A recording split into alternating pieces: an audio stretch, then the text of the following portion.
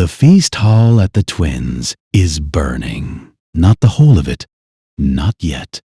One of the wall hangings caught first, the fray trout curling black at the edges, and the smoke is moving low across the ceiling, in thick, deliberate rolls. Beneath the smoke, bodies. Beneath the bodies, Robb Stark. He surfaces slowly, the way a man surfaces from a dream he cannot name. There is weight on his back, a weight that does not move. He does not look at what it is. He pushes it off with his left arm, and the effort sends something white and electric through his right shoulder, and he understands, with a clarity that has nothing to do with thought, that he has been shot. The arrow is still in him.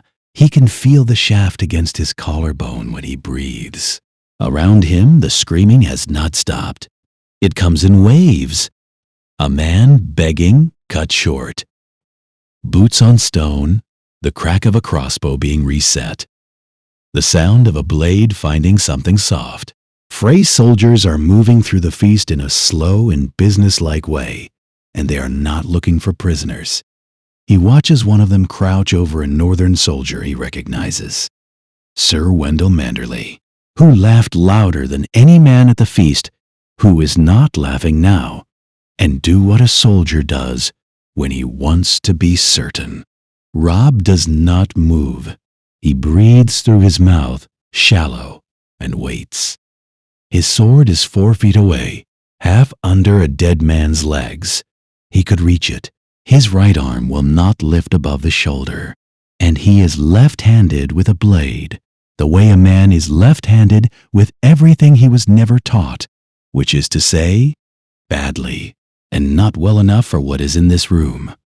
He goes for his mother instead. Catelyn is where he last saw her, slumped against the pillar near the high table, one hand still raised where she had pressed it to the throat of a Frey girl who is no longer in the room. Her own throat is unmarked. The crossbow bolt that Robb took meant for her went wide when Great John Umber overturned a table, and the Frey soldiers must have assumed she was dead from the sight of it, from the shock. She is not dead. He gets his good arm around her shoulders and pulls. She comes awake not with a gasp, but with a stillness, the way a person goes still when they are trying to understand where they are before they decide how to react. Her eyes find his face. Something moves through them that he cannot read and does not want to. "Can you walk?" he says. It is not a question. She walks. The passage is Great John's doing. The Great John of Umber is not a subtle man, has never been a subtle man. And the wound through his jaw, a bolt that entered below his left ear and exited through the meat of his cheek, has done nothing to change this. He found the servant's passage with the same method he finds most things. He hit the wall until part of it opened. There is blood on the stones from his hands. He does not appear to notice. Around him, in the dark of the passage, a knot of northern soldiers presses close. 30 men, some fewer. They are not moving like soldiers. They are moving the way animals move when the fire gets close. No rank, no order, no plan, only the compulsion to put distance between themselves and what is behind them. Robb gets Catelyn through the passage door and pulls it shut, and the screaming goes quiet. Outside, the night is cold and wet, and the rain is coming down in the way Riverland's rain comes down in autumn. Not hard, not dramatic, just relentless. The torches on the Twins' approach are guttering. The bridge is held. He can see the Frey crossbowmen in silhouette against the burning windows, 2 on the near tower, more on the far side. Great John spits blood, wipes his jaw, and says there is a ford. Half a mile south, he says. Chest deep this time of year, maybe deeper. He says nothing about what happens to men in chest-deep autumn flood, with crossbow bolts coming from the bank. Robb looks at the bridge, at the torches, at his 29 remaining men, at his mother standing in the rain, with her face turned toward the burning hall, as though she is trying to memorize it. Then he turns south. The ford costs them 7. 2 go under in the current before anyone can reach them. The water is fast and black and takes them without ceremony, without sound. 3 more are hit from the South Bank Tower, a Frey archer who found the angle, and they go down in the shallows, and the current takes them too. 2 simply do not surface, and no one knows why, and no one has time to wonder. Robb goes last. He has Catelyn in front of him, his good arm across her back, and the river is trying to take her the way it took the others. Not violently, just steadily, the way the cold works on a man, insisting. The arrow shaft catches on something as he goes deeper, and the pain is a white room he has to move through step by step, and he does, and they reach the far bank. He collapses in the mud. Catelyn, shivering fully herself now, turns to look back at the twins across the water. The hall is burning in earnest. The fire is orange against the low clouds. She stands in the rain and watches it, and does not say anything, not one word, not a sound. And the men around her, who are still alive and still shaking, watch her stand there. And somehow, that silence is worse than anything that has happened tonight. A man who screams is a man who can be comforted. Catelyn Stark does not scream. Robb looks at her and looks away. A mile from the ford there is a drainage ditch, shallow, muddy, invisible from the road, and they stop there because they have no choice. Robb cannot move his right arm above the shoulder. The arrow must come out. A soldier named Harwin, who was trained for wounds but not for this, does it by torchlight with a belt knife and shaking hands while another man holds the torch low enough to see by. He has to cut down to the arrowhead to free it from the muscle, and the arrowhead is broad, and it takes a long time. Robb stares at the sky. He does the mathematics. 23 men. No horses. They were in the stable inside the twins, which is now behind a river and a garrison of crossbowmen. No supplies, no food, no ravens, no maester. His seal is on his finger, and his crown is God knows where.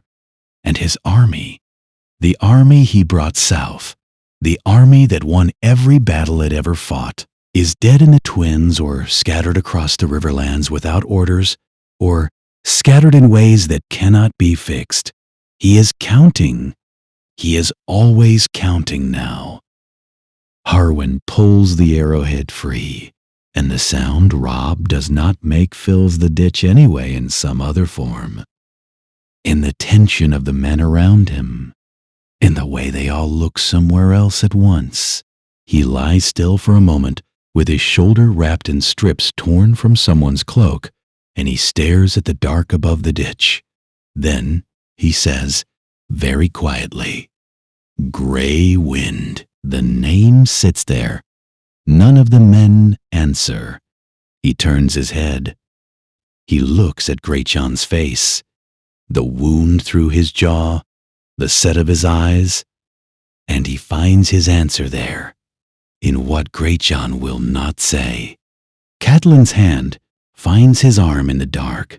Her fingers are cold and grip hard, and she does not let go until he looks at her. Her face in the faint light from the banked torch is stripped of everything that is not essential. She looks, he thinks, like someone who died in the twins and has been walking ever since, without knowing it. She keeps her voice low. Around them, the men are tending wounds, or sitting in silence, or watching the road, none of them close enough to hear. She tells him what she knows, Walder Frey is old and greedy and cruel, but Walder Frey is also small. The twins controls one bridge. One bridge. A man with one bridge does not betray a king unless someone guarantees him that the king's allies will not come, that the crown will sanction it, that there will be no retaliation, no northern army marching south in answer. This was not improvised. The proclamations will already be written. The ravens will already be in the air. Someone gave Walder Frey permission. She says the name. Tywin. Robb is quiet for a long time. The rain comes down on the ditch, and the road, and the dark Riverlands fields. Somewhere north of them, the land runs all the way to Winterfell, to his brothers, to the home he left and has not seen in years.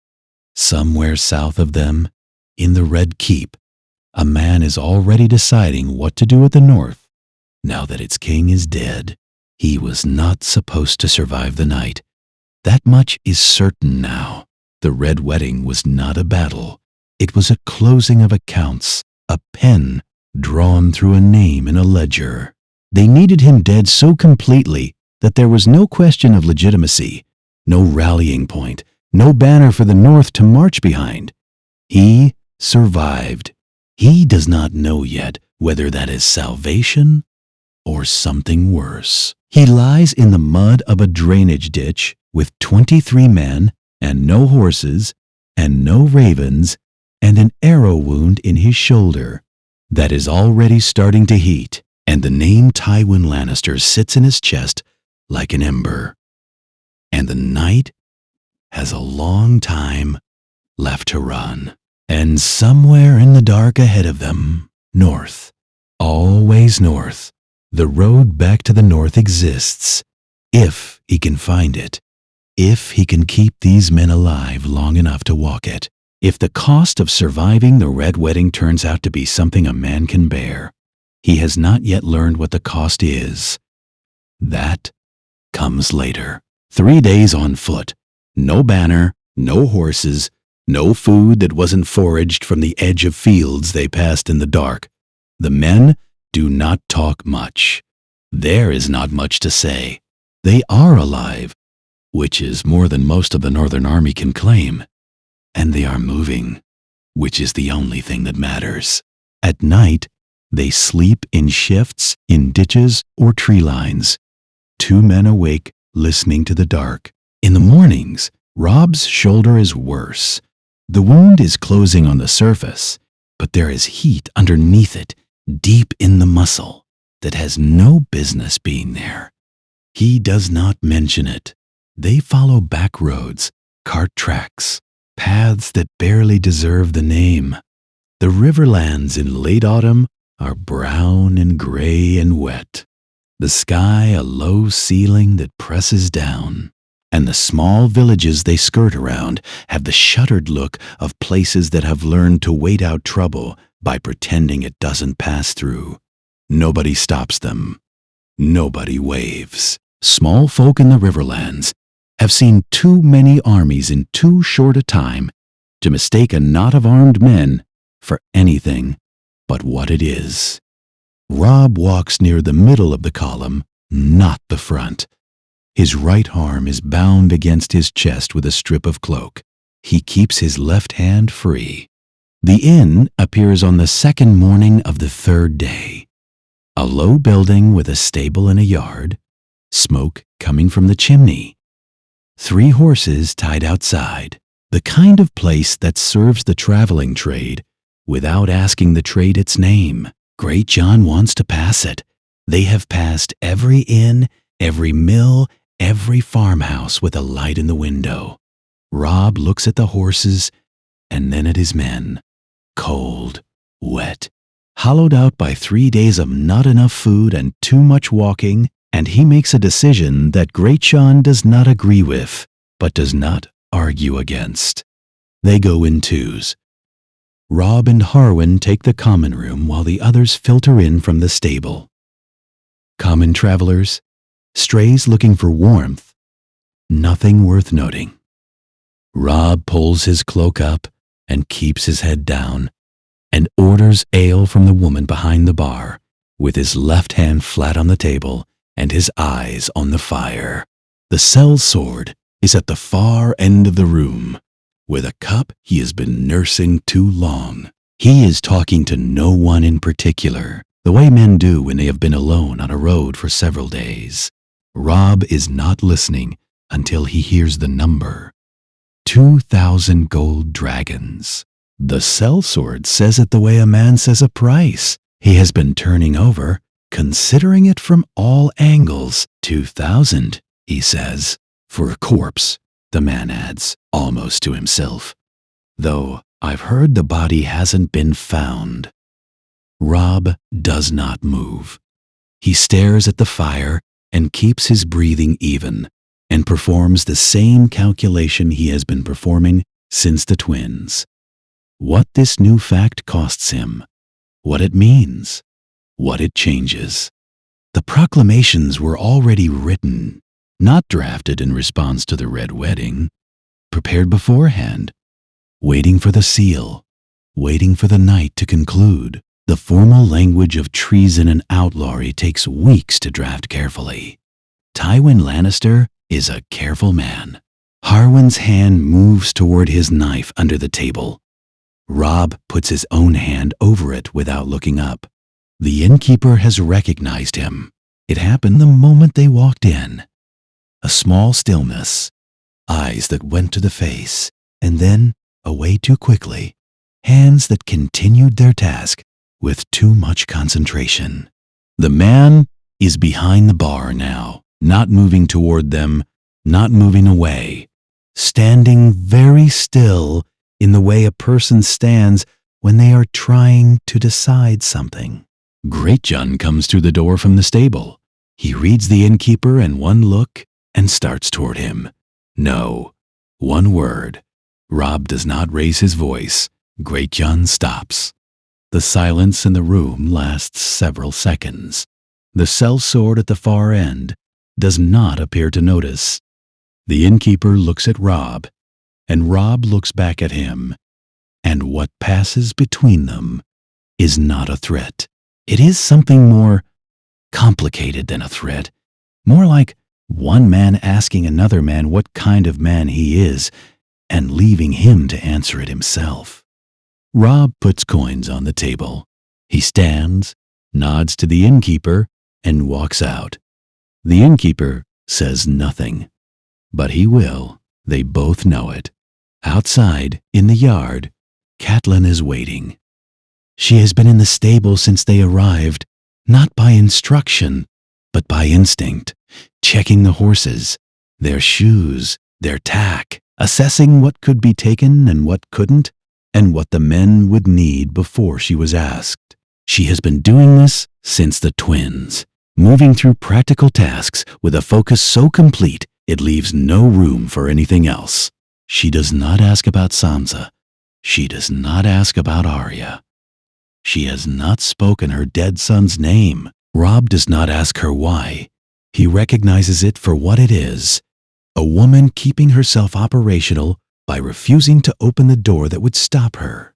Inside, on the common room table, a traveling merchant had left his road map. Catelyn takes it now, along with the tallow candle from the windowsill, and spreads it on a bench in the stable. She does not ask Robb's opinion. She looks at the map and begins. 3 routes north, the high road through the hills, longer, slower, avoids most settlements but exposes them to weather that will kill a man with an infected shoulder faster than a Lannister sword will. The river road along the Red Fork, faster. More villages, more chances to resupply, more chances to be recognized. The forest route, cutting north through the Whispering Wood. No road at all, really, just a direction. And the trees. She evaluates each one without sentiment and without hesitation. She notes where the Lannister garrisons are concentrated, where the Frey influence ends, where the Brotherhood without banners has been known to operate, which means those roads are watched by different eyes than Lannister gold can buy. She gives Robb her conclusion. He listens. The men in the stable listen. He agrees with her on all 3 counts. He does not say so because she is not asking for agreement. She is presenting facts, and facts do not require agreement, only action. The men who remember Lady Catelyn Stark of Winterfell, gracious, careful, the Lord's wife presiding over a household, do not look at her directly. They are watching something they do not have a word for yet. Donnell asks first. He is young, barely 20, from a village west of White Harbor. And he has the look of a man who has been building towards something for 3 days and has finally run out of reasons not to say it. He asks for leave to go home. Behind him, 3 others, older men, all Riverlanders, all of them with the same careful look of men who have thought this through and are not ashamed of their conclusion, only afraid of how it will be received. Robb stands in the stable doorway and looks at each of them in turn. He knows what the proper response is. He has known since Donnell opened his mouth. A king does not release men from their oaths, not in the field, not when pursued, not when the cause still breathes. A king who releases men teaches other men that release is possible, and armies dissolve on that lesson. His father would not have released them. His father is dead. His father died because he believed honor had a fixed price, and he paid it, and the price was wrong. Go, Robb says. He takes the ring from his finger, the Stark direwolf seal. Gray stone. His scents the march south. He holds it out to Donnell, who takes it with hands that don't quite steady. If you're found with it, Robb says, tell them you took it off a dead man at the Twins. Donnell looks at the ring, and then at Robb and opens his mouth, and Robb shakes his head once. There is nothing useful to say, and not enough time to say it. The 4 men leave through the stable yard and do not look back, which is either respect or relief, and Robb cannot tell the difference from where he stands. Catelyn moves past him back toward the remaining men. As she passes, her hand finds his left shoulder, the good one, and presses once, briefly, and lets go. He stares at the stable yard a moment longer. 19 men. He turns back inside. They are a mile up the forest path when the cavalry appears. 8 riders on the south road moving fast. Lannister crimson. Light horse. Not patrol spacing. Someone gave them a direction. The innkeeper's window will have been the nearest light for miles, and the timing puts them exactly 1 night behind. The forest path is narrow. Single file, mud, poor footing for horses, even if the horses could fit between the trees, which they cannot. Robb's 14 men could hold the path, briefly, in the right conditions, but 8 cavalry and open ground against 19 infantry is a different question, and the cavalry is between them and the main road, which means retreat is not retreat. It is a circle that ends in the same place. Great John sees it. Before Robb finishes the calculation, he will take 4 men east, not to fight, to be seen, to make noise, to let the cavalry find them, and have reason to follow. He says it plainly, without drama, the way a man volunteers for something because it is the only thing that makes sense. He asks for Harwin and 3 others. Robb looks at him. Great John has a wound through his jaw that still hasn't closed properly, a rag tied around his face that he changes every morning, and an expression that would be cheerful if he were not missing a piece of his cheek. He survived the Twins by pure mass. He is simply too large to kill quickly. He is also the reason any of them got out of the hall in the first place. Don't get taken, Robb says. Aye, says Great John, which is not a promise. He goes east through the trees with his 4 men, and they are loud about it, deliberately crashing through undergrowth with a purpose. And Robb takes his 14 north and does not watch Great John go, and does not look back at the sound of the cavalry changing direction. He learns what it costs to survive in small installments, spread out over days. This is another payment. The light is going by the time the trees thin into a small clearing, and that is when the arrows appear. Not 1 arrow, 6, maybe 8, knocked, drawn, tracking.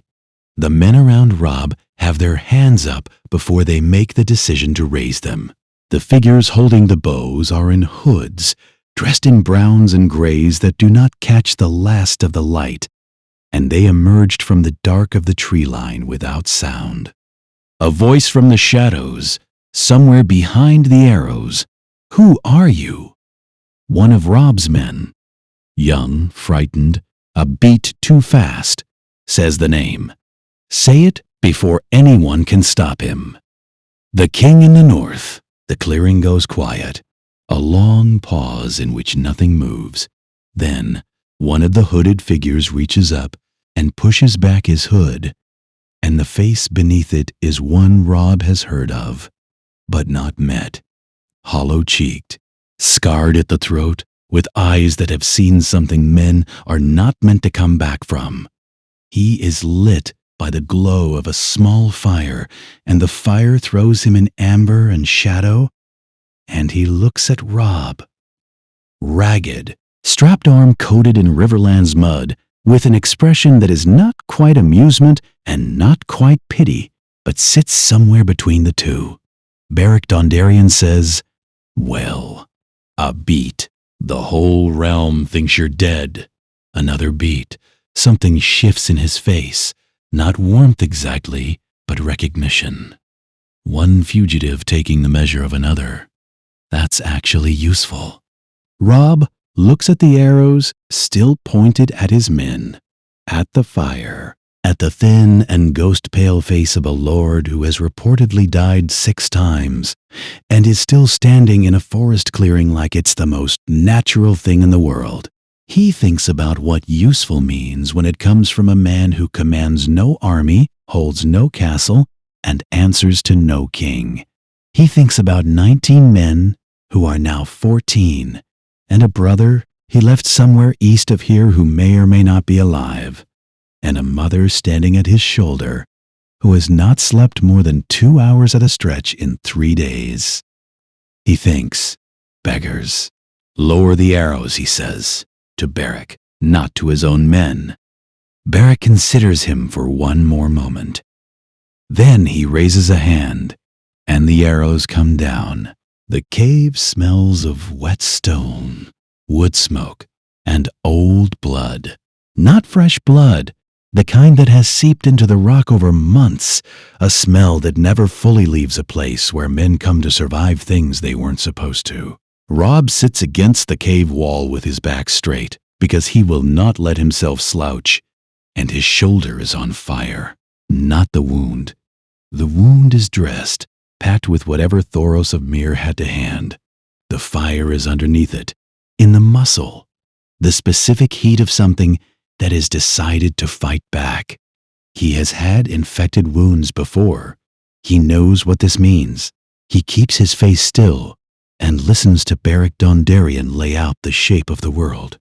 Beric stands on the far side of the fire with a map spread on a flat stone, and he speaks like a man who has been conducting surveillance on a kingdom for the better part of a year. His people are not soldiers. They are small folk, beggars, wandering septons, traveling merchants, the invisible population that moves through the riverlands below the threshold of anyone's notice. Lord's men see other lords' men.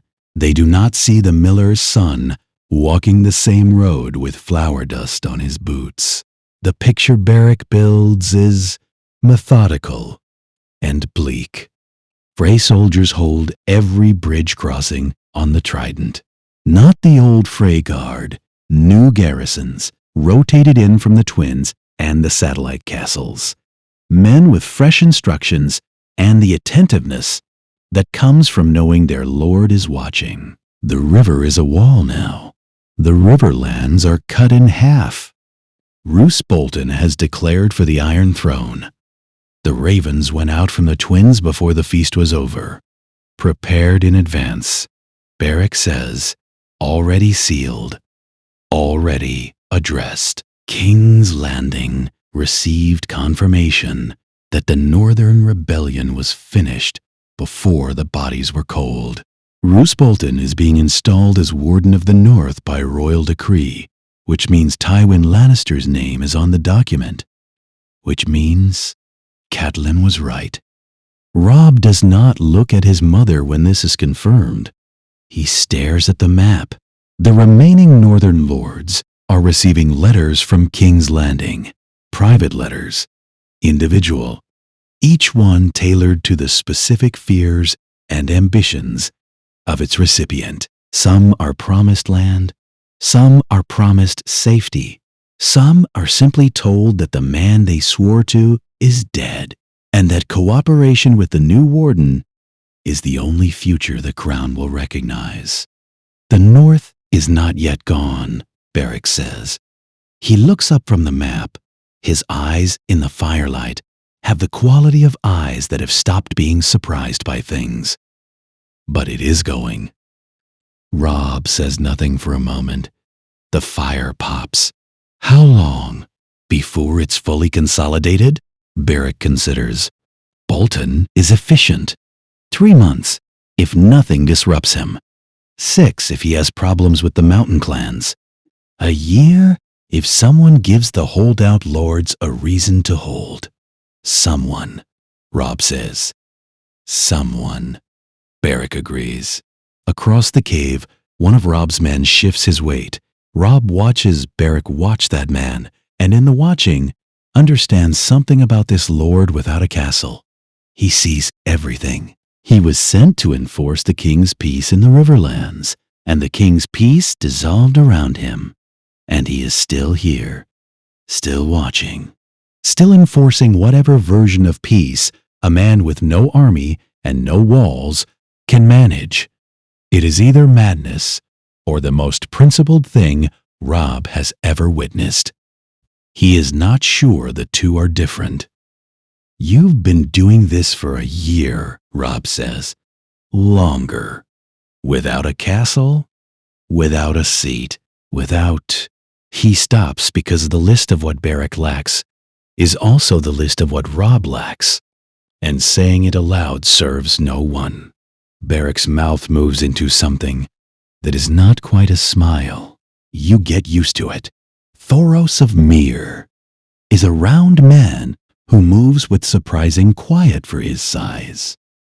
And he tends Robb's shoulder with the economy of a field surgeon and the hands of someone who has done this in worse conditions than a cave. Hold still, he says, which is the only instruction he gives. The process takes a long time. Robb stares at the cave ceiling and does not speak. The fever is in him properly now. He can feel it in the fine trembling of his hands that he is working to suppress. And the line between sharp focus and the beginning of something else is thin enough that he does not trust himself to talk. He drifts at the edges. In the drifting there are faces. Talisa, gone before the red wedding was over. His bannermen, men he knew by name. Grey Wind, who he still has not fully accepted. His father's face in every version he can remember, young and serious, never as old as he would have needed to be. He surfaces from each one back to the cave ceiling, and the smell of wood smoke and the sound of Thoros doing something with his shoulder that Robb would prefer not to be conscious for.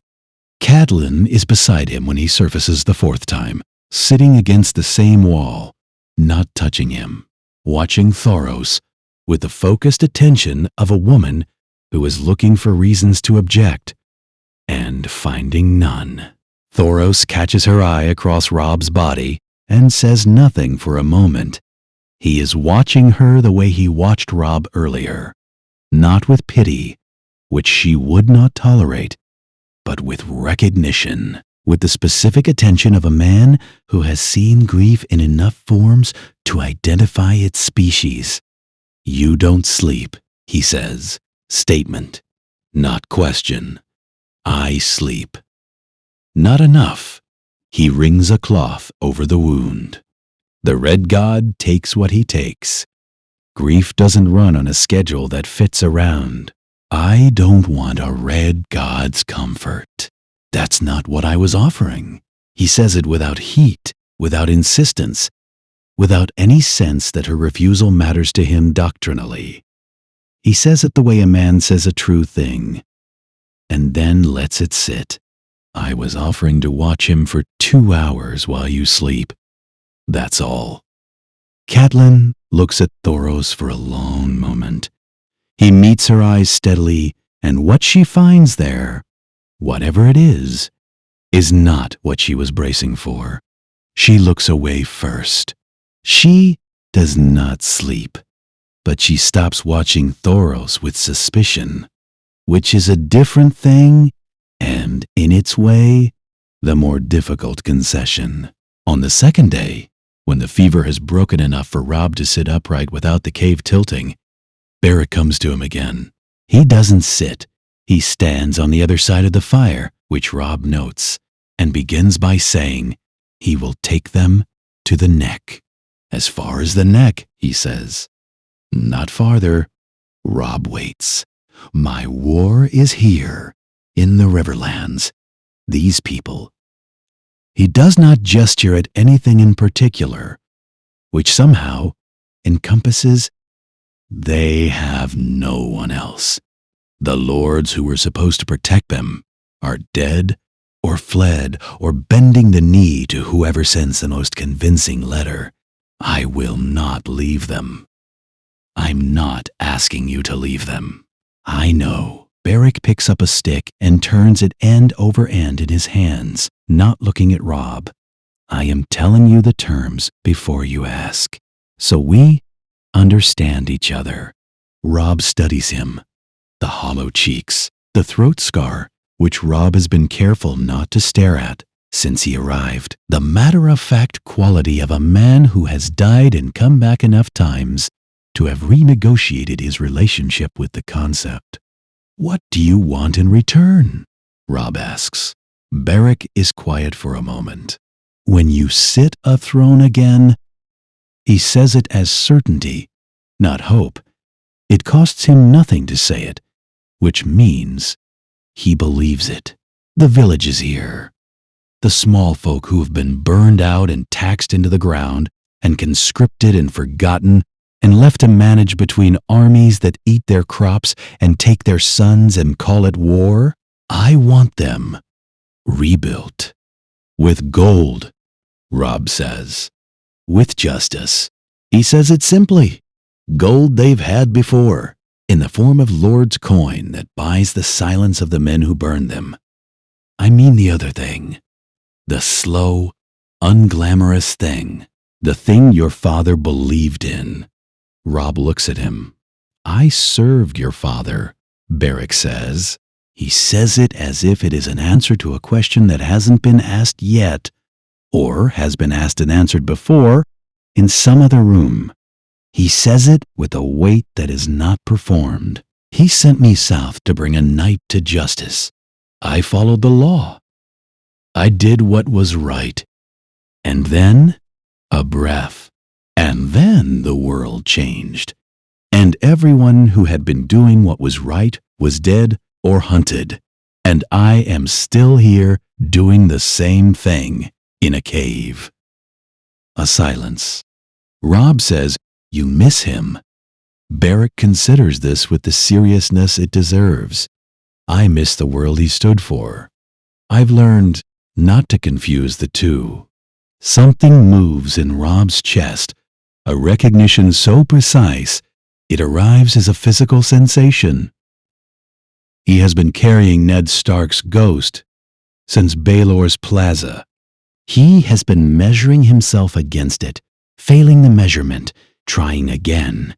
He has been trying to be his father in a world his father could not have survived. He sits in the Brotherhood's cave and looks at a man who served Ned Stark faithfully and lost him and kept going.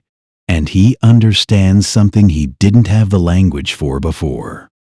He says, "I'll promise you the villages." Beric nods. He does not say "I believe you" because men like Beric have learned that belief is a door you keep locked until it earns the key. "There's one more thing," Beric says. He hesitates, and the hesitation from a man who has not hesitated once in 2 days is notable. There is a bird in the camp, a raven trained to the eyrie. He watches Robb's face. "I thought you should know it was there." He turns and walks back into the cave's interior without another word. Catelyn finds the raven's cage in the corner behind the Brotherhood stores, wedged between 2 sacks of grain and a folded length of tarp. The bird watches her approach with the sideways attention of a creature that has been confined long enough to stop being surprised by visitors. She stands in front of it for a long time. The eyrie, Lysa, her sister, who sealed herself in a mountain and raised her unhinged child and stopped answering letters, and who Catelyn cannot fully predict anymore, cannot predict whether a message would be buried in Lysa's paranoia or acted on, cannot predict whether the Vale's doors would open or close in response to knowing Robb Stark was alive. She thinks about Lysa for a long time, and then she stops thinking about Lysa and begins thinking about a different address entirely, a maester in a small keep in the Lower Vale. Not at the Eyrie, not subject to Lysa's intercepts. A man who has been exchanging careful correspondence with Catelyn since before the war through channels that have no official existence. She has never told Robb about him. She has been keeping the threat of him in reserve, a thing she wanted to have before she needed it. She needs it now. She composes the message in her head, the way she composes every message, layers stripped away, until only the essential remains. Nothing that could be deciphered by the wrong reader, nothing that reveals more than it must. 7 words. The wolf is alive. Tell no one. She writes it on a strip of cloth, so thin it can be folded to the size of a thumbnail. She ties it to the raven's leg herself, in the corner, with the fire at her back and the camp asleep around her. She sends the bird before she can reconsider. It is not a plan yet. It is a door she has opened in the dark, not knowing what is on the other side, knowing only that doors in the dark are not a luxury she can afford to leave closed. Robb will find out. She has no illusions about this. He will find out, and he will be angry, and she will tell him the truth. She is not rebuilding his army. She is building him a path that doesn't exist yet, toward a future she cannot fully see, through terrain she knows better than he does. She is his mother. This is what mothers do. She goes back to her place against the cave wall and does not sleep. The rider comes into camp at midnight, loud in the way only a man who has been riding hard and doesn't care anymore can be loud. 2 Brotherhood men are on him before he clears the tree line, weapons ready, and then Greatjon Umber's voice bellows a Brotherhood countersign with the pronunciation of a man who learned it under duress and is furious about it. Robb is on his feet by the time Greatjon dismounts, his shoulder pulled tight, leg functioning, the fever down to a manageable whisper. The horse behind Greatjon has a man across its saddle, alive, barely, with the look of someone who has been kept alive by pure stubbornness for the last 12 hours. Bolton cavalry went into a bog, Greatjon says. with the specific satisfaction of a man who led them there on purpose. They're still in it. Robb looks at the man on the horse. Manderley's steward, Great John says, found him on the road carrying sealed correspondence he didn't want to tell me about until I explained myself at some length. The steward's name is Sir Wyllis, and he has 3 cracked ribs and a story about riding north from White Harbor for 3 weeks, looking for the king in the north on Lord Wyman Manderley's private instructions. He has been carrying the letter since before the Red Wedding. He didn't know, when he left, whether there was still a king to find. The letter is sealed with the Manderley merman. Robb breaks it. The outer document is a trade manifest. Grain quantities, merchant routes, boring in the specific way that only a man with something to hide writes it, between the lines, in ink that became visible when held near the fire, is a different message in a smaller hand. Robb reads it once. He reads it again. He sets the letter on the table and looks at it in the firelight, and the cave is quiet around him. Catelyn, who has been watching from the wall, says nothing. She waits. Lord Wyman Manderley, Robb says without looking up. His voice is even, controlled. Richest lord in the north, publicly swearing fealty to the Boltons, writing letters of cooperation, hosting their envoys. A pause, sending me a secret message in invisible ink. Catelyn crosses the cave and reads it over his shoulder. He watches her face. Come to White Harbor, she reads. I am not what I appear. She straightens. She looks at her son. He looks back at her. They are both thinking the same thing, which is, this could be a trap. They are both thinking the second thing, which is, Wyman Manderley is the richest man in the north, and if he is genuinely offering what this letter implies, then the campaign for the north has a financial spine it did not have 30 seconds ago. They are both thinking the third thing, which is harder to name, a word for what it means when a door appears in the dark and you don't know what's behind it. White Harbor, Robb says. It is not a question. White Harbor, Catelyn says. It is not an answer. Somewhere east of them, Beric Dondarrion is already adjusting his mental map of who is moving through the Riverlands and why. He has agreed to take them to the Neck, not farther. That was the deal. The Neck is a week's walk north. White Harbor is beyond the Neck. For the first time since he crawled out from under the dead at the Twins, Robb Stark has a destination instead of a direction. The distinction is everything. A direction is what an animal has.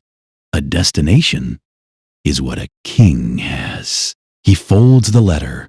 He looks at Great John, who is eating something from a Brotherhood pot with the focused energy of a man who has been in a bog and requires resupply.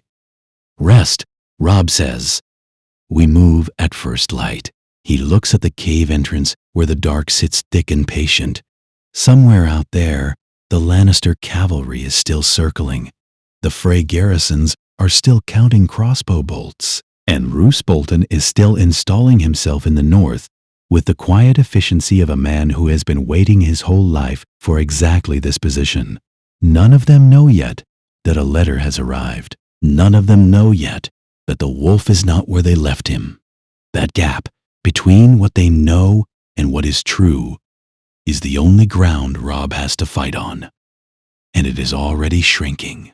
He needs to move before it closes entirely. He picks up the letter one more time, reads the 7 words again, and feels something sharp and cold settle in his chest. Not hope, something more useful than hope. Purpose. They split outside the Brotherhood's camp at dawn. 2 groups, 2 roads, 2 fictions held together by discipline, and the hope that nobody looks too closely. Robb Take 6 men and the wool merchant story. It is a thin cover, badly costumed. They have no wagon, no samples, no convincing paperwork. But wool merchants are unremarkable in the Riverlands in autumn. And unremarkable is the only thing he needs to be. His right arm is no longer bound against his chest. He has enough range of motion now to pass. If no one watches him pour a cup, if no one asks him to extend it fully, he rides in the middle of the column. He keeps his head down. Catelyn takes the rest, 9 men, dressed as camp followers, which is to say, dressed as people no garrison soldier wants to ask too many questions of. She is better at this than Robb. She has the knack of making herself precisely as visible as she wants to be, no more, and she moves through the Riverlands like a woman who belongs to whatever road she's on. They will meet again at the way station. 5 days, if the roads hold. Robb watches her group move off east and turns north, and does not look back, because looking back has stopped being useful. The village has no name on any map Robb has seen. It is the kind of settlement that grows up at a crossroads over generations. A mill, a blacksmith, a dozen houses in a rough cluster. People who have been there long enough to stop thinking about why. He stops because the horse threw a shoe an hour back, and there is no getting to the neck on a horse with 3 shoes and a lame forefoot. The blacksmith's forge is cold. The man himself, apparently somewhere else, which is a problem. But the house beside it has smoke coming from the chimney, and smoke means someone inside, and someone inside means a question Robb needs answered about the shoe. The woman who opens the door looks at him the way people in the Riverlands have been looking at everyone for a year, the flat assessment of someone trying to determine threat before expression. Robb keeps his hands visible. He explains the horse. He uses the wool merchant name. She listens. She looks at his face, not at his horse, not at his clothes, not at the men behind him. At his face. She is, perhaps, 50, with the particular leanness of a woman who has worked a small holding through 2 bad harvests and a war. Her eyes are dark and still, and doing something complicated. She steps back from the doorway. Come in then. She feeds them, without asking any of their names. Brown bread, hard cheese, a soup that is mostly turnips, and entirely welcome.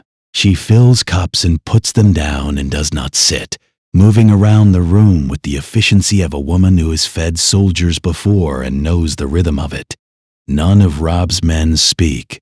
There is something in this house, in the quality of the woman's attention, that makes speaking seem like an intrusion. The blacksmith's tools are along one wall. A boy's boots by the door, too small to be worn now, too worn to have been kept for sentiment, sitting there in the specific way of objects whose owners are no longer present to move them. Robb eats. He watches the boots. When the cups are full and the bread is gone, she finally sits across from him, not across the table from the group of them, specifically across from him, and folds her hands and looks at his face again with that same still attention. My son, she says. His name was Perwyn. He marched with the young wolf from the River Run muster, made it through the Whispering Wood, made it through Oxacross. She says each battle like a checkpoint. He died at the Blackwater. The Blackwater. Not his war. That was Stannis' assault and Tyrion Lannister's wildfire. And a catastrophe on the wrong river for the wrong reasons. But soldiers from his army were there. He sent men to reinforce the city when the alliance still meant something. I'm sorry, Robb says.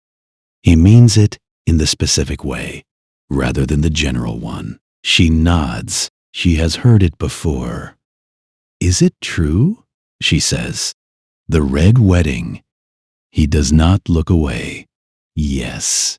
She takes that in the way the body takes a blow that has already landed. Not a flinch, because the impact happened some time ago, and this is the confirmation arriving after. Her face does not change. Something behind it changes. Some last-held thing releasing.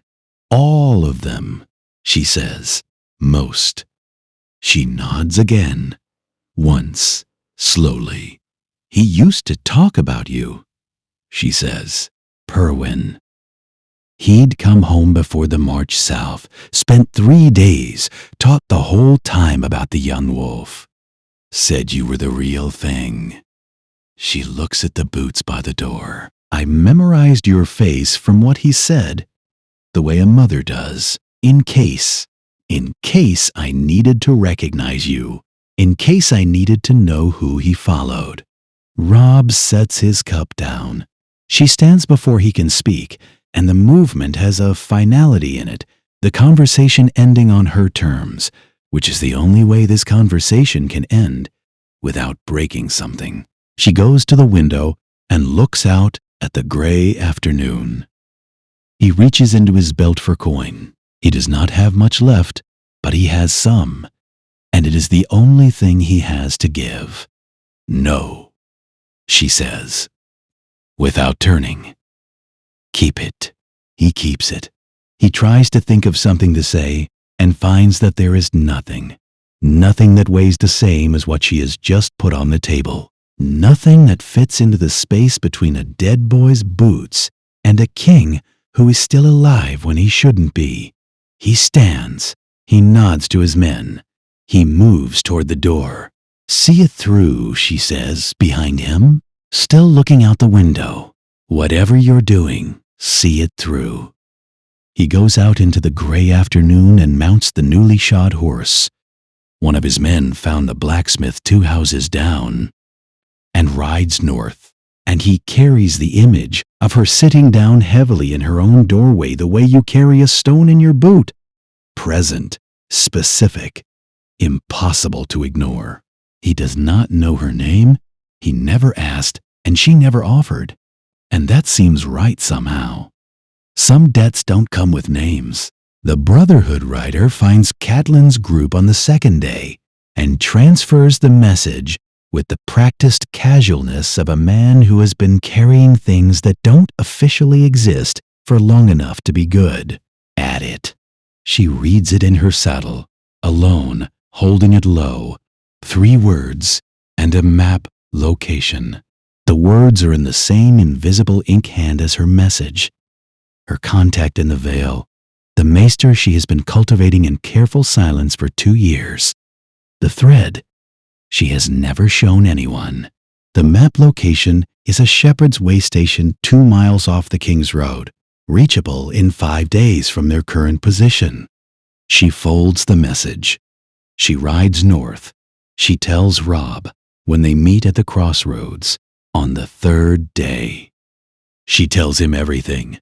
The maester, the private address, the channel that bypasses Lysa entirely, the message she sent from the Brotherhood's cave without his knowledge or permission. She lays it out in sequence, factually, the way you present intelligence to a commander rather than a confession to a judge. Robb listens to all of it without expression. Then he is quiet for long enough that the men around them find reasons to be elsewhere. His face, when expression returns to it, is cold in a way she has not seen before. Not the anger of a young man caught off guard, but something more controlled, and therefore more serious. He looks at her the way a commander looks at someone who has acted outside the chain. You sent a raven from Barrack's camp, he says, without telling me. Identifying yourself to a contact in the Vale. Yes, if that raven was intercepted, it wasn't. You don't know that. No, she says. I don't. That's correct. The correction lands. He is working through it. She can see it. the progression from the initial cold to the second thing, the thing that requires him to do arithmetic he would rather not do. He has been doing this more these past weeks, arriving at the right answer by a route that costs him something. She watches him swallow the fury the way you swallow something that goes down wrong. Not without difficulty, not without it leaving a mark. Who is this contact? He says. Not a question now, a requirement. She tells him. Not just the name, but the history. How the correspondence began. What has been exchanged. What she knows about the Vale's internal politics that Robb's ravens never caught because they were going to the Eyrie. And the Eyrie is where Lysa decides what gets intercepted. He absorbs it. He looks at the map she has unfolded on a flat stone between them. He says, "She was right to keep you alive." Catelyn looks at him. "Whoever decided not to kill you at the Twins," he says. "They thought you were a hostage. They were right, just not in the way they meant." It is the strangest thing he has ever said to her. She does not know whether it is a compliment.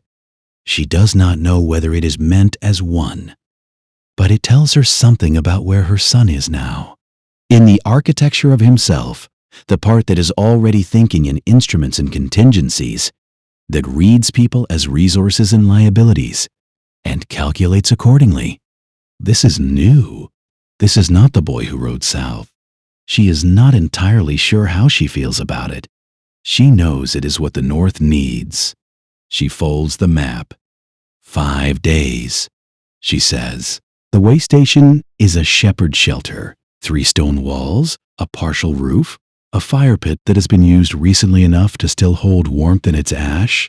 Robb arrives first and spends 20 minutes making sure there is only 1 entrance and 2 exit routes before he allows himself to sit. The contact arrives alone, on a mule, dressed in merchant's wool with the particular scruffiness of someone who has been traveling for real rather than performing travel. She is young, mid-20s at most, with brown hair and the watchful economy of movement of someone trained to be overlooked. She is not the maester. "He sent you," Catelyn says. "Statement." "He sent word," the woman says.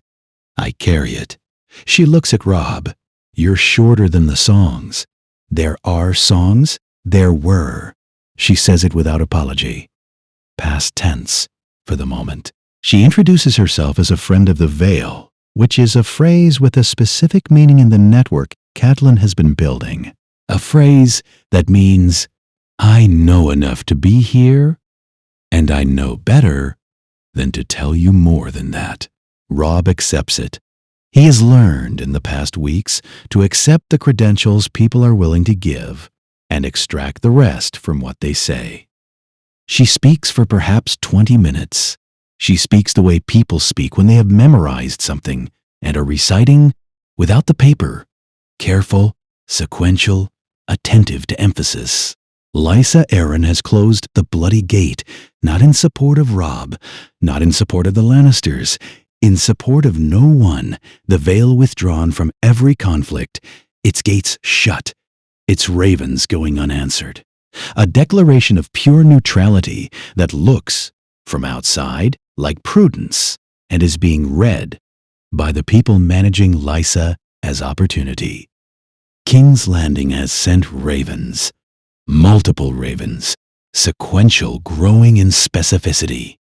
They offer the trial of Jon Arryn's alleged killers. They offer trade agreements. They offer, most recently, the hand of a Lannister cousin for Robin Arryn. When the boy comes of age, each raven lands in a Lysa who is afraid and grieving and managing a son who is neither stable nor growing more so. And each one finds a woman who wants above all else to be left alone and is being slowly convinced that cooperation is the price of that. She is being maneuvered, the woman says. Not quickly, carefully, the way you move a wall, 1 stone at a time. Who Is the mover, Robb asks. Petir Baelish. She says the name flatly, the way you say the name of a weather pattern. Not with hatred, not with fear, with the specific respect of someone who has spent time studying a thing that can kill you. He is in the Vale. He has been for months. He arrived with Catelyn Tully's daughter. She pauses, looks at Catelyn, adjusts. With Sansa Stark, presented as Lysa's ward. The silence that follows this is the kind that has weight. Catelyn does not move. She has been very still since the name Baelish was spoken, with the stillness of a woman running a very fast calculation behind a very composed face. Robb looks at his mother. She looks at the wall. Sansa is alive, Catelyn says. It is not a question. She is saying it to confirm that she has understood correctly. As of 3 weeks ago, yes, in the Eyrie, Lysa's ward, Baelish's. The woman pauses, choosing her word. Project. Robb sits with this for a moment, then sets it in the category of things that require action he cannot take yet, and moves forward. He has been doing this since the twins, the practice of holding impossible information at a controlled distance until the road is clear enough to address it. Robin Arryn, he says, he's been asking about Sansa. Frequently, intensely. He is not a well child. Robb thinks about the mountain passes. He thinks about the Vale's geography, the narrow roads, the high gates, the choke points that make an army in the Vale an army that cannot be used in the north. He thinks about Petir Baelish, who he has never met, and who Catelyn has gone very still over, maneuvering a grieving woman in a mountain castle toward a position that benefits someone. If the Vale formally cooperates with King's Landing, he says, every mountain pass between the Vale and the north becomes a question, the woman says. He looks at the map in his head, the passes, the timing, the Bolton consolidation, moving north while this softer siege moves from the east. Two hands on the same throat, neither. One squeezing yet, both waiting for the other to begin. Lysa needs a reason to close her doors that isn't neutrality, he says. Something she chose rather than something she was given. Catelyn speaks for the first time since Sansa. That is not a problem you can solve from the neck. No, he says. It isn't. The woman looks between them. She has the quality of someone accustomed to watching people work through things and knowing when to be invisible. She is very good at it. Robb stands. Tell your maester. He stops, corrects himself. Tell whoever sent you. The wolf is not dead, and the north is not finished. And anyone who wants to keep their doors open in the world that comes after should think carefully about which way they face right now. The woman nods once. She is already memorizing the phrasing. One more thing, Robb says. She looks at him. Sansa. A pause. She's safer where she is than in the field, the woman says, carefully. For now. He holds her gaze for a moment. Then he accepts this the way he has learned to accept things. Not happily, not without cost, but without letting the cost stop him moving. He walks out of the way station into the cold afternoon. His shoulder aches in the specific way it has been aching since the fever broke, a low, steady complaint that is the shoulder's way of reminding him it was nearly enough to kill him and would prefer to be treated accordingly. He ignores it. He has been ignoring it for days. He stands at the edge of the road and looks north. The neck begins as a change in the air before it becomes a change in the land, a heaviness, a smell of still water and deep peat, the sound of frogs replacing the sound of wind through dry autumn leaves. The sky flattens.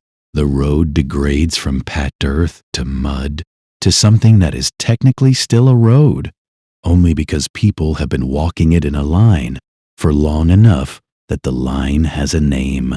They reach the edge of the bog at dusk, where the causeway road runs north in a straight pale stripe through the dark water and the brown reeds, and where two Frey soldiers are stationed at a toll house that has not been a toll house for 40 years, but is currently functioning as one.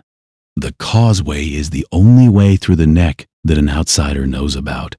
Robb looks at the toll house and looks at his men and looks at the causeway and makes a decision that involves none of them. Barrack's Brotherhood has a contact at the neck's western edge, a Cranagman who trades with the Brotherhood for certain goods and will, for the right phrase, deliver a message into the bog. The right phrase is a thing Ned Stark told his son on the occasion of a lesson about the history of the North, presented as history rather than as instruction, in the way that fathers sometimes teach things they expect their children will need, without wanting to acknowledge why. Robb sends the contact with the phrase. Then he waits. The waiting is the worst part. He has enough to think about to fill the hours. But thinking does not help the cold, and it does not help the awareness that every hour at the neck's edge is an hour in which a patrol from the causeway can work its way west along the bank and find 19 men sitting in the reeds with no wool and no wagon, and a story that stopped making sense 3 days ago. He does not sleep. He thinks about the woman in the village and her son's boots. He thinks about the Vale and Lysa moving toward a position she doesn't understand. He thinks about Sansa, alive in a mountain castle with Petyr Baelish, which is a sentence he does not know how to finish yet. He thinks about what the road north has cost so far and what it is likely to cost before it ends. He is still thinking when the fog comes in, off the bog, at the second hour past midnight, and the fog is dense enough to make the reeds disappear past arm's length, and for a long time there is nothing but the sound of frogs and still water. Then there is a different sound. Not footsteps. No one moving through a bog at night makes footsteps. Something more like the bog itself, rearranging, the reed line shifting, the water adjusting around a presence that knows how to move through it without announcing itself. She emerges from the fog the way the fog itself might coalesce into a person. A young woman, perhaps 20. With a 3-pronged spear in one hand and a coiled net over her shoulder and mud on her boots that goes up to the knee and suggests she has been in this bog for hours. She looks at Robb and his men with the unhurried assessment of someone who found them some time ago and has been deciding whether to approach. Robb stands. She looks at him for a long moment with an expression he cannot quite name. Relief and sorrow, sitting together in a face that is clearly accustomed to holding complicated things without letting them pull. My father said you'd come one day, Mira Reed says. He said you'd need the paths only we know. Your father is Howland Reed. Yes. Is he alive? Yes. She says it the way you say a thing you are glad to be able to say. He's been waiting. Robb exhales. One breath, controlled. Around him, the men are very still, watching this woman who stepped out of a bog in the middle of the night and speaks like someone carrying a prepared message.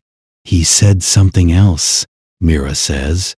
She looks at Robb steadily, with the directness of someone who has decided to deliver a thing plainly or not at all. He said that when the King of the North finally arrives at the neck, he'll have already lost everything he came to save. The frogs continue. Somewhere in the dark water, something moves. What does that mean? Robb says. She looks north, into the fog, into the dark. It means we should move quickly. She turns back toward the bog without waiting for an answer. One of her hands traces the reed line, finding something invisible to everyone else. A path, a firmness under the water, a way through that has no markers anyone without years in this swamp could read. Robb watches her and thinks about what Howland Reed has known, and when he learned it, and why a man who has been sitting in a bog at the edge of the north waiting for a king to arrive would say that the king has already lost what he came for. He thinks about what already means. He thinks about Winterfell. He follows her into the fog. 3 days in the bog. The paths are reed mat bridges laid over water that has no bottom anyone has measured, anchored to nothing visible, flexing underfoot in a way that suggests they are alive rather than constructed. Mira moves across them without looking down. Robb watches her feet and places his own accordingly and tries not to think about what is underneath. They travel by torchlight after the first afternoon, when the mist comes in and makes navigation by landmarks, such as they are, in a landscape where every direction looks like every other direction, impossible for anyone who did not grow up here. The torchlight turns the fog amber and makes the dark beyond it absolute. Somewhere out there, frogs, water birds, the sound of something large moving through shallow water that Mira does not react to, and therefore Robb decides not to react to either. At night, they sleep on platforms of woven reed that sit a foot above the waterline, dry enough, cold in the specific way of places that are always damp. The men do not complain. They have been through too much to complain about a bed that doesn't sink. Kaplan does not sleep, or sleep so briefly that the difference is academic. Robb watches her sitting upright in the dark on the second night, her back very straight, and thinks about what Thoros said in the Brotherhood's cave. Grief doesn't run on a schedule. And says nothing. She has earned the right to grieve, however she manages. By the third day, the bog begins to change. The open water gives way to islands, real ones, small and low, tufted, with sedge grass and willow. The platforms between them are more substantial. The paths have worn edges. Someone has been maintaining this route for a very long time. Mira stops at the last bridge. Greywater Watch is not a castle. It is the idea of a castle made practical by people who understand that permanence in a bog is a provocation, not an asset.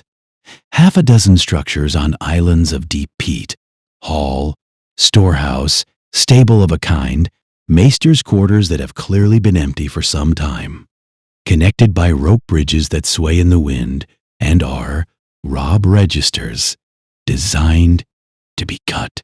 This whole place can be unmade in an afternoon. Whatever it is, it cannot be held or besieged because it cannot be found without a guide, and the only guides are reeds. Howland Reed is waiting at the final bridge. He is smaller than Robb expected, smaller than the stories, which granted him the stature of a man who fought at the Tower of Joy and won. Though won is probably not the right word for surviving something where everyone else died, he is compact, gray at the temples, with the weathered quietness of a man who has been alone with difficult knowledge for a long time and has learned to carry it without advertisement. He looks at Robb and takes his arm in greeting, not a handshake, a gripping of forearms, deliberate, the kind of greeting that means something specific, and holds it for a moment with the weight of a man completing an obligation. Your father made me swear, he says, that I would help his children if they ever came to me. Robb waits. He didn't specify which children. He says it without weight, without implication, without the inflection of a man dropping something significant. He says it the way you say a thing that is simply true, and then he releases Robb's arm and turns toward the hall. And Robb follows him, and the sentence moves through him slowly, like a stone dropped in still water, the ripples arriving one after another in a sequence he can't quite see the end of yet. Inside the hall, a fire, a table, maps. The maps are pinned at the corners with river stones and covered in notations in a small, precise hand. Not Howland's hand, which is rounder. Someone else's, someone trained. A maester who is no longer here, or Mira, or both at different times. Howland sits across from Robb and speaks for an hour without dramatics. And the picture he assembles is worse than anything the Brotherhood's intelligence suggested, because Barrick knows the Riverlands and Howland knows the North. And the North is what matters now. Roose Bolton is in Winterfell. Robb absorbs this word by word. Roose Bolton. In Winterfell. Sitting in Ned Stark's seat, eating at Ned Stark's table, sleeping under Ned Stark's roof, sending ravens to northern lords on Ned Stark's ravens. The possessiveness Robb feels is immediate and specific, and he notes it as a weakness he cannot afford, and sets it aside. Bolton has been methodical. Each garrison in each northern holdfast, not replaced wholesale, which would provoke resistance, but adjusted. The commander changed, a new man slotted in.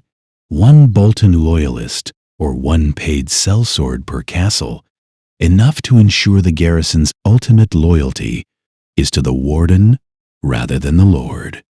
The lords themselves left in place, still nominally in charge, still presiding over their households, just managed, like a man with his hands on the reins who hasn't pulled yet. House Karstark. Howland moves his finger along the map to their lands. Shattered, the right word, Robb thinks. And the weight of that lands the way it has been landing since Rickard Karstark's execution. The lands being redistributed to Bolton loyalists. The remaining Karstark men leaderless, some folded into Bolton's forces, some vanished into the hills.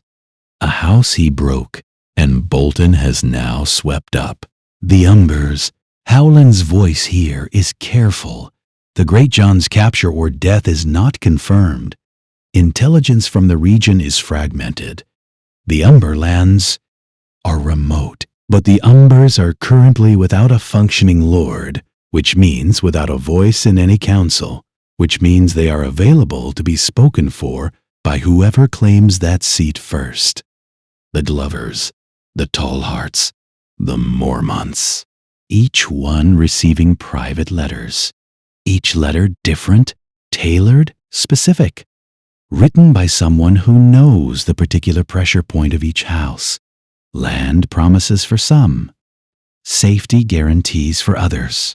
Implied threats, dressed in formal language for the ones who respond to implied threats. A lord offered terms individually does not know that the lord to his east is being offered the same thing. He cannot compare notes. He cannot form a coalition. He can only decide alone, in his own hall, whether cooperation or resistance is the path that keeps his family alive. It is working, Howland says, and says it plainly. Not irreversibly, he adds. The North is not broken, but it is being bent systematically, and it will break if it is bent long enough without something to push back against. Robb looks at the map. He looks at the spaces between the pins, the distance between holdfast and holdfast, the geography of a kingdom that was designed for defense against invasion from the south and has no preparation for dissolution from within. How long have you been collecting this? Robb asks. Since the Red Wedding. You knew about the Red Wedding. Howland looks at him steadily. I knew the Freys had been meeting with Lannister envoys. I sent a raven to Riverrun, warning of possible treachery at a formal feast. He pauses. It arrived 4 days after the wedding. The frogs outside, the wind moving the rope bridges. Robb looks at the map and does not say anything, and Howland allows the silence its full weight without trying to diminish it. He leaves Robb asleep, truly asleep. Finally, the deep sleep of a man whose body has been insisting on its debt for weeks and has finally collected, and comes back to the hall to find Catelyn sitting at the table with a cup she hasn't drunk from. She looks up when he enters. I have a question, she says. He sits. Jon Snow, she says. Howland Reed looks at her for a long moment. It is not a surprised look. It is the look of a man who has been waiting for this conversation for 18 years and has never quite stopped waiting, even after it seemed clear it wasn't coming. Why now, he says, after all this time? Because after all this time, I am beginning to understand that every piece of the succession question matters. She says it evenly, the way she has been saying things since the twins, stripped of everything but the essential. Not for my sake, for his. If Robb is going to rebuild the North, if he is going to hold it against Bolton and against King's Landing, and against whatever comes after, he needs to understand the full shape of what he is holding. Every claim, every complication, every piece of the board. Howland looks at the fire. I am not asking you to tell me what happened at the Tower of Joy, she says. I know what happened at the Tower of Joy. Everyone knows the outline. Ned went south with 6 men and came back with 1 and brought home a bastard boy he never fully explained. She sets her cup down. I am asking whether the explanation matters now. The fire between them. Robb's breathing from the back room, slow and even. Howland says, there are things that were Ned's to tell. Ned is gone. Yes, so whose are they now? He is quiet for a full minute, not the quiet of evasion, the quiet of a man who has been holding something for a very long time, finding the edges of it, deciding whether to put it down. Perhaps they are Robb's, he says finally. Catelyn looks at him. Not mine to give, he says, not yours to take, but perhaps his to receive. He looks at her directly. When the time is right, when he can use it, rather than be broken by it. She holds his gaze for a moment and then nods, once, with the specific nod of a woman who has gotten the answer she needed rather than the answer she wanted, and knows the difference. She does not ask again. She picks up her cup and drinks it. In the morning, Robb calls everyone together. Howland, Catelyn, Greatjon, Mira, the 14 soldiers, in the hall around the pinned maps, and he lays out the plan, not a speech. He has stopped making speeches somewhere between the twins and here, has shed them the way you shed extra weight on a long march. First, the things that are heavy, then the things that feel necessary but aren't, then finally the ceremony that was keeping everything else in place. What remains is instruction directed at people who need to know what to do next. White Harbor, Wyman Manderley. Begin there. The Manderley letter establishes a base, the richest lord in the north. White Harbor's port, access to supply and ships that the rest of the north cannot match. From that base, not a grand army, not a full muster that would take months and announce itself to Bolton before it was ready. Something smaller and harder to kill. Strike the extended supply lines. Remind the northern lords that there is something to wait for. Force Bolton to defend, on too many fronts, to consolidate any one of them. The men around the table listen. The plan has the quality of something built under pressure, lean, flexible, contingent in the right ways. Howland listens with the focused patience of a man who is waiting for something specific. Robb finishes. Howland waits a moment to confirm he is finished, and then he says, "Where is Arya?" The room goes quiet in a different way than it was quiet before. Robb looks at him. Your plan accounts for the lords, for the supply lines, for Bolton's consolidation. Howland says it without accusation, mapping the edges of what was said and what wasn't. It does not account for your sister. I don't know where Arya is. No, Howland says. Neither do I. That is my point. Catelyn is very still. Robb looks at the map. Arya, lost since King's Landing, since Ned's arrest, since the world split open and scattered Starks in every direction. Every intelligence network he has access to has nothing. She is either dead, which he has refused to accept as a premise, or she is somewhere in the world being no one's priority except her own, which sounds, if he is honest, more like Arya. I can't look for her from here, he says. I can't look for her until I have something to look with. No, Howland agrees, but she should be in the plan. He does not argue. He writes her name at the edge of the map, not at any location, just the name, present, attached to the Enterprise, a thing the plan is in service of, even when the plan cannot directly address it. Mira watches this and says nothing, which Robb has noticed is how she handles things she considers correct. Howland produces the raven at the end.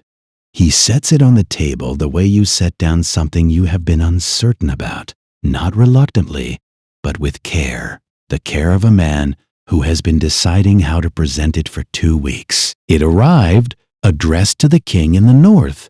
There has been no king in the north to receive it, so it sat here. It is from Castle Black. The handwriting on the outer fold is formal, institutional. The hand of a man in an official communication. Inside, the first paragraph is also formal.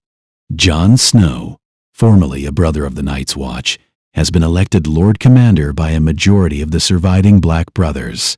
He holds Castle Black. He is writing to inform the Northern Lords of this development, and to request that the situation at the Wall be understood as a matter of Northern security. The second paragraph is in a different hand, smaller, more urgent, the letters pressed harder into the page as if the writer wanted the words to go deeper than the surface. Something is coming from beyond the Wall, not wildlings. Something else. I have seen it. Surviving brothers have seen it. The Maester's records describe it. Whatever you are doing, whatever war you are fighting down there, it will not matter if the Wall falls. This is not an exaggeration. I am writing this in the knowledge that it sounds like 1 JSLC. Robb reads it once. He reads it again. He sets it down. The fire. The bog outside. It sounds unchanging, indifferent to the contents of letters. He looks at the last paragraph until the letters stop rearranging themselves into something more manageable. They do not. They stay exactly what they are. A man writing it will not matter if the Wall falls in the specific tone of someone who has crossed the line between warning and testimony. He looks up at Howland Reed. Howland is watching him with the same steady attention he has been giving everything since they arrived. Waiting, still waiting. A man who has been waiting for 18 years for one conversation knows how to wait for one more. Robb says, "How much do you know about my brother John?" The fire between them is the only sound for a moment. Then Howland Reed takes a breath, slow, and sets his hands flat on the table and looks at Robb Stark the way a man looks at someone he has been appointed to tell a true thing, and begins. The fishing boat smells of brine and old catch, and the particular sourness of men who have been at sea long enough to stop noticing it. Robb sits in the stern with his cloak pulled up and watches White Harbor resolve from darkness into shape. The city lights first, orange and scattered, then the walls, then the harbor mouth with its chain slung low across the water, and finally, the new castle on its promontory above everything, lit at the high windows like a lighthouse that has forgotten it is supposed to be a fortress. He has not been inside a stone wall in 5 weeks. The sea gate is a slot in the harbor's eastern arm, invisible from the main channel, accessible only if you know the approach angle. The boat's captain knows it with the ease of someone who uses it regularly for things he would prefer to do quietly. The gate opens from inside. The men waiting on the other side are Manderley household guards.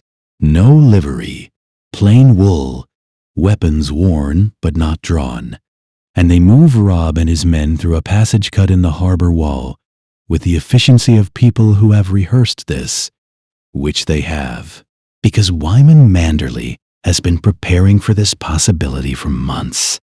They are fed before anything else, not formally, bread, salt fish, hot broth brought to a guard room off the passage. And the first hot food in days is a thing Robb's men receive with the specific gratitude of people who have been pretending not to need it. Robb eats in silence and watches the fire and allows himself, for the duration of a bowl of broth, to stop calculating. Then a steward appears and says, "Lord Manderley will see him now," and the calculation resumes. The man who enters the Solar is not the man the Ravens described. The Ravens described Wyman Manderley as enormous, gout-ridden, genially useless. A lord kept fat and harmless by his own appetites, loyal to whoever most recently refilled his larder, too comfortable to be a threat to anyone. This is a description that someone crafted and distributed, and the distribution itself is a kind of intelligence operation. And the man who devised it is sitting behind a table covered in documents with a cup of wine at his elbow and eyes that have been reading Robb since he came through the door. He is enormous. That much is true. He fills the chair the way a wall fills a doorway, all the space accounted for. His hands, folded on the table, are large and capable looking, not the hands of a man too soft to use them. The gout is real, 1 foot elevated, visibly swollen, and it appears to cause him approximately no inconvenience in terms of his willingness to conduct precise and comprehensive political analysis. He looks at Robb for a moment. "You look worse than I expected," he says. "I was shot," Robb says. He picks up the wine cup and sets it down without drinking. "And yet, here you are. And yet." Manderley studies him the way a man studies a document he needs to assess for forgery, not with suspicion, with calibration. He is deciding how much of what he planned for needs to be adjusted now that the actual person is in front of him, rather than the theoretical one. "I bent the knee to the Boltons," he says, and says it the way you state a fact that is embarrassing only to people who don't understand the full context. "I did so publicly, formally, in front of witnesses, with a letter of fealty that was composed by a maester whose discretion I cannot entirely vouch for. I hosted their envoys. I sent grain to Winterfell. He pauses. I did all of this because my son Wylus is in King's Landing, and my grandsons are in King's Landing, and the value of Wyman Manderley to the Boltons is substantially lower than the value of Wyman Manderley's. Cooperation, which means the moment I become useful as an example rather than an asset, I need to have given them no reason to accelerate the timeline. He says this without apology or self-pity. It is a briefing, not a confession. My city is northern. He continues. My ships are northern. My gold, and there is a great deal of my gold, Your Grace, considerably more than anyone outside this room suspects, is northern. I have been keeping it that way through the performance of a man who has nothing to keep. He looks at Robb steadily. You are alive. That is my reason. Not I am glad you are alive. Not the North needs you. Simply, that is my reason. As in, the condition has been met. The contingency has triggered. The prepared plan is now active. Robb finds this more reassuring than any declaration of loyalty would have been. Manderley is not offering sentiment. He is offering the thing he prepared. Your son, Robb says, Wylus, is in King's Landing. Manderley says, yes, and I will not pretend this is not a factor in everything I do. He meets Robb's eyes without blinking. I am telling you this before you ask, because I want you to understand the shape of what I am offering you. Not unconditional, not open-ended. Everything I do carries the weight of Wylus in the balance. I understand. Good. He picks up the wine now and drinks. Then we can talk about what I want. He wants the men who killed Wendell. He says the name the way fathers say the names of dead sons, not loudly, with the particular restraint of grief that has been living inside a man long enough to become structural, rather than acute. Wendell Manderley, who laughed louder than anyone at the feast, who is not laughing now. Robb remembers the sound of it, at the Twins, in the last minutes, when there was still laughing to be heard. Manderley names the men responsible. He names them from a list that he has clearly spent time constructing. Specific names, specific roles. The Frey sons who directed the killing, and the Bolton soldiers who enabled it. He recites them without visible emotion, and with the precision of someone who has decided that emotion is a private matter, and this is a business matter. I want them dead, he says, not prisoners, not tried. Dead. He looks at Robb to see if there is an objection. There isn't.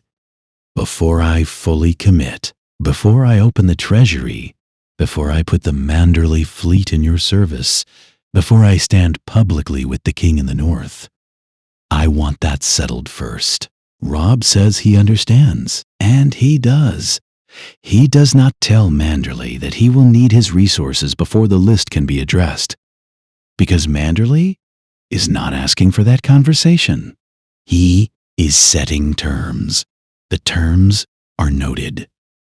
Then Manderley says, you need to be seen. He says it like the natural next item on a list, which it is. He explains it with the same flat clarity. The North has been told for weeks that Robb Stark is dead.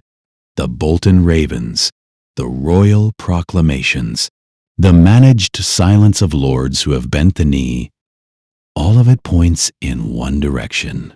And lords who want to believe there is something to wait for have been losing the argument with themselves, because dead men don't argue back. Half the houses who might rise have settled into a waiting that is quietly becoming acceptance. A ghost Manderley says, is more dangerous than a proclamation, but only if the ghost can be seen. He describes the plan. A public appearance, controlled, brief, in the middle of a crowd large enough to carry the news in 40 directions, but chaotic enough to deny it officially afterward. A market day gathering in the lower city, where Manderley has already arranged the placement of certain reliable people in certain positions, long enough to be seen, short enough to be gone, before anyone arrives to confirm or act on what they saw. If it goes wrong, Manderley says, and he says it without softening, you die in White Harbor, which is worse than dying in a ditch, because it confirms the Bolton line and takes this city with you. Robb looks at him. When? He says. Manderley's eyebrows move slightly. Not surprise, something more like approval. 4 days, he says. We need time to position the right people in the market. 4 days, Robb agrees. The rumor is already moving. Manderley tells him this the following morning, over a breakfast that is the best food Robb has eaten since leaving River Run months and months, and what feels like a different life ago. He explains the rumor the way he explains everything, with the precision of a man who has been tracking it as a resource. It started in the Riverlands, with soldiers who escaped the Red Wedding in the chaos and wandered north. Some died.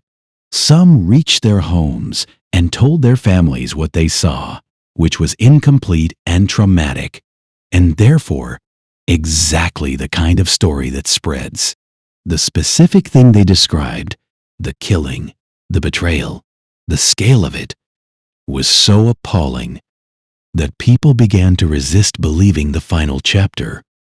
Ned Stark died, yes, but Ned Stark was seen publicly in the plaza of the Great Sept.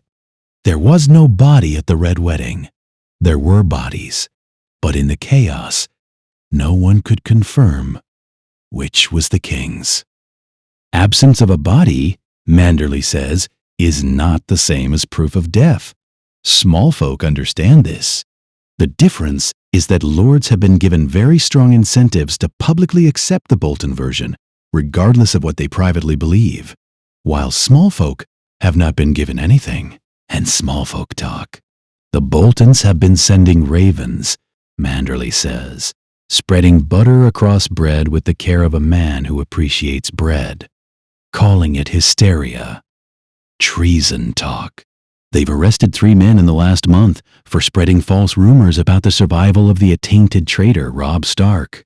Attainted, Robb says, stripped of your titles, your lands declared forfeit to the crown, your followers labeled rebels. Yes, he does not say it apologetically. Paper. All of it paper. Paper burns. He sets down the butter knife. The North is not broken, Your Grace. It has accepted a story it does not believe, which is different. It is waiting for something that makes the true story possible to tell out loud. That is what you are. Robb looks at the harbor through the solar window. The fishing boats going out in the morning light. The city waking up around a castle that has been performing loyalty for weeks, on behalf of a kingdom it has not surrendered. You've been doing this since the Red Wedding, Robb says. I've been preparing for the possibility since before the Red Wedding. Manderley finishes his bread. I am from White Harbor. We have been preparing for the worst since before the Targaryens. It is how cities survive. The cellar is deep, dry, and smells of wine and old stone, and a torch that has been burning long enough to have taken the edge off the cold. Manderley leads Robb down 2 flights of stairs and through a door that is not on any floor plan of the Newcastle that Robb has ever seen, and opens it onto a room where a man is sitting at a table with the patient quality of someone who has learned that patience is non-negotiable. He is compact, weathered, with the hands of a sailor and the face of a man who has done difficult things in service of his conscience and is not finished doing them. He stands when Robb enters, and his eyes move over Robb with a quick assessment that is not unfriendly. Davos Seaworth. Manderley says, Onion Knight, Lord of the Rainwood, briefly, currently representing the interests of Stannis Baratheon. He says the last with the precise neutrality of a host introducing two guests who do not know each other and may or may not like what they find. Robb looks at Davos. Davos looks at Robb.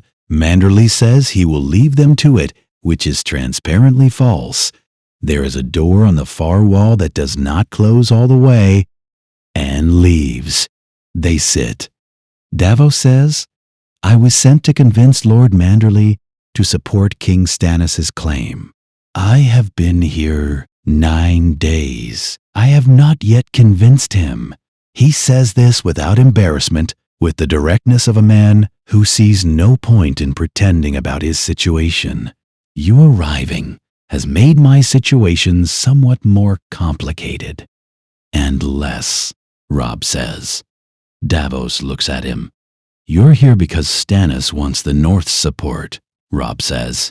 I'm here because I need Manderley's. If you and I are talking, that is information Stannis doesn't have and the Boltons don't have, which makes this conversation more valuable than 9 days of separate lobbying.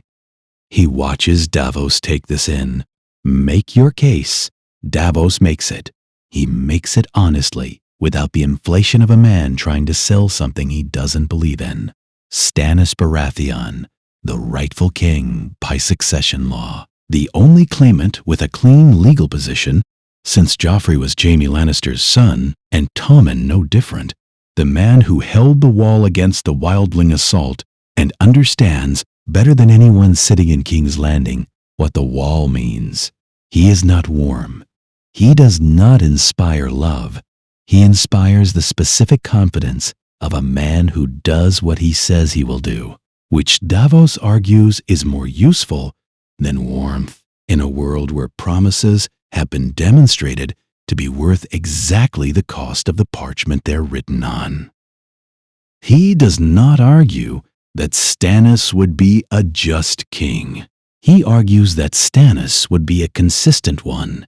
He makes the case the way a man makes a case for something he has thought about with great care and come to believe on grounds that have nothing to do with personal affection. Robb listens to all of it without interrupting. Then he makes his own case. The North is not part of the Seven Kingdoms. Not anymore. Not after the Red Wedding. Not after a royal decree was used to authorize the murder of a king in his household at a feast they came to in good faith. The compact is broken. The North's independence is not a bargaining position. It is the only position. A northern king can work with Stannis against the Lannisters, can coordinate against the Wall's enemies, can be a useful ally in every practical sense. But he cannot acknowledge another man's kingship over the North, because the North is what he is fighting to preserve, and the moment he trades it away as a concession, the thing he has been fighting for is gone.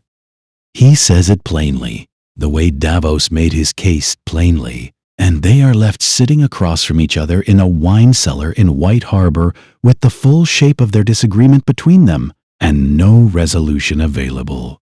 Davos looks at him for a moment. You're not going to move on this. No, neither is Stannis. I know.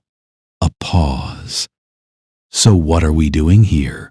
Learning each other, Robb says, so that when the Wall sends its next letter, we already know who we're talking to. Davos is quiet for a moment. Then he does something unexpected. He nods. Once, slowly, with the nod of a man recognizing something he respects. Stannis will want to meet you. I expect so, Robb says. On the other side of the door that does not close all the way, the sound of a large man being very still. The raven arrives at midday. Manderley reads it at the table in his solar, with Robb standing 3 feet away, and his face does the thing faces do when the content of a document is worse than expected, but not worse than feared. A controlled settling, an adjustment. He sets it down and smooths it flat with one large hand. "The Bolton envoy," he says. "Harris." He oversees the warden's coin. He turns the raven so Robb can read it. The message mentions intelligence suggesting seditious communication from White Harbor. It requests a formal audience with Lord Manderley. It is written in the careful language of someone who wants to be civil right up until the moment he doesn't have to be. It is dated 3 days ago, which means Harris was already traveling when he sent it, which means the audience request was not a request. Harris will be at the gates within the hour. Manderley looks at Robb with the specific attention of a man handing a problem to the person best qualified to solve it and waiting to see what they do. Robb looks at the letter. He looks at the door. He thinks about hiding, the passage from the harbor, the cellar, the unused rooms in the castle's lower levels, and he thinks about what hiding means, what it confirms, what a Bolton intelligence network that already suspects seditious communication will do with the evidence of seditious communication that a hidden king provides. He thinks about what Manderley said. A ghost is more dangerous than a proclamation. He thinks about a wool merchant who has been in White Harbor for 3 days and has a perfectly ordinary reason to be present at a lord's table during an administrative visit. He looks up at Manderley, and Manderley can already see it. Not the thought, but the direction the thought is moving. The precise moment a calculation completes and becomes a decision. The old lord's expression does not change, but something in it sharpens. "Tell me," Manderley says, "about wool. The clothes are good." That is the first thing Robb registers when he looks down at himself in the mirror of Manderley's dressing room.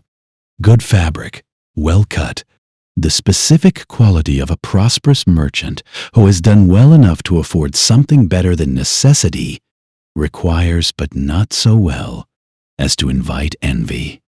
Brown wool, no dire wolf, no gray. A belt with a plain buckle and boots that have been worn enough to look traveled. He looks like a man who moves goods between cities, which is what he is supposed to look like, and he does not look like himself, which is the point.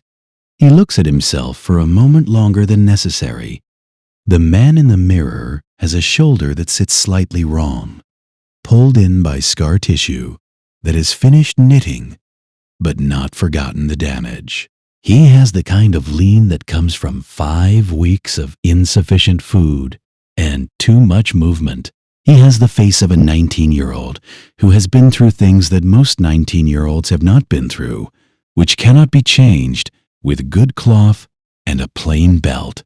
He will have to rely on the cloth anyway. Manderley's steward appears at the door. The envoy's party has been admitted. The great hall is ready. Lord Manderley is asking for his guest. Robb straightens. He goes downstairs. The great hall of the new castle is not intimate. It is a room built for the demonstration of Manderley wealth and Manderley hospitality, which are the same thing in White Harbor, where the city's prosperity and the Lord's generosity have been intertwined for so long that separating them is no longer possible. The ceiling is high. The fire is large. The table is long enough to seat 40 and is currently set for a fraction of that, arranged to make a conversation feel informal while remaining firmly in the Lord's control. Manderley is already at the table when Robb enters through the side door, settled into his chair at the head, with the ease of a man in the only room in the world where his size is an asset rather than a subject for comment. Beside him, 2 household knights. At the table's other end, 3 men from the Bolton party. And in the center chair, the envoy. Harris is sharp-faced in the specific way of men whose intelligence is primarily social, good at reading rooms, good at reading expressions, trained to notice the things people are trying not to show. He is, perhaps, 40, lean, with the controlled stillness of a man in a profession where stillness is a tool. He is talking to Manderley's steward when Robb enters and registers Robb's entry the way a man registers something peripheral, a fraction of a pause, a fractional redirect of attention. And then the conversation continues as if it did not happen. Robb knows, in that fraction, that the performance has already failed. Not catastrophically, not irreparably. But Harris knows, in whatever way a man like Harris knows things, quickly, certainly, with the instinct of someone who was given a description and is now looking at the description in the flesh. And the question that the rest of the meal will be spent on is whether Harris understands that Robb knows. Because if Harris thinks his recognition is private, he will behave differently than if he thinks Robb is aware of it. And the behavior he chooses will tell Robb something. Robb sits at the table. He accepts wine. He introduces himself as a wool merchant from the South. Manderley is, as promised, magnificent. He talks about grain with the enthusiasm of a man who genuinely loves grain. The varieties, the yields, the weather patterns that affect production, the shipping routes that move it efficiently. He talks about the trade relationships between White Harbor and the southern ports with the proprietary affection of a man whose city's wealth depends on them. He is warm. He is expansive. He tells 2 stories about his late wife that are mildly funny and entirely irrelevant to anything being discussed, which is their purpose: to take up time and establish character and make the sharp-faced man across the table feel that he is in the presence of a harmless and congenial host. The grain commitments are generous. Roose Bolton will have everything he needs to provision Winterfell through winter delivered on a schedule that Manderley proposes with the helpfulness of a man eager to be useful. The wedding invitation is extended with particular warmth. A great occasion, Manderley says. The new warden's son and a Stark daughter. Not that the Starks are what they were. Of course, terrible business. But perhaps a marriage that brings stability to the North is exactly what's needed after so much upheaval. He will come himself, he says. He has been meaning to pay his respects at Winterfell for some time. He mentions, in the tone of a man clearing up a minor administrative matter, that he has had his own men investigate the rumors circulating about the Red Wedding, the nonsense about Robb Stark surviving. His men went south. They interviewed witnesses. They found nothing to support the rumor. He has sent a formal response to the Crown confirming this. He hopes it has been received. Harris says it has. His tone suggests this is true. Robb drinks his wine and says nothing, which is what a wool merchant in the company of lords does. He is watching Harris in the way you watch something you are not supposed to be watching. From the corner of attention, not the center. The man across the table is conducting 2 conversations simultaneously. The one he is having with Manderley, full of pleasantries and formal commitments, and the one he is having with himself, which is a calculation. Somewhere above the hall, behind the carved screen of the gallery that runs along the east wall, Catelyn is watching. She has been there since before the envoy arrived. Settled in the gallery, with the patience of a woman who has been managing households and reading rooms for 20 years, and knows that the view from above tells you things The view from the table doesn't. She cannot hear everything. The gallery is too high for the lower registers, and Manderley has spent a lifetime filling large rooms with his voice. But she can see faces. She watches Manderley. She watches the household knights.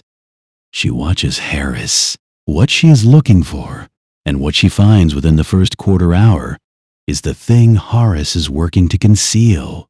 He is not here to receive Manderley's reassurances. He came with a conclusion already formed, and the meeting is theater he is performing because the conclusion requires confirmation before it becomes action. He is watching the room. He is watching Robb. He is watching Robb with the specific attention of a man who has been told something and is now deciding how certain he is. She also notices 12 minutes into the formal pleasantries, the household guard who leaves through the hall's service entrance. Not one of Manderley's men, one of Harris's. A rider, already dressed for the road. She watches the door close. She writes on the strip of cloth she has been holding since she sat down. One word, the word the evidence requires, and folds it to thumbnail size. She passes it to the boy crouched beside her, the one Manderley steward placed there for exactly this purpose. The boy disappears. The scrap arrives folded under the wine cup that the serving girl sets at Robb's elbow. Naturally, in the flow of service, a gesture invisible to everyone at the table. He does not look at it. He waits until Manderley has begun a new tangent about harbor maintenance, until Harris's attention has moved back to the host. And then he takes the cup and palms the cloth in the same motion. He reads it in his lap. Run. He does not read it as a command. He reads it as his mother read the room. The rider left 12 minutes ago. Whatever Horace believes or suspects about the man currently sitting 3 chairs away drinking Manderley wine in Merchant's Wool, Bolton will know within a day. The gap between what Bolton knows and what Bolton can do with what he knows is the only window available. Robb finishes his wine. He sets the cup down. He turns to the man beside him, one of Manderley's household knights, who has been briefed, and says something inconsequential about the harbor in the tone of a man concluding a pleasant meal. He stands. He makes the correct bow of a merchant in the presence of lords, deferential, slightly awkward, the bow of a man not entirely at home in great halls. He walks toward the side door. He does not look at Horace. Harris watches him go, not obviously, not in a way that would register to anyone watching the envoy.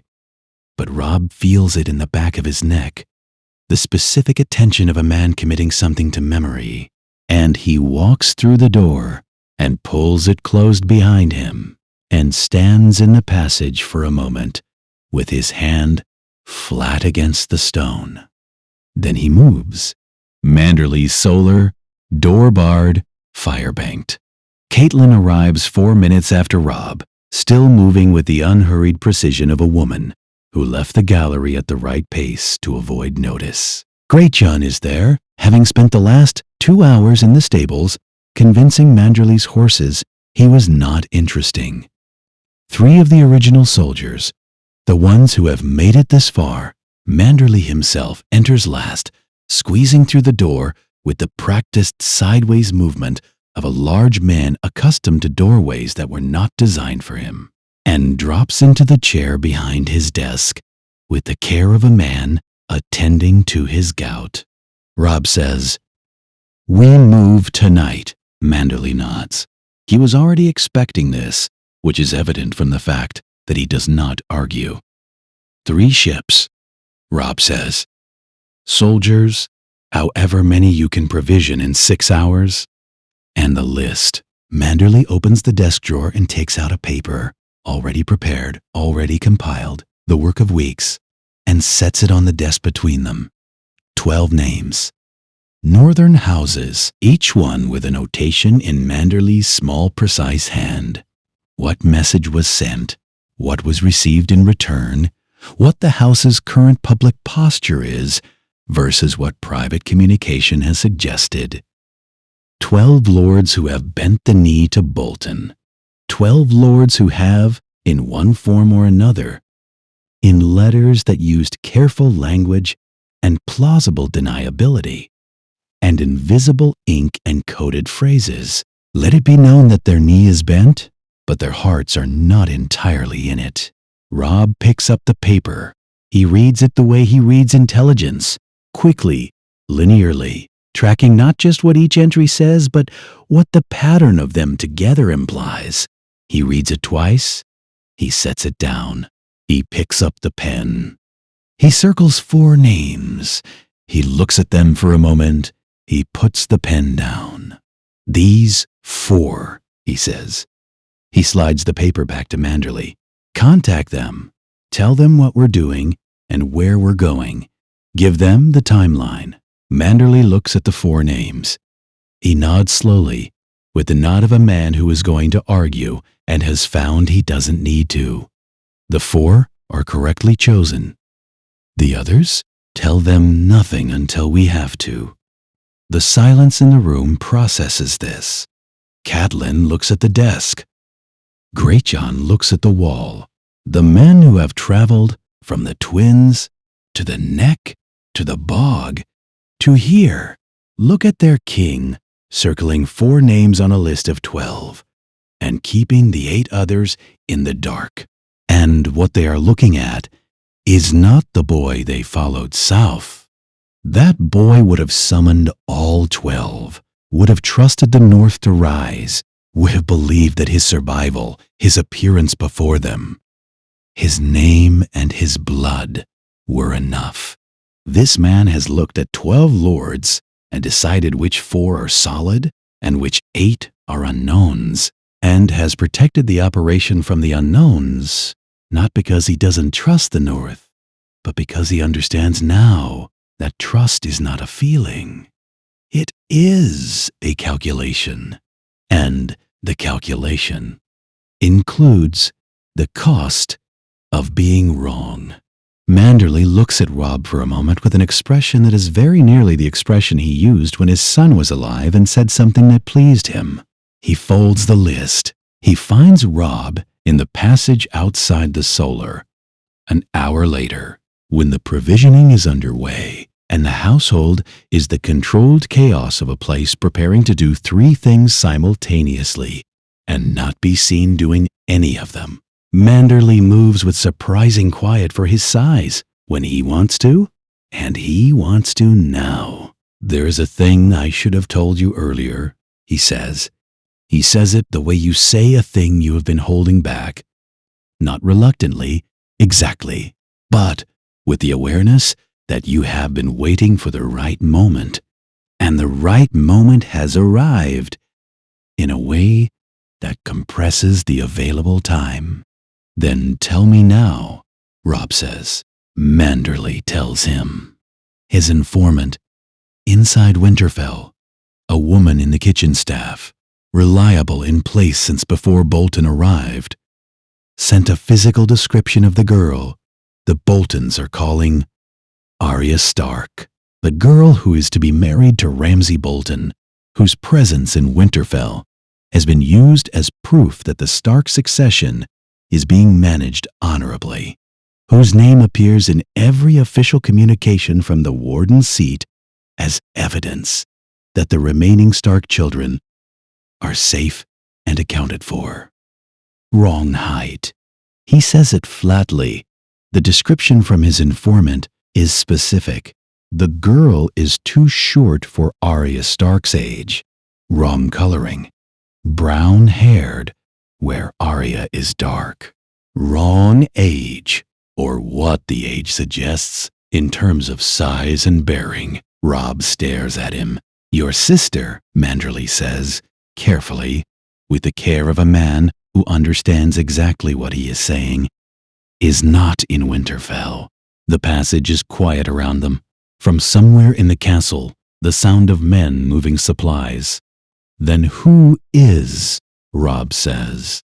Manderley shakes his head. He does not know. What his informant could determine was description, not identity. A girl, roughly the right age range, not the right girl. Someone gave the Boltons a false aria, whether as a gift, a gambit, a trade, or a trap is a question his informant cannot answer from a kitchen. And Roose Bolton, Robb says. He knows she's false, unknown. Manderley says it with the precision of a man distinguishing between what he knows and what he suspects. He may know and be using her anyway, because a plausible Arya Stark in Winterfell serves his political purposes regardless of whether she is genuine. Or he may not know, and someone has managed a deception within his own household, which suggests either extraordinary audacity or extraordinary access. The third possibility sits in the passage between them, unspoken, that Roose knows and doesn't care because a girl in Ramsay's possession who is not a Stark is still a girl in Ramsay's possession, and the political fiction of her identity is the only thing protecting her from what Ramsay's possession actually means.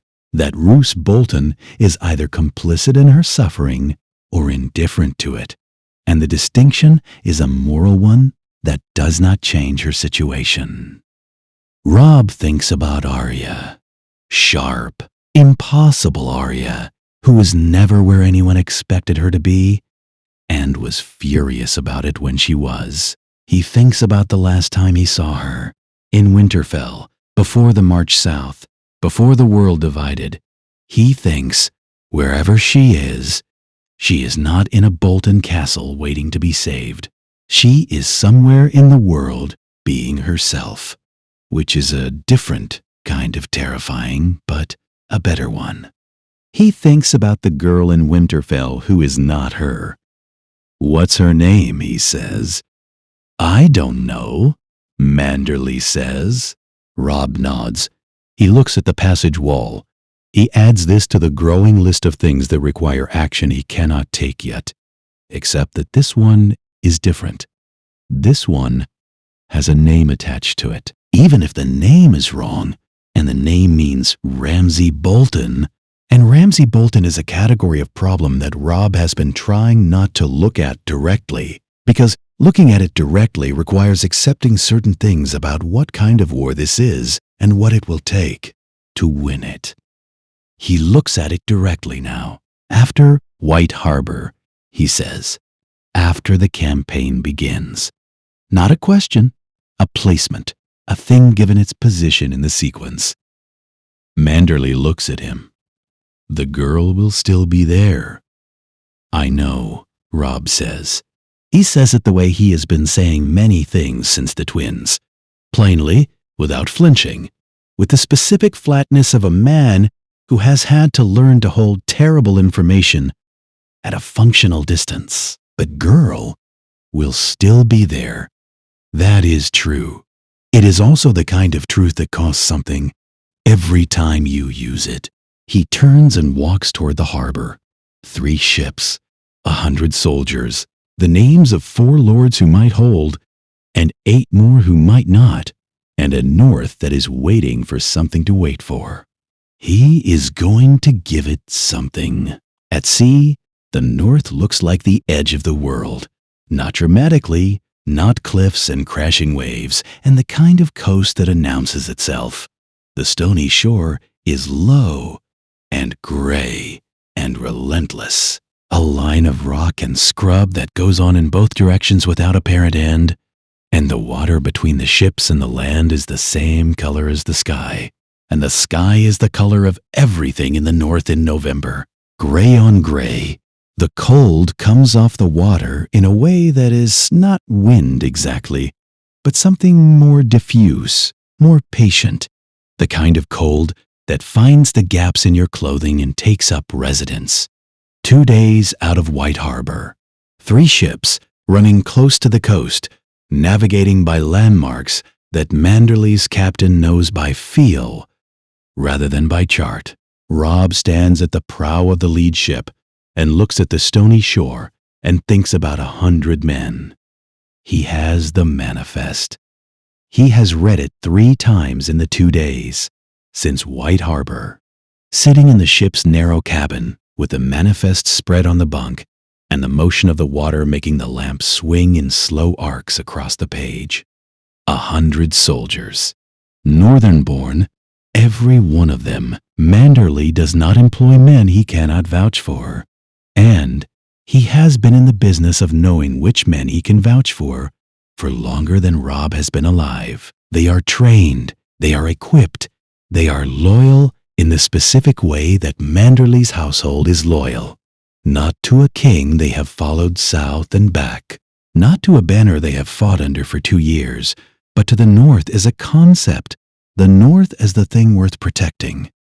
Of loyalty that is older and less personal, and therefore, in some ways, more durable. They are not an army. They are 100 men. He thinks about his father's wars, and his grandfather's, and the old texts about how the North was held, not through the massing of strength, but through the occupation of ground.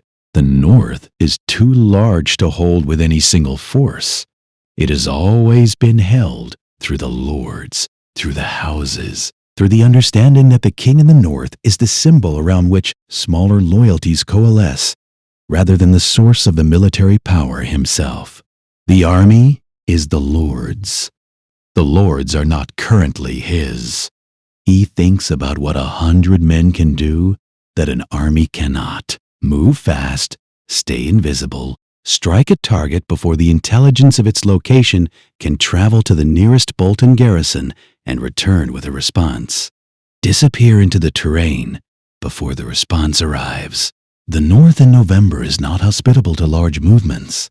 Roads turn to mud. Supply lines extend past their useful range. Winter foraging is a skill that most garrison soldiers never had reason to develop. 100 men who know the terrain can be everywhere and nowhere simultaneously, which is a different kind of presence than 4,000 men marching in formation, and requires a different kind of command. He is not the commander who arrived in the Riverlands 2 years ago. That man fought pitched battles, held ground, pressed advantages in open field. That kind of command requires the things he does not have: numbers, supply, time. What he has instead is the thing that has kept him alive since the twins: the willingness to do the thing that looks wrong until it works. He is reorganizing himself around a different set of instincts. It is like relearning to write with the other hand. The knowledge is there, but the muscle memory keeps defaulting to the old patterns. He is still at it when Catelyn comes to stand beside him at the prow.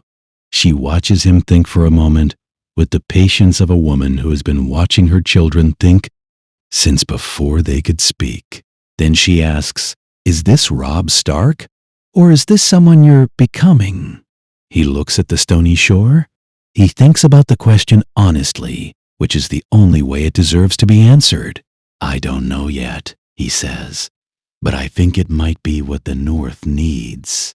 She looks at the coast alongside him, the gray water and the gray rock and the gray sky, and she does not say whether that is the right answer. She does not say whether it is enough. She stands there, which is its own kind of answer, and after a while, she goes back below, and Robb keeps looking at the shore. Bear Island appears from the fog the way it appears on every map he has seen. Smaller than expected, more real than the map suggests, with the self-contained quality of a place that has been surviving on its own terms for long enough to stop looking outward for validation. The fog is working for them. The ships come in close before they are visible from shore, and by the time they are visible, the Mormont Watch has had time to assess the flags: Manderley Merman, which is not Bolton Crimson, which is the first threshold, and send word to the keep without raising the full alarm. The keep is small, not Winterfell small, not the smallness of a great house in a minor holding. Small in the way of a place that was built for utility and has been maintained for the same reason, where every stone is where it is because it needs to be there. The Great Hall is a room that seats 30 at capacity and currently has a fire in it that is doing the work of heating a space slightly too large for it, with the persistent hopefulness of fires in cold rooms everywhere. The girl in the chair at the head of the table is 10 years old. Robb registers this and adjusts his approach before he crosses the threshold, because the alternative is to walk in expecting a regent or a maester's proxy and encounter instead a child who has clearly been doing the work herself and will know immediately if he has underestimated her.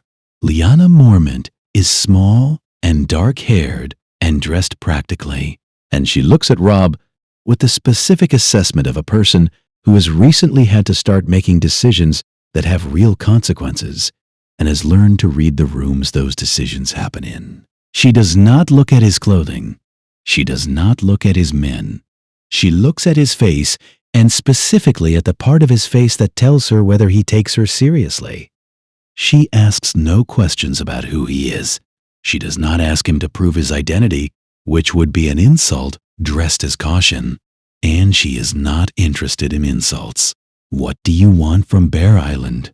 she says. "And what will it cost us?" Robb had prepared remarks. He had prepared the version of this conversation that begins with context and builds toward the ask, the version that gives her time to adjust and frames the request in terms of mutual benefit and the long history of the Mormonts and the Starks. He had prepared it on the ship, in the cabin, between readings of the manifest. He abandons it. "Fighters," he says, "whatever you can give without leaving yourself exposed, and information, anything your people have about Bolton patrol patterns along the coast." Lyanna looks at him. "In return," Robb says, "I offer the same thing I can offer every northern house right now, which is not much. The chance to be on the right side when this is finished, and my word that Bear Island will be treated accordingly." "Your word," she says. Not skeptical exactly. Assessing. "My word," he says. "It is currently the most valuable thing I have and the least tangible." "I understand that." She is quiet for a moment. She looks at the fire.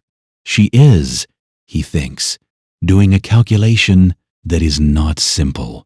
The calculation of a 10-year-old girl who is also the last functioning authority on an island that has been feeling Bolton pressure for weeks and has no immediate relief in sight, and no older relative to defer to, and no option that does not carry significant risk.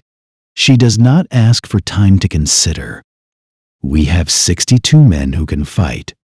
She says, "I am keeping 40 for the island. You can have the rest." 22. Not the 62 he hoped for, but more than he could demand and given without theater. She is not finished. There is also this.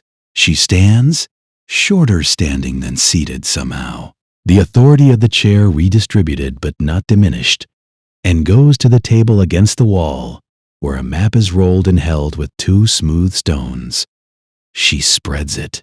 It is the coastline, the stony shore and the approaches, and on it, in careful marks, a Bolton patrol schedule, the routes, the timing, the rotation of the garrisons between coastal posts.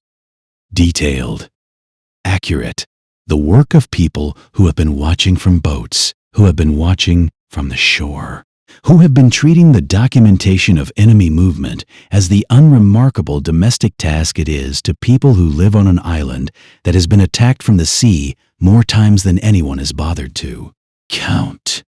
"My fishermen," Lyanna says. "They go where they go. People stop seeing fishermen after a while. Robb looks at the map. The patrol schedule has its rhythms, its regularities, its gaps.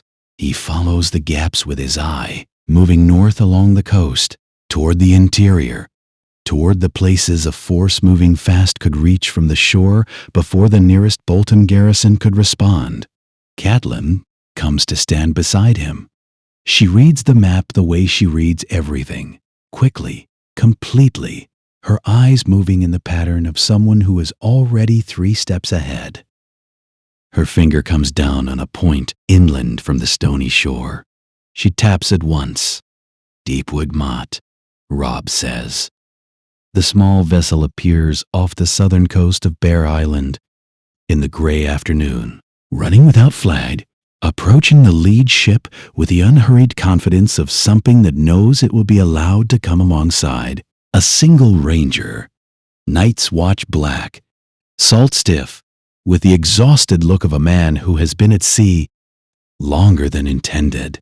He carries a document sealed with a device Robb recognizes. Stannis Baratheon seal. The fiery heart.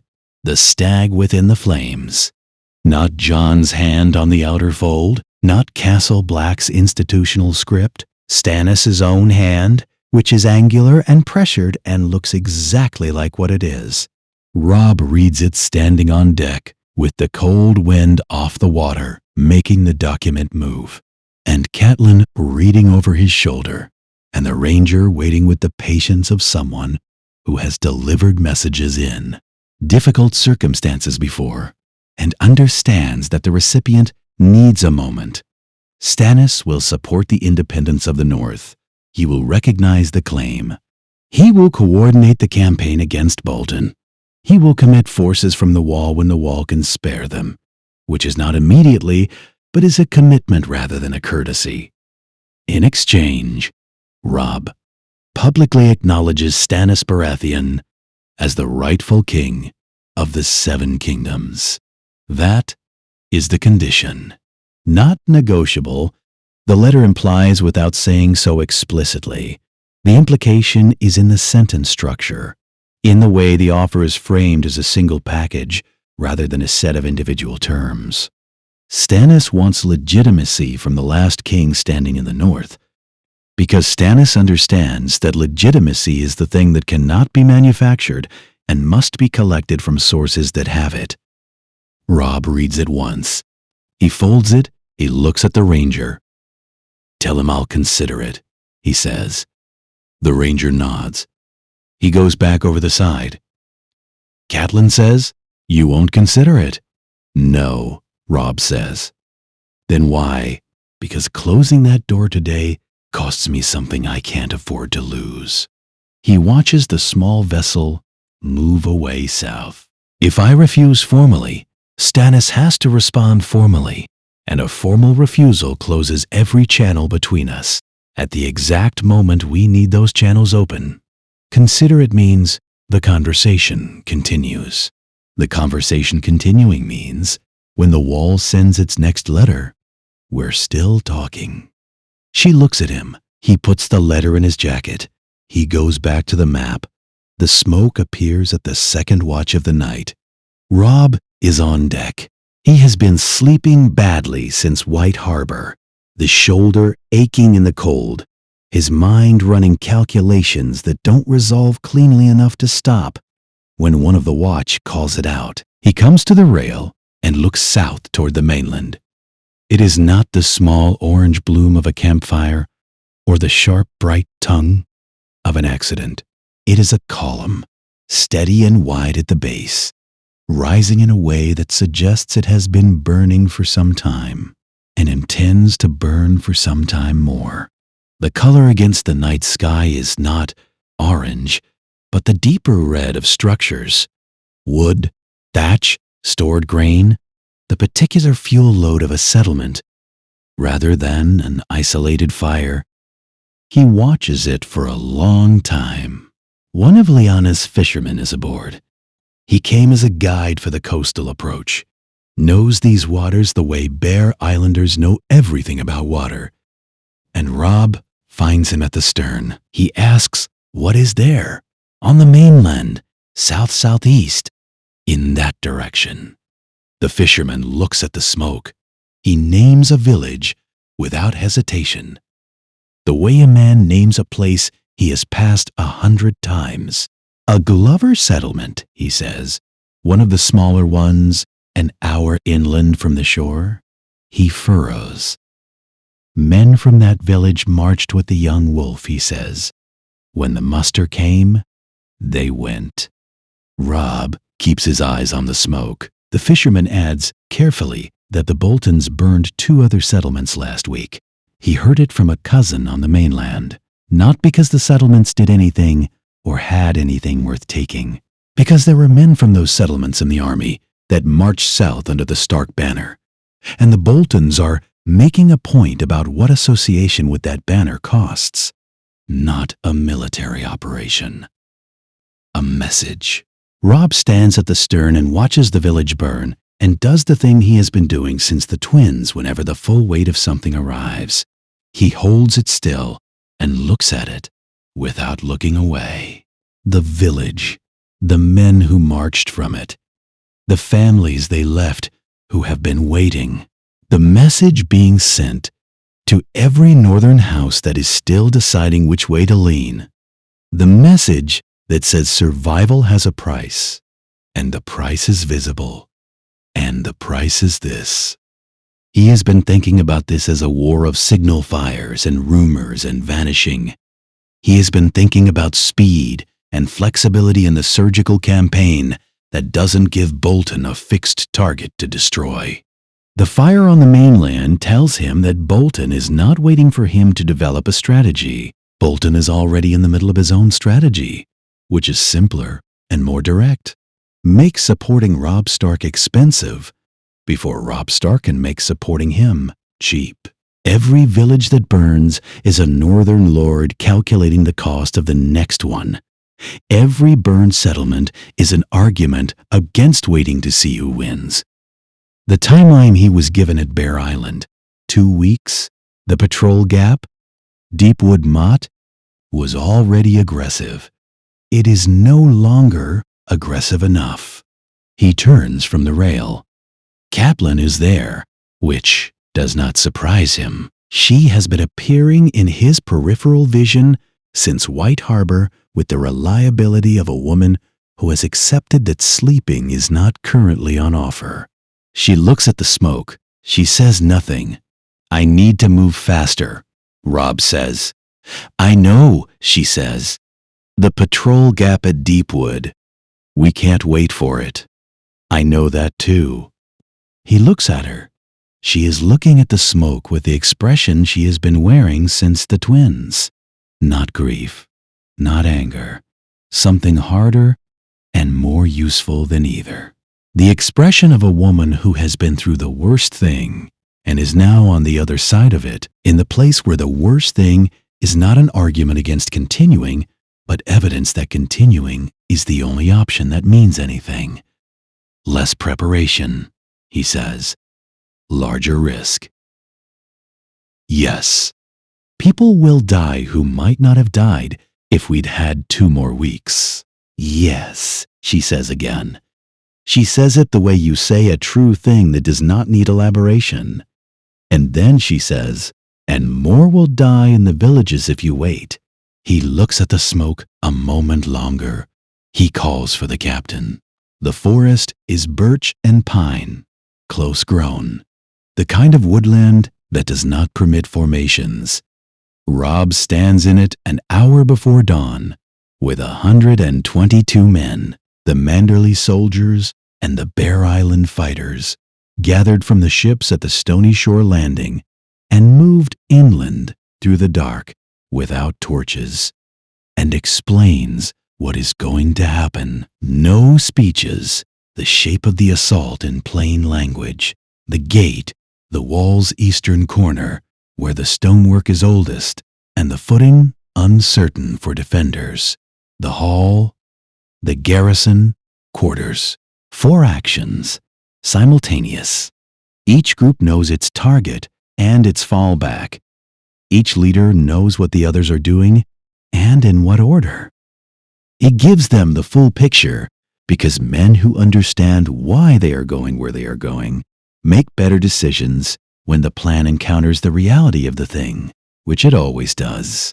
And the distance between the plan and the reality is where battles are lost. He is going in with the gate group. Kaplan, standing at his left, does not argue this point. She argued it on the ship and lost, not because he overruled her, but because he explained his reasoning, and the reasoning was sound. A king who holds the reserve while his men take a wall is a king his men fight differently for than a king who takes the wall with them. He is not performing courage. He is managing the morale arithmetic of a force that has no reason yet to believe he is worth following, except the reasons he gives them in the next 2 hours. She takes the reserve. She does not say she is afraid for him. He knows it anyway. He checks the left arm, the forearm, the wrist, the grip, runs through the motion once in the dark. The shoulder moves as far as it moves, which is enough if he is careful. He takes his sword in his left hand and signals the gate group forward. The fight for Deepwood Motte is not glorious. It is mud and dark and men who cannot see clearly enough to use formation tactics, finding each other by sound and collision. It is the specific violence of a space too confined for the kind of battle Robb was trained for. No room to read the field, no angle to exploit, just the immediate problem of the man in front of you and the sound of fighting from 3 directions simultaneously that tells you your other groups are in contact, but tells you nothing about how they're doing. He takes the cut in the first minute. Left forearm, a Bolton soldier who came around the gate post faster than expected, a blade that found him before he found it. He registers it as impact and pressure and moves past it. And by the time the gate is taken and the group is moving into the yard, he has forgotten it entirely, in the way that fighting suppresses everything that is not immediately relevant to survival. The yard is chaos in the way that all yards are chaos. When a defended position is being taken in the dark, men running in multiple directions, some of them his, some of them not. The shouts of the engagement, mixing with the shouts of men trying to determine which side they're on before they encounter someone who will make that determination for them. The eastern corner falls faster than he anticipated. The hall door is already open when his group reaches it, which is wrong. A closed door is a defended position. An open door is either a trap or a surrender, and he takes 2 men forward to determine which, and what he finds when he pushes through is not a trap. The garrison commander is a Bolton man, northerner born himself, but Bolton loyal, and he is standing in the center of the hall with his sword already sheathed. Around him, perhaps 20 men, also sheathed or in the process of sheathing, with the specific posture of soldiers who have made a decision and are waiting for it to be accepted. And behind him, perhaps 30 more, who were not Bolton loyal when the night started and have spent the last 20 minutes demonstrating it to their commanders at some cost, and are now standing on the side of the room that is not the garrison. Commander's side. The commander looks at Robb.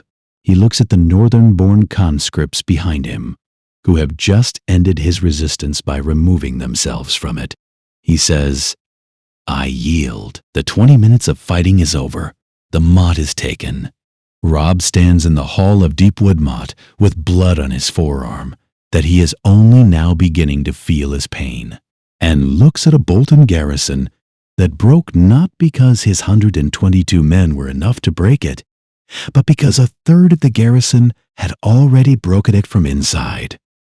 The North, Manderley said, has accepted a story it does not believe. He is beginning to understand what that means in practice. Robert Glover is in the solar. He has been there, apparently, since the fighting started. Not hiding, his steward clarifies with some awkwardness, but waiting. Waiting as a deliberate choice, the choice of a man who decided some time ago how he would behave when this moment arrived, and has been holding the decision in readiness since. He is perhaps 50, with the build of a man who has worked his own land and fought his own battles, and has the specific wear of both. He looks at Robb. When Robb enters with the expression of a man who expected to be looking at something worse. Execution, imprisonment, the accounting of a king whose seat was taken by a lord who bent the wrong knee. Robb looks at him and says, "Your garrison. The Bolton men are his," Robb says. "The conscripts are mine. I told them, when the muster came, that they would know what to do when the time was right." A pause. "I did not tell them it would be tonight. I did not know it would be tonight. They knew anyway. They're Northerners," Robb says. Simply, as if that explains it, which it does. Robb says, "Ride north with us, or stay and wait to see who wins." Not a threat, not a judgment, the honest shape of the choice available. Robb looks at him for a long moment. The look of a man taking the measure of something he has been thinking about from a distance and is now measuring from close range. Whatever he finds it enough. He opens his mouth, and what comes out is not the answer Robb expected. "The red wedding was not your fault," he says. Robb says nothing. "I blamed you." Robb says it with the directness of a man who has been carrying something and has decided that putting it down is the most honest thing he can do with it. After the news came, every lord who bent the knee, we told ourselves it was your fault. Your marriage, your broken oath to Frey. We needed it to be your fault, because if it wasn't your fault, it was Frey's treachery and Lannister gold and the understanding that no oath and no guest right and no sacred custom means anything when power decides otherwise. And that understanding is, he stops. It is a hard thing to carry. "Yes," Robb says, "we were wrong." Robb looks at the floor for a moment. Then he does the thing that costs him something visible to do. He goes to one knee. Not with ceremony, not with the performance of loyalty that a public setting might demand. Just a man in his own solar choosing, privately, the side he should have chosen before he had to bend the other way. It is the first voluntary kneel since the twins. Robb looks at it for a moment before he says, "Get up." The Frey is in the storage room off the garrison quarters. He's young, mid-20s, soft in the way of a man who has never had to be otherwise, dressed in Frey colors that are doing him no favors in a room full of men who spent the last year fighting in the Riverlands. He is not injured. He was found in the storage room when it was cleared, which means he hid there, which means he understood before the fighting was over how it was going to resolve. He is a liaison, serving as the Frey connection to the Bolton garrison, which is administrative rather than military. Record-keeping, correspondence, the management of the relationship between Walder Frey's extended family and Roose Bolton's extended authority. He was at the Red Wedding in a similar capacity. Great John Umber comes to find Robb in the hall and states his case without preamble. He lists the case briefly. He does not editorialize. He does not need to. Around Great John, several of the soldiers who have been in this campaign since the twins. They say nothing. They wait. Robb says, "Confined, not harmed." The men look at him with an expression he cannot fully read. Not one thing. Disappointment in some of them. In others, something that might be relief but is not quite ready to admit itself. In Great John's face, the specific expression of a man who believes a different decision would have been correct and has enough respect to accept this one anyway. Great John goes. The fray goes into confinement. The hall returns to the work of a taken position, inventory, triage, the reorganization of a space that just changed hands. Catelyn finds Robb after, when the hall has cleared enough for the question. Why? She says. Because the moment we start making that kind of justice, he says, we've become what we're fighting. She is quiet for a moment. He can see her turning it over. Your father said something like that? She says. Or something close to it. He looks at her. How did that work out for him? The words land in the space between them without softening. He did not say them to wound. He said them because they are true and because both of them have been thinking them since the twins. And one of the things the road has cost him is the ability to hold true things back for the sake of comfort. She does not answer. She looks at the fire. He says, I know what it cost him. He picks up a cup that has been sitting on the table since before the assault. I still think I'm right. I'm just not going to pretend there isn't a price for it. She nods. Once. She goes back to work.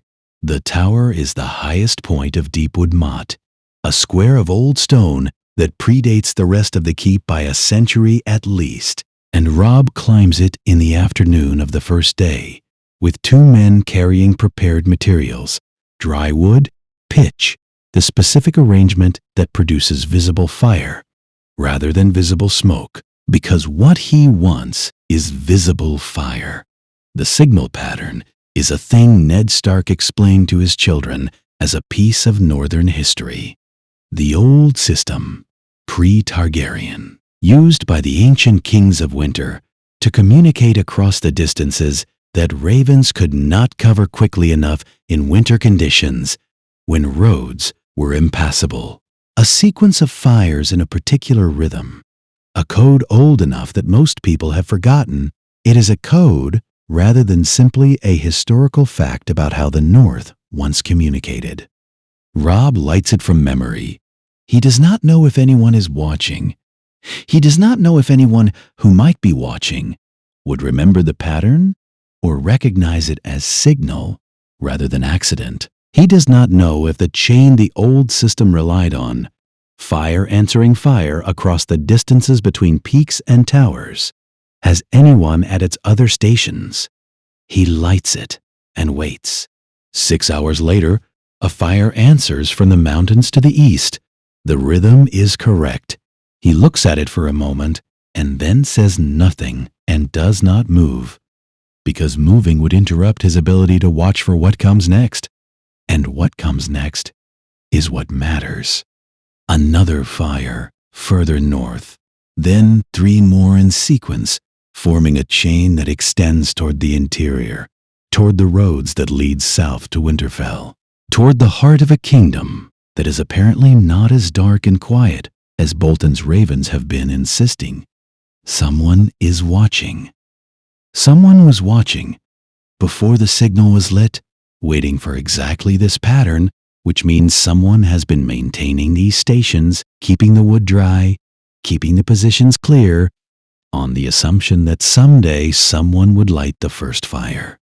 He lights the response code. He sits down on the tower stones to wait, and the cold comes in off the trees, and the sky goes dark above him. And somewhere across the north, a chain of fires is carrying information that hasn't moved in this direction since before anyone alive was born. The woman arrives on the 2nd day. She comes on foot from the south, alone, dressed in the plain wool of a domestic servant, carrying nothing written and nothing worth searching for. She is 40 or thereabouts, with work-worn hands and the walk of someone who has been moving through landscapes that required care. The gate watch, almost turned her away. She said two words that were the second stage of the signal code, the words that should only exist in someone's memory if they were keeping one of the fire stations.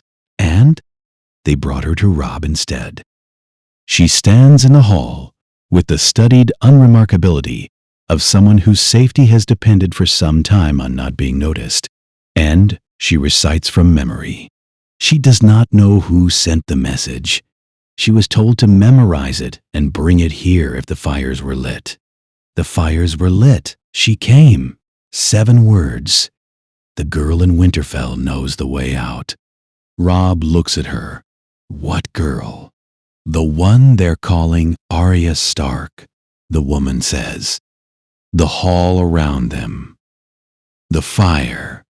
The ordinary sounds of a taken position settling into itself. Catelyn makes a sound, not a word, not a cry, something smaller and more involuntary than either, a single note that closes on itself immediately. Her hand coming up to cover her mouth in the gesture of someone who has not made sounds like that in weeks and is surprised to find one has escaped. Robb does not look at his mother. He keeps his eyes on the woman and processes what the message means. The girl, whoever she is, whatever her actual name is, has been inside Winterfell. She has been there long enough to find a way out. The fact that she found it means she was looking, which means she is not passive in her situation, which means she has decided that whatever protection her false identity provides is no longer worth the cost of staying. The reason for that decision is not in the message. The reason for that decision is the thing Robb does not yet know and needs to know before he can act on it, because the reason will tell him the urgency, and the urgency will tell him the cost he can accept. He looks at the woman. Who else knows this message was coming? No one, she says. Only me, and whoever sent it. I don't know who that was. How did they know to use the signal code? She does not know. She was told the code by a man who was not there when she was told it. A Winterfell servant, she thinks, though she cannot be certain. Someone who passed her the instructions weeks ago and told her to wait for the fires?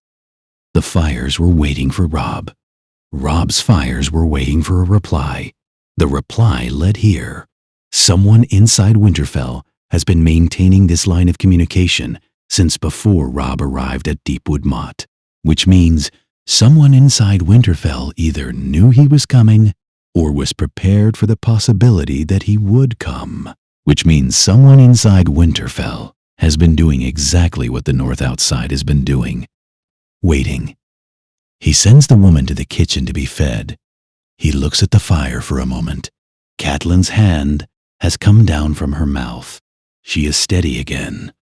The steadiness costs her something he can see in the set of her face. But she is steady. If she knows the way out, Catelyn says, someone is helping her. Yes, and if someone is helping her, they have decided Bolton can no longer protect her. Yes, which means she stops. She starts again, which means what is happening to her inside that castle is worse than what was already. She stops again. I know, Robb says, the fire between them. After the campaign begins, Catelyn says very quietly. It is what he said at White Harbor about the girl in Winterfell when the information was still abstract. She is reminding him of it, not as accusation, as a question. He looks at her. Not anymore, he says. She closes her eyes briefly. When she opens them, they are dry, which has been true since the twins, and steady, which has been true since the ford.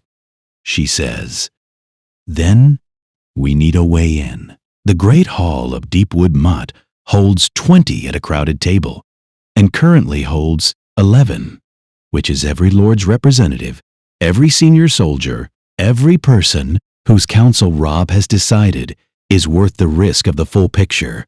Not a council. A working session.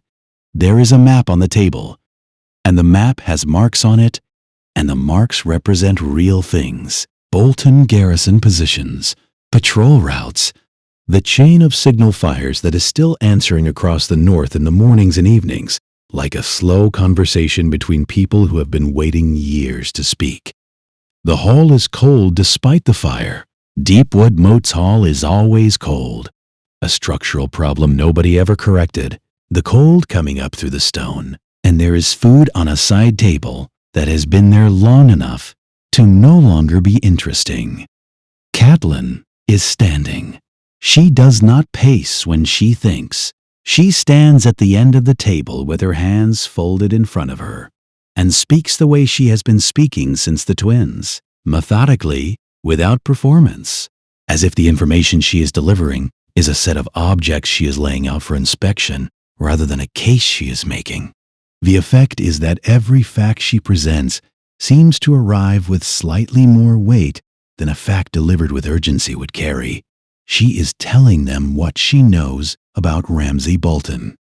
The intelligence has been assembled from 3 sources: Manderley's network, which has had eyes in the Dreadfort and Winterfell since before the Red Wedding; the Brotherhood's ravens, forwarded north through channels Beric established before they parted; and one message from inside Winterfell's own staff, the second communication from the Laundress network, which arrived 2 days after the first. Catelyn walks through what the sources know. The official record of Ramsay Bolton is a military man in service to his father, legitimized, given command of forces in the field, responsible for the retaking of Winterfell from Theon Greyjoy's occupation. The official record describes a capable, if unconventional commander who achieves results. The other record, the one assembled from the testimony of people who have been near Ramsay Bolton rather than subject to his official communications, is something different. It requires no editorializing. The facts speak in a specific register when arranged together. The treatment of prisoners, the hunting of specific individuals for specific purposes, the behavior toward the girl now being called Arya Stark in the weeks since the marriage ceremony. The sources do not embellish. They report what they saw and heard and were told by those who saw and heard more. Catelyn presents these facts to the table in the same tone she has used for everything else. When she finishes, nobody speaks for a moment. Greatjon is looking at his hands. Robert Glover is looking at the table. 3 of the Manderley soldiers who have been in the room since the beginning are looking at nothing in particular with the expressions of men who are working to keep their expressions from expressing something. Robb is looking at his mother's face. He is watching what it costs her to deliver this information in this register. The thing she will not let move. The thing she is holding back by force of will, alone. Because if it moves, it will stop the meeting. And the meeting cannot stop because they need the meeting. He watches her hold it and does not tell her she doesn't have to, because she knows she doesn't have to and has decided she does anyway. Separating her from Ramsay, he says, when the silence has said what it needs to say, is not a military problem. No, Catelyn says. It is not only a military problem. A military problem has a military solution. This, she does not finish the sentence. The sentence doesn't need finishing. He will not release her because she is militarily indefensible. He will not release her because he considers her his. So the military problem, Robb says, is to remove Ramsay from the equation. Not the garrison, not the walls. Ramsay himself. He says it plainly, as a statement of operational fact, and nobody around the table mistakes it for anything other than what it is. The second message from the Winterfell network is more detailed than the first. It arrived folded inside a Manderley grain inventory delivered by a carter who has been running supply routes between the coast and the interior for 3 years and has no political opinions that anyone would describe as dangerous. Inside the inventory, between 2 pages of figures in the same invisible ink as everything that passes through this network, a physical description. Height, coloring, age, a detail about the hands calloused on the left in a specific pattern, not a swordswoman's callus, but something more domestic, a seamstress, or a lady's maid. Catelyn read it privately before the meeting and said nothing to Robb for the better part of an hour. He noticed the hour. He waited. She tells the table now. Jane Poole, she says. She says the name quietly, with the weight of someone who has been holding it since she worked it out. Vayon Poole's daughter, Winterfell's steward. She was 10 years old when your father was arrested in King's Landing. She pauses. She was in the Tower of the Hand when the Lannisters came. The fire, the cold hall. Robb is very still. She has been in King's Landing for 2 years, Catelyn continues. In what capacity is unclear from the message, but the implication is not. She stops, starts again. She was delivered to the Boltons as Arya Stark. Someone with access to both the girl and the Bolton negotiation provided her, falsely named as a prize. Robb looks at her. The message does not say. She unfolds her hands and refolds them. But whoever had access to Vayon Poole's daughter after Ned's arrest for 2 years and was then in a position to deliver her to Roose Bolton as part of the political arrangement, that is not a long list. Around the table, the name Littlefinger moves through the room as a thought rather than a word. Nobody says it. Robb writes it in his head next to the information about the veil and the information about Sansa and the information about Lisa being maneuvered, and the picture that assembles from these pieces is a picture of a single hand moving in multiple places simultaneously, and he sets it in the category of problems that are connected to everything else and can only be addressed when the rest has been addressed first. He looks at the map instead. Jane Poole, he says. Catelyn nods. He says it again, not to her, not to the table, just to hear it. Because the girl in Winterfell has been a fact and an intelligence report and a strategic problem, and saying her actual name changes what she is without changing what needs to be done. She is still behind Winterfell's walls. She is still married to the wrong man.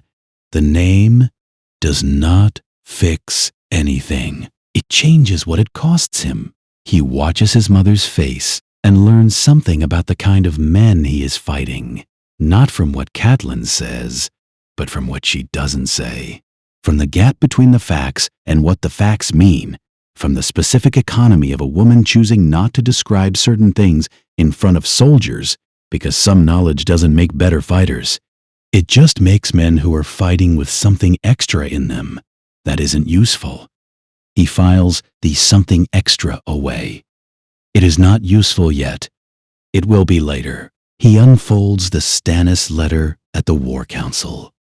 He has carried it since the ship off Bear Island, folded twice and tucked in his jacket. And it has been there through the assault on Deepwood Moat, and the Glover conversation, and the laundress, and every hour since. He unfolds it on the table and reads it again with the full room watching, and then sets it flat with his palm. The only force in the north that can put meaningful pressure on Winterfell's walls, he says, while we work the interior problem is Stannis Baratheon. Robert Glover says, "You can't meet his terms." No. Then, "I'm not meeting his terms." Robb picks up the pen. "I'm writing a counter-proposal." He writes it with the room watching. He writes it the way Catelyn taught him to write letters, once in his head, full, complete, before touching the parchment, so that the parchment draft is already the third version and reads like a first. The scratch of the pen in the cold hall. The proposal is this: Robb Stark acknowledges Stannis Baratheon as the rightful king of 6 kingdoms, not 7. The North is not among the 6. The North is a separate realm with its own king, its own succession, its own sovereignty, recognized formally by the crown, not as a concession, but as a treaty between equals. He slides it to Catelyn. She reads it without expression. Then she says, "Stannis will never accept that." "I know," Robb says. "Then I'm not trying to get him to accept it." He takes the letter back. "I'm trying to get him to respond." A formal counter-proposal requires a formal response. A formal response requires communication. Communication keeps the channel open. He looks at the letter, and while Stannis is deciding how to formally refuse terms he finds unacceptable, his army is still at the wall, which is where I need it to be. Catelyn looks at him with the expression she has been wearing increasingly since White Harbor. Not agreement exactly, and not disapproval either. Something in between. The expression of a woman watching a person she raised make decisions she would make differently, and recognizing that differently is not the same as wrongly. The letter is sealed. The Raven is called for. Before the Raven leaves, Robert Glover asks his question. He asks it directly, the way he has been doing things since the Solar at Deepwood Mott, without theater, without build-up, in the flat register of a man who has decided that the most useful thing he can offer is honesty. How many of our men will die taking Winterfell? Robb looks at him. He does the arithmetic, what he knows of the garrison's strength, what the laundress network has described of the internal defenses, what a forced entry against prepared positions costs in the kind of close fighting that Deepwood Mott demonstrated. He gives Glover the number. It is not a small number. He does not say it apologetically. He says it as the fact it is. Robert nods slowly, with the nod of a man absorbing a number he expected to be large and has found to be approximately as large as he expected. "Glover men go first," he says, "through the breach." If it comes to a breach, he says it without drama, the way northern lords have been offering these things throughout this campaign. In the quiet, specific register of people who do not believe that sacrifice requires an audience to be real, it's our family's home they're desecrating. Robb nods. Around the table, 3 other representatives do similar things. Not speeches, not declarations, adjustments in posture and quiet words. The northern way of offering something serious without making it into a performance. Glover men through the breach. Mormont fighters for the wall approach. Manderley soldiers for the gate. Robb looks at these men. He has not felt the thing he is currently feeling since before the Red Wedding. It is not hope. Hope is too broad a word, and too soft a one for this. It is the thing that precedes hope, the thing you feel when you look at people making choices that are going to cost them, and see clearly that they are making them anyway, and that the choices are real. It is smaller than hope. It lasts longer.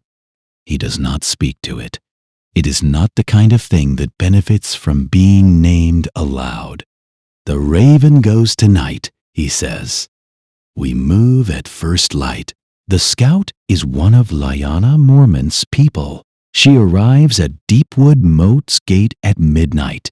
On a horse she has been riding in shifts with a second horse since the message reached her, and she is brought to Robb immediately because the gatewatch recognized the Mormont sigil and understood what it meant that she was riding at midnight rather than waiting for morning. She has been riding from the south. She has a single piece of intelligence. She delivers it in the flat, exhausted tone of someone who has been carrying it for 16 hours and would like to be done carrying it. Roose Bolton left Winterfell 4 days ago with 4,000 men, moving southwest on the King's Road, not toward Deepwood Moat. The signal fires, Robb thinks.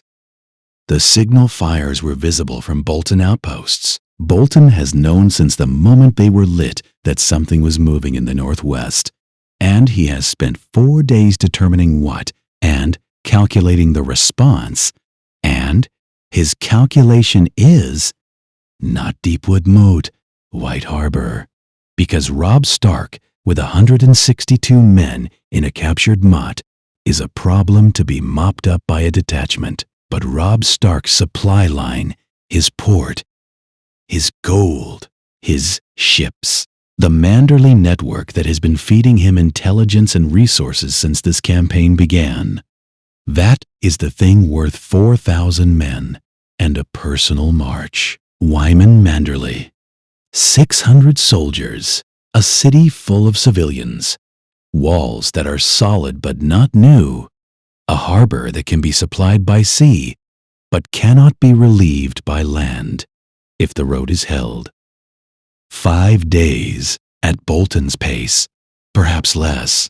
Robb stands in the hall with a scout sitting in a chair in front of him and Caitlin beside him, and the fire doing what fires do, and the cold coming up through the stone as it always does in Deepwood Moat. And he looks at the map on the table with the marks on it, and the chain of fire answers extending across the north, and the raven cage in the corner that now holds a letter addressed to a man who will not accept what it says. To his left, Winterfell, a day's hard march, with a diminished garrison and a girl inside who knows the way out and has been waiting. To his south, White Harbor, with 5 days before 4,000 men arrive, and a lord who has committed everything to a king who is currently standing in a cold hall with 162 soldiers and no good options. The raven to Stannis has not yet reached the wall. It doesn't matter. Wake everyone, Robb says. Caitlin says, which way? He looks at the map for a moment longer. The signal fires answered. The north is watching. Manderley is 5 days from a reckoning that cannot be won by siege. Winterfell is a day away with fewer defenders than it had a week ago.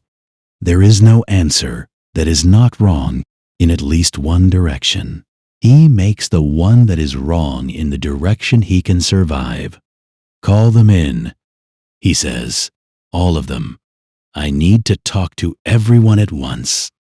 The hall is quiet after the scout leaves. Robb stands at the map with the fire behind him and the cold coming up through the stone and 11 people watching him think. He has given himself the count of 10 breaths to absorb the new fact before he speaks, which is something he learned from his father, that a decision made in the first 10 seconds after bad news is usually a decision made by the bad news rather than by the person receiving it. He counts. He looks at the map. He breathes. Then Catelyn says, White Harbor. She does not say it as a suggestion. She says it as the conclusion of a calculation she has already completed. And she lays it out without preamble because the hour is midnight and there is no time for build-up. Manderley is the financial spine of everything that has been built since the neck. Not metaphorically, literally. The ships, the soldiers, the intelligence network, the gold that is funding every raven and every rider and every cart of supplies that is moved in service of this campaign. Without Manderley, Robb has 80 men in a captured mott and a list of 4 lords who might be convinced to commit forces they haven't committed yet. With Manderley, he has a port, a resupply line, access to ships that can move soldiers faster than any road in the north in November. The distinction is between a campaign and a band of soldiers with nowhere to go. White Harbor's walls are old, but they are walls. The city can be supplied by sea regardless of what happens on the land approach. A siege requires time. Bolton has 4,000 men, but he has stretched them from Winterfell to the southwest in a march that costs him supply and weather and the distance from his base. He can take White Harbor by siege, but a siege means weeks he may not have if something is making noise at Winterfell. Manderley cannot hold 5 days against 4,000 in the field. Catelyn says, he can hold a month behind walls if the sea is clear, but he needs to know we're coming. He needs to know what to do when Bolton arrives, and someone needs to be there who understands the strategy well enough to execute it when the ravens stop getting through. She does not say, I need to be there. She has arranged the argument so that conclusion is obvious without requiring her to make it herself, because making it herself would look like self-assignment. And what she is offering is not about her preference. It is about capability. Robb has heard all of it before she finishes. I know, he says. She stops. You're right about White Harbor, he says. Manderley needs someone who understands the full shape of what we're doing. The sea supply line needs to be maintained. Bolton cannot be allowed to take the city and call it consolidation. Then, Winterfell is not a tactical asset. He says, the room is quiet. He has been thinking it since the twins, not in those words, but in the form of a question he keeps arriving at from different directions. What is a king without a kingdom? And what is a kingdom without its center? He has been thinking it since Manderley said the North is waiting for something to wait for. He has been thinking it since the signal fires answered across the dark. Winterfell is not a garrison or a supply point, he says. If I take it back with Bolton in the field, I have demonstrated something that no raven can demonstrate. That the king in the north is in the king in the north's castle, and Bolton's occupation of the north is over regardless of how many men Bolton currently has on the road. He pauses. Every lord who is still deciding which way to lean will see that. Every northern soldier in Bolton's conscript force will hear it. The signal fires are already telling them something is happening. Winterfell tells them what. Catelyn looks at him with the expression of a woman who has prepared a complete case and has found that the case on the other side of the table is also complete, and that complete cases against each other do not resolve by logic alone. They resolve by judgment, which is what kings are for. She knows she cannot win this argument. She also knows he might be right. These two things are true simultaneously, and she holds them both, which is what she has been doing since the twins with most of the information she receives. You're dividing the force in half, she says, finally. Precisely. Yes, 80 men against a garrison at Winterfell. A reduced garrison. Bolton took the bulk with him. You don't know how reduced. No, he says. I don't. He gives her the ships. He gives her the ships, the Manderley soldiers. They are Manderley's men. They belong south. And Robert Glover, whose keep this is, and who therefore has the most credible reason to approach White Harbor as something other than a fugitive army. He gives her the Mormont patrol schedule, the full intelligence on Bolton's march route, the names of the Manderley Network contacts she doesn't already have. He gives her instructions in a specific and detailed form. Do not meet Bolton in the field. Make White Harbor a siege. Keep the harbor open. Send Rathens north every day until the Rathens stop getting through. And then use the fire code. And then trust the network to find ways that haven't been used yet. He gives her Greatjun, which he does not want to do and does anyway, because Greatjun is the only commander he has who has been in White Harbor before and knows its walls. And the walls are what matters. Greatjun accepts this assignment with the expression of a man who would rather be going north and understands why he isn't. He gives her nothing he doesn't have. He keeps nothing he doesn't need. They are standing in the yard of Deepwood Mott in the dark before dawn. And the two groups have been assembled, and the horses are ready, and the ships are waiting at the Stony Shore landing an hour's ride east. And there is nothing left to say about the plan, because the plan has been said. Catelyn looks at him. She looks at him the way she looked at him when he rode south 2 years ago from Winterfell's gates, with a completeness of attention that does not perform itself. The look of a woman committing something to memory, because memory is what you have when the thing itself is no longer present. Then she takes his face in both hands and presses her lips to his forehead. It lasts a moment. It is not a thing she has done since he was young enough that he cannot clearly remember it. Around them, soldiers find reasons to look elsewhere. The horses, the gate, the sky beginning to gray in the east. Anything that is not two people having a private moment in a yard full of armed men. She releases him. She does not speak. She turns and walks to her horse. He watches her go. He turns north. He sees Winterfell before it is visible. He sees it the way you see a thing you have been carrying for 2 years, not with the eyes, but with something more internal, a weight that shifts the moment the landscape begins to be familiar. The hills to the west, the smell of the hot springs, faint on the cold air, distinctive in the specific way of a thing associated with home rather than with water. The sound the wind makes moving through the wolf's wood, which is different from the sound it makes in every other wood he has been in. He comes out of the trees with 80 men at his back and looks at Winterfell. The towers are standing.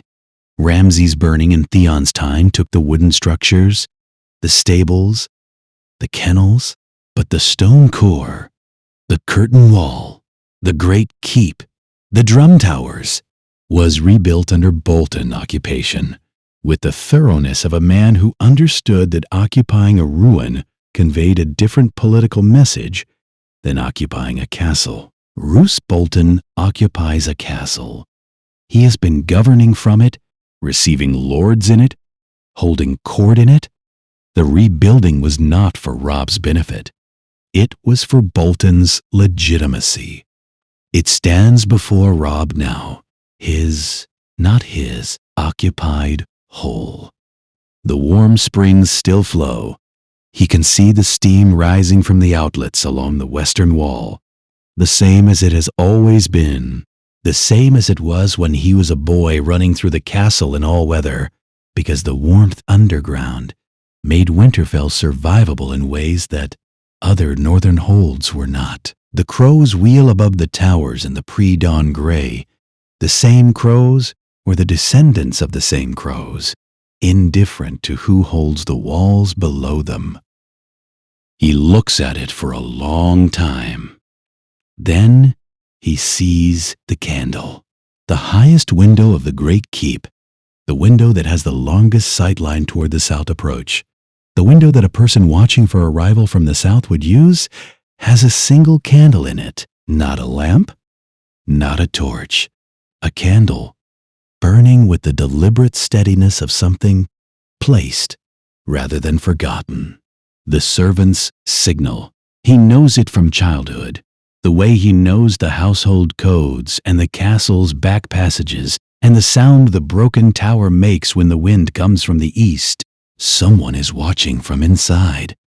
A candle in the highest south window means a person in that room has placed it there with intention, which means a person in that room knows to look for a rival from the south, which means someone in Winterfell has been waiting for exactly this. He does not know who. He does not know if it is help or trap. He keeps his men in the trees and looks at the candle and waits. The gate opens before he has decided what to do about the candle. Not the main gate, the eastern wall's servant's entrance.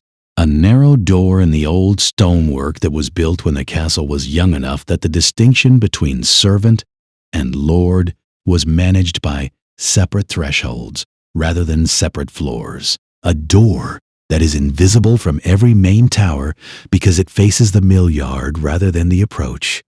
It opens inward. Two figures come through it. One is helping the other walk. He sends 3 men forward. The signal word first, the old Stark household code, spoken quietly into the dark at 10 yards. And waits. The answer comes back correctly, the word and the counter word, in the right order, from the woman who is walking.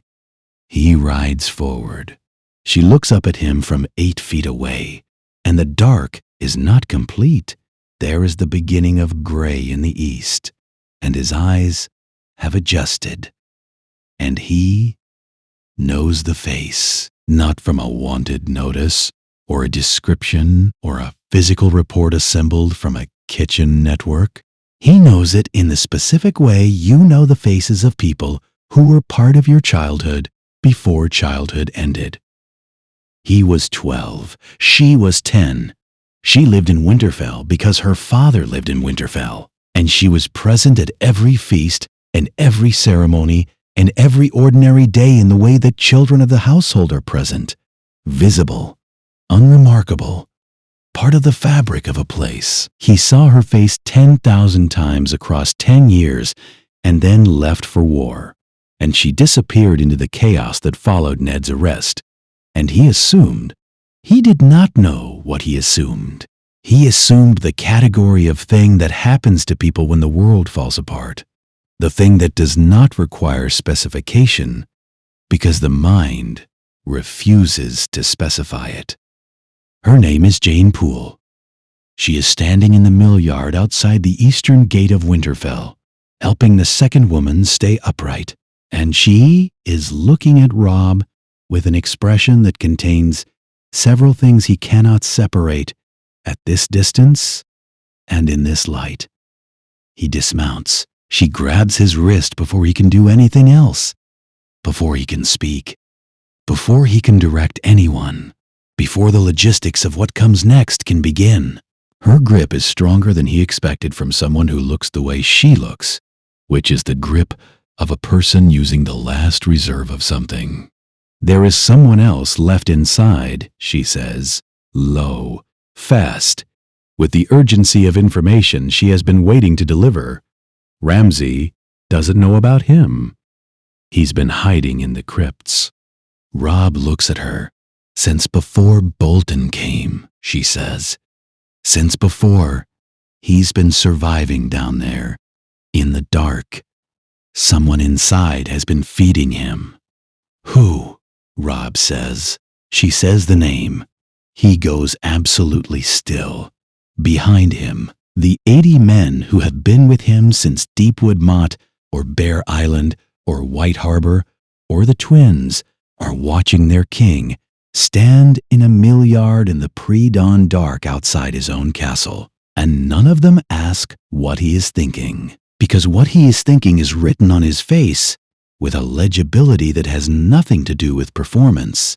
It is the expression of a man receiving news that is too large for the moment it arrives in. That will require a different version of him to fully process, a version that does not currently exist because it hasn't had the time to form yet. The name, Jane said, is not a military problem. It is not a strategic variable. It is not a piece of intelligence about garrison strength or patrol schedules or the political alignment of northern houses.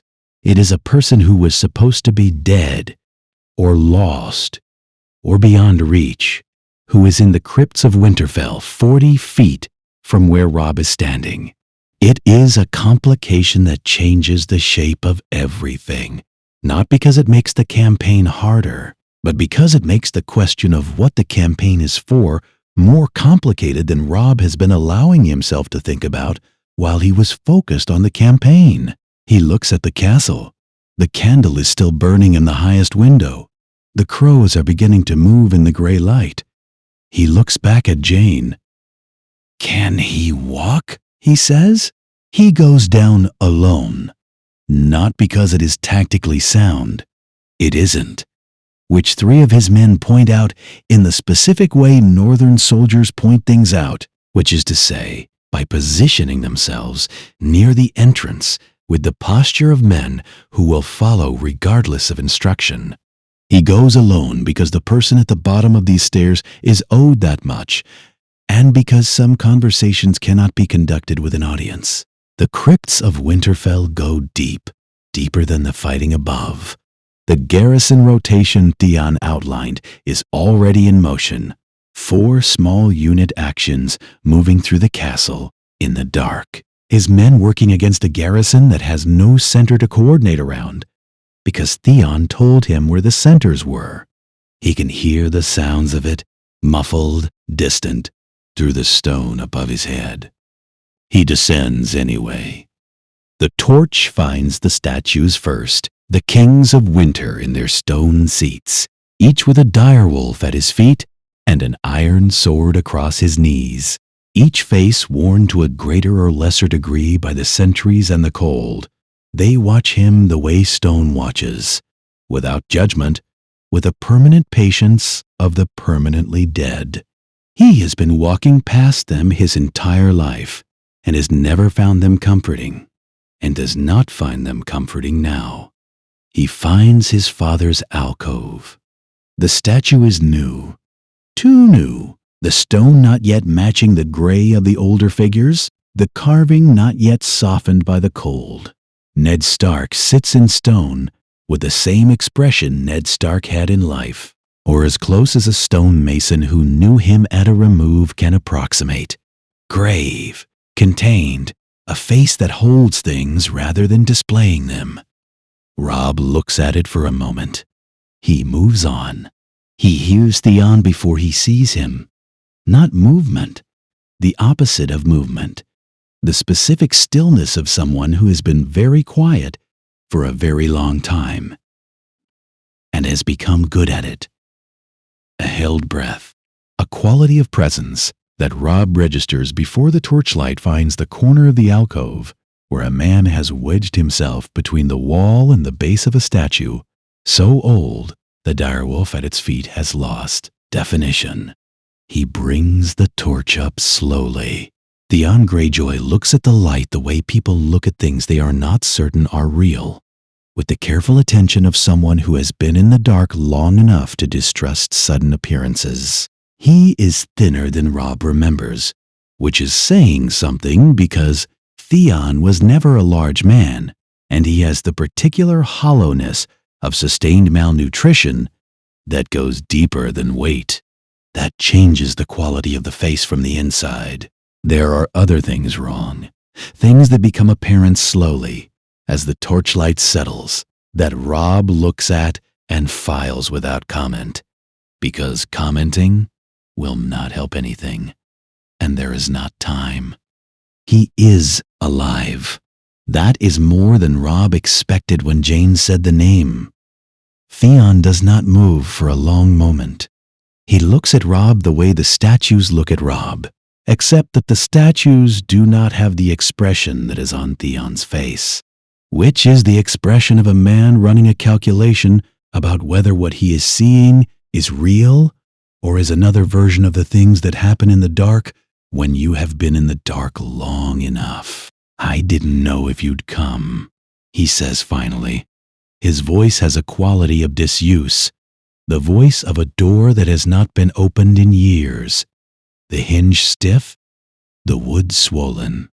I didn't know you were here, Robb says. A silence. The torchlight. Are you going to kill me? Robb crouches down to his level. Not to be kind, because Theon is too far gone for the kindness to register properly, but because standing over someone in a crypt while they ask if you're going to kill them is the wrong geometry for the conversation, he looks at Theon at close range, and Theon looks back at him. Not yet, he says. It is not entirely a joke. Both of them understand this. The understanding sits between them for a moment and does something that Robb cannot name. Not forgiveness, not absolution. Something more provisional than either, more honest. The acknowledgement that two people who have done damage to each other are still both present and must proceed from that fact. Tell me what you know about the garrison, Robb says. Theon talks. He has been in the crypts for, he is not certain how long. Weeks. He lost the count somewhere around the second week, when the days stopped being distinguishable from each other, and time became a matter of when Jane came with food, and when she didn't. He survived on that, and on the water that seeps through the stone in the deep levels, which has a mineral quality that Robb will not think about, and on the specific determination of a man who has survived worse, and therefore cannot justify stopping. Before the crypts, Bolton's household, months of it, in a capacity he does not describe and Robb does not ask him to, because the description would take time they don't have, and the relevant part is what he learned while he was there, rather than what was done to him. He knows the garrison rotation, the Bolton soldiers who stayed when Roose marched south, their posting schedule, the hours of the watch changes, the 2 gates that are manned, and the 3 that aren't, the way the reduced garrison has consolidated to the main hall and the towers that matter, and let the outer wards go unpatrolled because there are not enough of them for everything. He knows where Roose left his correspondence, a lockbox in the solar, behind the tapestry of the Dreadfort, the key kept by the maester who fled at the first sound of fighting, which means the lockbox is currently sitting behind a tapestry with no one minding it. He knows Ramsay's habits, where he goes, when, what he looks for, what he avoids, the specific operating logic of a man whose instincts Theon has spent months studying in the involuntary curriculum of a captive. Robb listens to all of it. He listens with the focused silence he has developed since the twins. The silence that is not passive, but operational. That takes information in and sorts it and holds the relevant pieces where they can be accessed. He lets Theon finish each piece before asking the next question.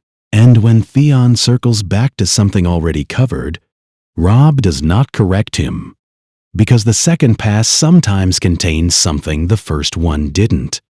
When Theon finishes, Robb has what he needs. He looks at Theon then, not at the intelligence, at the person. It is harder than the military assessment. The military assessment is simple. Information provided, information received, useful. The person is more complicated. The person burned Winterfell. The person sent the message that brought Lewin to his death. The person took Bran and Rickon's escape and made it a story about conquest. The person betrayed Robb's trust in a way that cost men their lives and cost the campaign its momentum at a moment when momentum was everything. The person is also barely alive in the crypts of the castle he burned, having spent months in conditions Robb will not look at directly right now, and has just handed over everything he knows with the straightforwardness of someone who has run out of reasons to hold anything back. Both of these things are true. Robb holds them both and does not try to resolve them into a single verdict, because they don't resolve, and verdicts right now are not the priority. Can you walk? He says. Yes, Theon says, which is almost certainly optimistic. But stay here until I send for you. He stands. He takes the torch. 4 actions simultaneous. The North Tower watchpost, the main gate's inner mechanism, the garrison quarters, the hall. Each group knows its target. Each group knows the fallback. Each group has been briefed on the garrison rotation that Theon provided, which means each group hits its target in the window between rotation changes, when the outgoing watch has left and the incoming watch has not yet arrived. The Bolton soldiers fight, some of them. The ones who are Bolton-born, Bolton-loyal, the men who came north with the warden's household and understand that their futures are attached to the warden's. They fight with the specific energy of people who know what the alternative is. The northern-born conscripts, again, do not. By the time Robb reaches the Great Hall, it is over. His men are moving through the castle with the controlled efficiency of people who have been doing this for weeks at Deepwood Motte and other places, and have learned how a taken position is managed. Prisoners to the yard, wounded to the kitchen, which has the most space and the most warmth, dead to be dealt with when daylight comes. Robb walks through it. He walks through the Great Hall, his Great Hall, Ned's Great Hall, the hall where he sat at feasts as a child and watched his father hold court and understood, in the way children understand things before they understand why, that this room was the center of something important. Bolton soldiers have been sleeping here, eating here, using this space with the indifference of occupiers who do not feel the weight of the room. He walks to the dais. He sits in the high seat. His men around him are doing something he has not seen since before the Red Wedding. They are stopping, one by one, as they notice where he is. Not stopping to stare, stopping to register. The specific pause of people who have been moving towards something without a clear image of what it looks like and have arrived to find that it looks like this. Their king, in his castle, in his seat, alive. No speeches. Robb looks at the nearest man and says 2 words, "Find food." The man goes. The hall resumes. Winterfell is taken. The Maester's tower is operational. Bolton's Maester fled in the confusion. Robb will need to find a replacement, which is a problem for after the immediate crisis. But the ravens are caged, and the parchment is stocked, and the ink is where it should be. And Robb dictates 40 messages in the hour before full dawn with the methodical efficiency of a man who understands that the next 12 hours are the most important of the campaign. 1 sentence, 40 ravens, the same sentence to every house. Winterfell stands. The king is home. What say you? Not a call to arms. The houses who are ready to commit are already in motion through other channels. Not a threat. The lords who need to be threatened have already weighed that calculus and will weigh it again with this new information. Just the fact, the undeniable, physical, verifiable fact that the castle Bolton has been governing is no longer Bolton's, and the man Bolton has been governing in the name of having killed is standing in it. He sends the ravens. He climbs to the battlements in the gray morning light and looks south. White Harbor is there, beyond the distance, beyond the roads that Catelyn and Greatjon and 80 men are currently moving toward. Roose Bolton is there too, somewhere on the King's Road, with 4,000 men who will hear about Winterfell within 12 hours of the ravens reaching the nearest outpost. He calculates what Bolton does with that information. A man who marched 4,000 soldiers toward White Harbor to cut Robb's lifeline now has the news that the seat he left behind is gone. He can continue south and take White Harbor, which secures supply but concedes the symbolic center of the North. He can turn north and retake Winterfell, which recovers the center but allows Manderley to prepare for a siege that Bolton will have to fight later in worse conditions. He can try to split his force, which gives him neither advantage in full measure. Bolton is not a man who makes emotional decisions. He will make the correct strategic choice, which means Robb needs to be ready for the correct strategic choice in both directions simultaneously. He is looking south when the Raven comes in. It lands at the wrong time. Too fast for a Northern House response. The Ravens have been gone less than 2 hours, and the nearest significant holdfast is a day's ride. This Raven was already in flight when Robb sent his. It was sent before Winterfell fell, which means it was sent by someone who anticipated that Winterfell would fall, or was sending regardless of outcome.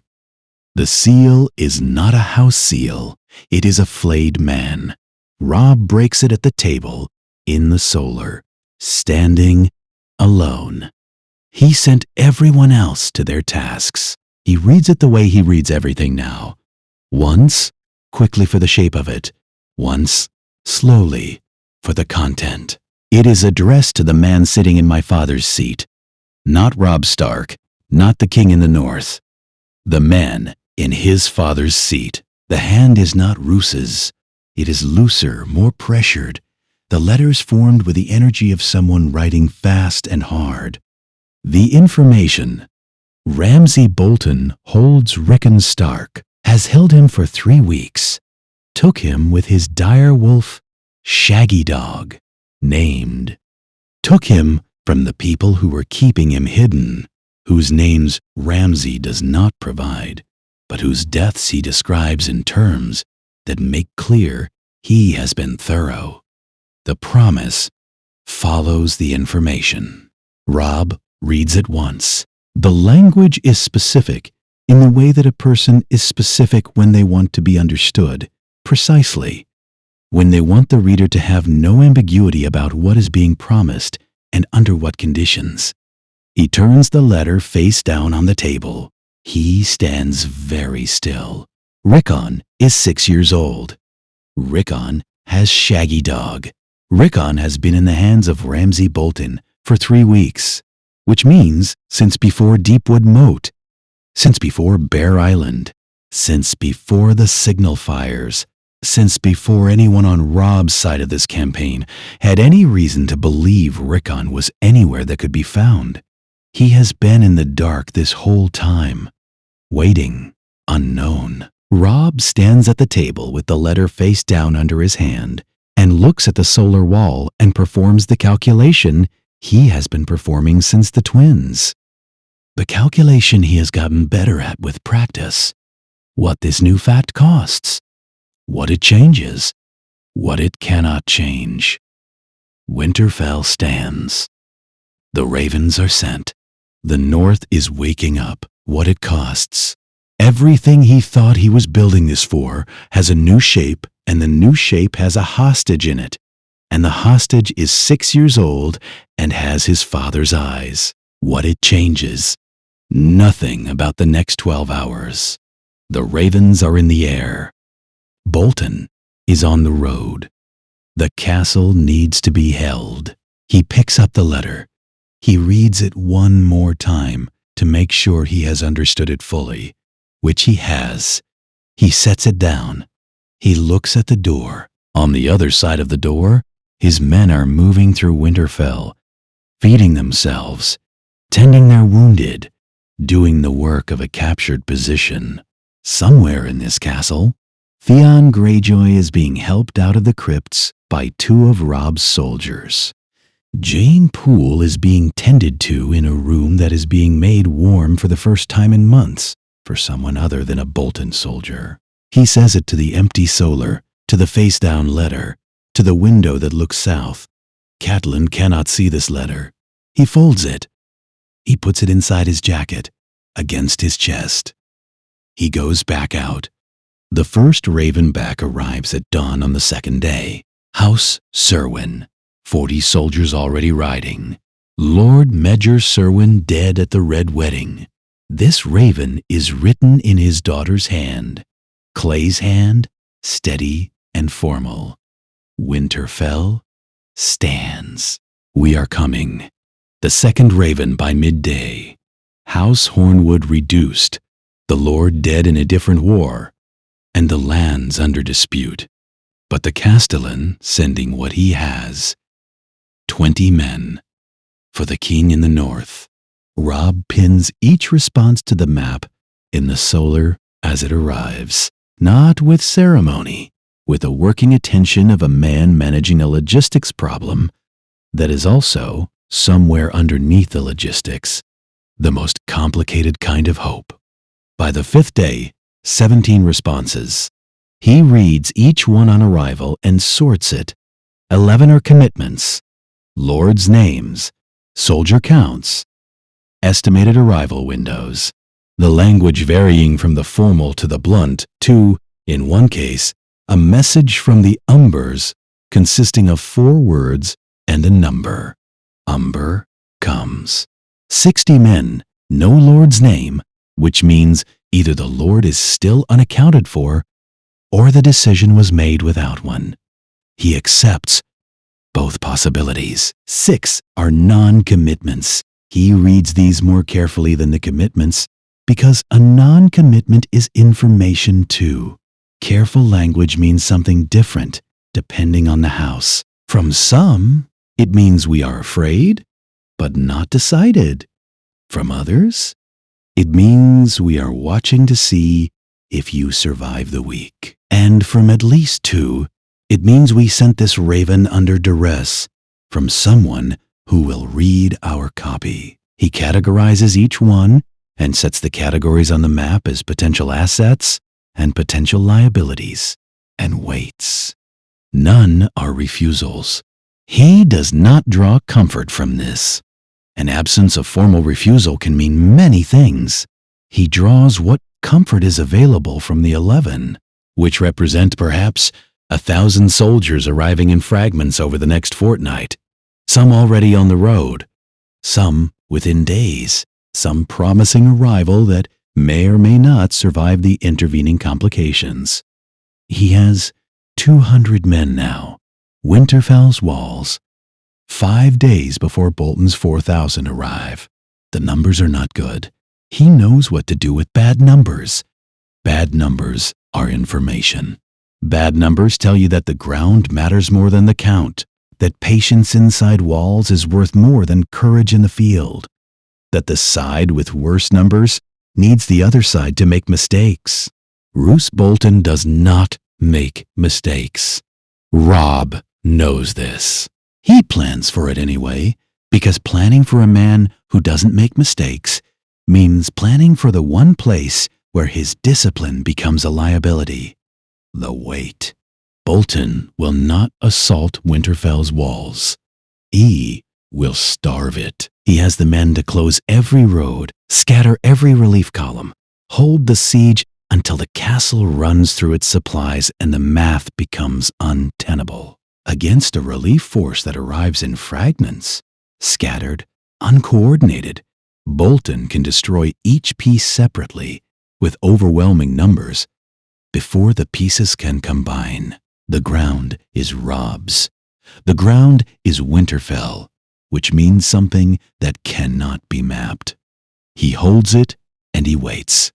She comes through the gate 2 days before Bolton's army camps outside it, and the gate watch sends word to Robb before she has crossed the yard. He is on the battlements when the message reaches him. He looks south, where Catelyn is visible in the yard below, dismounting, speaking to a stable hand, moving with the controlled efficiency of a woman who has been riding hard and is performing composure for the benefit of everyone watching. He watches her for a moment before he goes down. She enters the great hall alone and stops. It is a long stop, She stands in the center of the room and looks at it the way people look at things. They have a complicated relationship with time, measuring the distance between what they last saw and what they are seeing now, noting the things that have changed and the things that have not, the things Bolton's occupation added and the things it couldn't take away, the proportions of the room, the height of the ceiling, the way the firelight moves across the stone in a pattern that is specific to this room and no other room she has been in. She left this hall 20 years ago as a girl come north to marry Ned Stark, who she did not know and would come to love in a way she had not expected. She came back to it as a wife. She left it as a widow, riding south with her son's army. She is standing in it now as she turns the question over and does not resolve it. The mother of the king who holds it. That will do. She finds Robb in the Godswood. He is sitting beside the pool where Ned used to sit, where Ned sat every morning without fail, winter and summer. The ritual of a man whose relationship to the gods was private and consistent. The heart tree is above him, the carved face looking down at the pool, and the pool is still in the windless morning. And Robb is looking at the water with the expression of someone who is not meditating, but is allowing himself, briefly, to stop calculating. She sits beside him. They do not speak for a long time. The Godswood is the kind of place that forgives silence. It has been holding the Stark silence for centuries, and is accustomed to it. She did not ask about Rickon in the letter she sent when she received his. She has not asked about Rickon now. She received his letter 3 days ago, in the saddle, riding north from White Harbor. Glover had held the city without a fight. Bolton already turned, the siege that didn't happen. And she read it and folded it and put it away and rode harder. She already knows. She received his letter, yes, but she also knows her son, has known him since before he knew himself, which is a knowledge that does not diminish with distance or time or the changes that war works on a person. She knows the specific quality of a letter he sends when he is keeping something back, the careful phrasing, the gap between what is said and what the shape of the saying implies. She read the shape. She did not tell him she could read it through parchment. She does not tell him now, sitting beside the pool, that she knows. She does not ask him to say it aloud, because saying it aloud would make it fully present in a moment when he is allowing himself not to calculate, and the Godswood is where Starks go when they need to stop calculating. She will not take that from him. She puts her hand on his. They sit beside the pool until the sound of a raven in the tower brings him back. The question of Theon Greyjoy has been sitting in the castle since the crypts, a fact nobody has addressed directly, because there has been no time, and also because nobody knows how to address it, and also because Robb has not addressed it, which means it is waiting. He addresses it on the 3rd day. He finds Theon in the room they've given him, a small room in the castle's interior that is warm and has a window and is not the crypts, which represents a significant improvement in circumstances, even given the reduced state Theon arrived in. Theon is sitting by the window when Robb enters, looking out at the yard with the quality of attention of someone who has been in the dark long enough to find the ordinary world worth watching.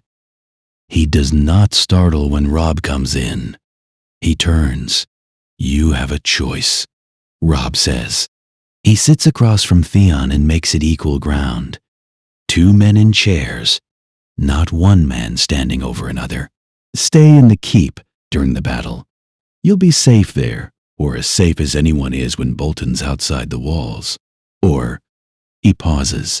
You know this castle better than anyone living. Every passage, every weakness in the fortifications, every place a force coming over the walls would be funneled toward. Theon looks at him. I need someone advising the wall commanders, Robb says. Someone who can tell them in real time where the pressure points are. Someone Bolton's people won't have briefed their men to expect. He meets Theon's eyes. I'm asking, not ordering. You're asking the man who burned it, Theon says. I'm asking the man who knows it better than anyone because he grew up in it. A beat. Both things are true. Theon is quiet for a moment. He looks at his hands. Robb does not look at his hands and then looks back up. I want a sword, he says. Robb looks at him. He looks at Theon honestly. The full assessment, the injuries that have changed what Theon can do, the ways in which what is sitting across from him is not the Theon Greyjoy who arrived at Winterfell 10 years ago as a ward and stayed as a fixture and left as a lord's heir with too much to prove. The things that are gone are gone. The things that remain are not nothing. He calls for a sword. When it arrives, he holds it out.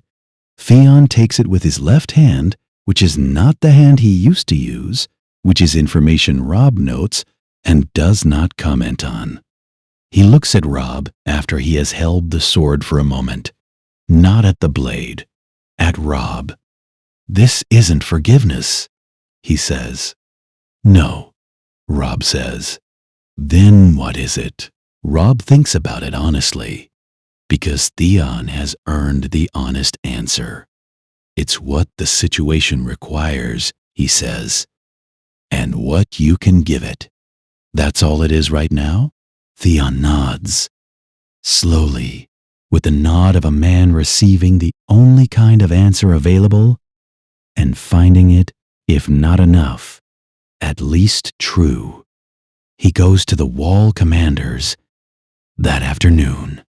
They receive him with the wariness of people who have heard the name Theon Greyjoy and know the rough shape of what that name means. And he begins to talk to them about the castle, and by the second hour, they are asking him questions. It is, Robb thinks, watching from the yard, the only honest transaction they have ever had. Bolton's army arrives on a gray afternoon with the orderly patience of a force that has not been hurrying.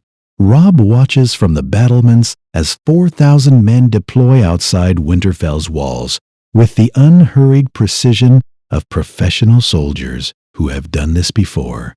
The formations are correct. The spacing is correct. The positioning of the cavalry on the flanks is correct, covering the approaches that a relief force would use. The camp goes up in the organized sequence of an army that sets camp the same way every time, with the same efficiency, in the same order. Because an army that sets camp the same way every time is an army that does not waste energy on uncertainty. No herald, no parley flag, no demand to surrender or invitation to negotiate. Roose Bolton simply makes camp, as if making camp outside Winterfell's walls is the natural conclusion of a journey that has been heading here all along. And the castle's current occupant is a minor inconvenience in the administrative process of returning what was briefly misplaced. Robb looks at the camp and looks at the man at its center. At this distance, Roose is a figure rather than a face, but the stillness is identifiable. The specific stillness of a man who is not impatient because impatience is a response to uncertainty, and Roose Bolton has not been uncertain in a very long time. He is here to wait. Robb understands this with full clarity. The arriving northern lords will come in fragments over the next fortnight. Serwyn, Hornwood, the Umbers, the others. Each column smaller than what Bolton can put against it on the road before it reaches the walls. Bolton has enough men to close every approach, to intercept every supply cart, to hold this siege for weeks while Winterfell's stores empty and the staggered relief forces are picked apart on roads he controls. Robb has the walls, the morale, the symbolic weight of the ground. He has Theon telling the wall commanders where Bolton will push. He has stores for 3 weeks if they're careful, 5 if they're very careful. He does not have a solution. He has a plan for each of the 3 things Bolton might do: assault, siege, withdrawal. And the plan for siege is hold out and trust that something changes, which is less a plan than a position. He holds the position and waits for something to change. On the 3rd night of the siege, something changes.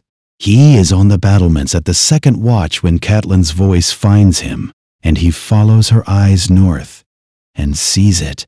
Not fire in the discrete sense, not a building burning, not a signal fire. The horizon itself is lit, the whole northern sky carrying the red gold of something massive moving with torches, visible from miles, approaching at a pace that is not the pace of a marching army, but something between march and urgency.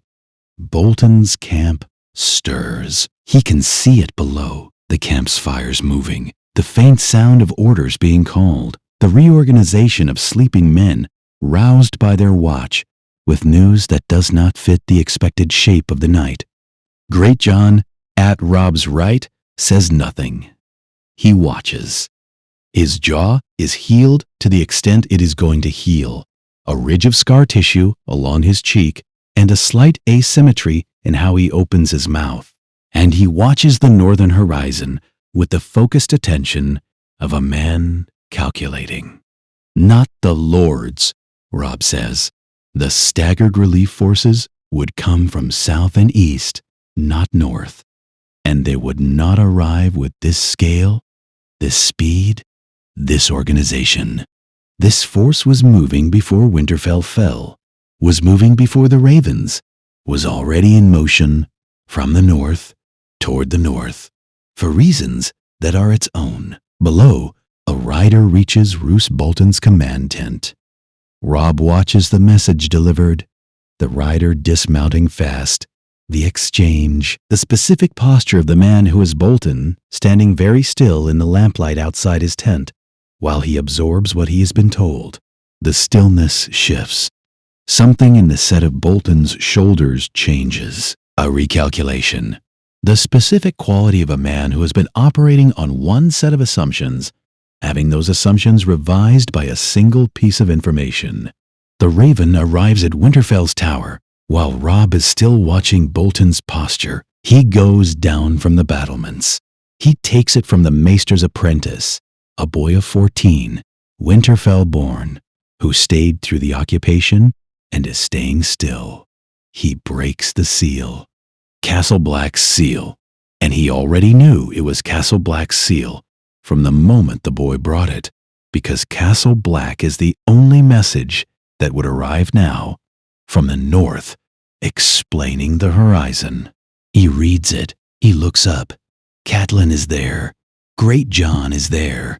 3 of the wall commanders, drawn down from the battlements by the change in the camp below. Stannis accepted the terms. Robb says. He looks at the Raven. He looks back north, where the horizon is still carrying its red gold light, coming steadily, the size of it not diminishing with distance, but growing. He's here. Bolton withdrew before dawn, not in disarray. Roose Bolton does not do things in disarray.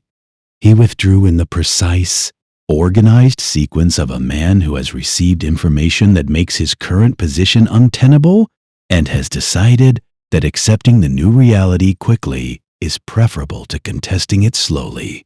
The camp came down in the dark with the same efficiency it had gone up, and by the time Robb's watch reported the movement from the battlements, the rear elements were already a mile south on the King's Road.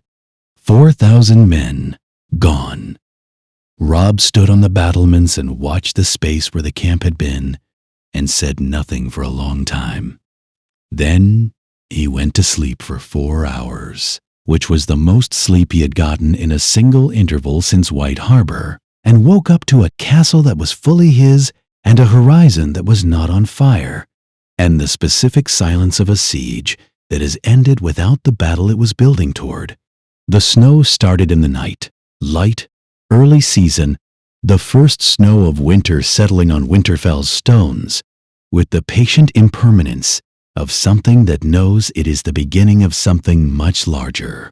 By morning it was an inch on the battlements and still coming down, and the world outside the walls was white and quiet and entirely changed from what it was the day before. He rides out to meet Stannis at mid-morning. Stannis Baratheon is waiting on the flat ground, a quarter mile from Winterfell's walls. Sitting his horse with the posture of a man who has been sitting horses for 30 years and long ago stopped thinking about it. He has an honor guard of 5, no more, which is either a gesture of good faith or a statement that he requires no more. And both interpretations say the same thing about the man. No R'hllor banners, no ceremony, a king in serviceable armor in a snowfield, waiting. He is exactly as described. Robb has been hearing Stannis Baratheon described for years. The hard jaw, the grinding teeth, the absolute absence of warmth, the rigid logic of a man who has organized his entire personality around the principle that what is correct must be done regardless of how it is received. Every description is accurate. Every description also, Robb finds, fails to prepare you for the specific quality of standing in front of him. He looks at Robb for a long moment before speaking. The look is the kind of assessment that does not perform itself.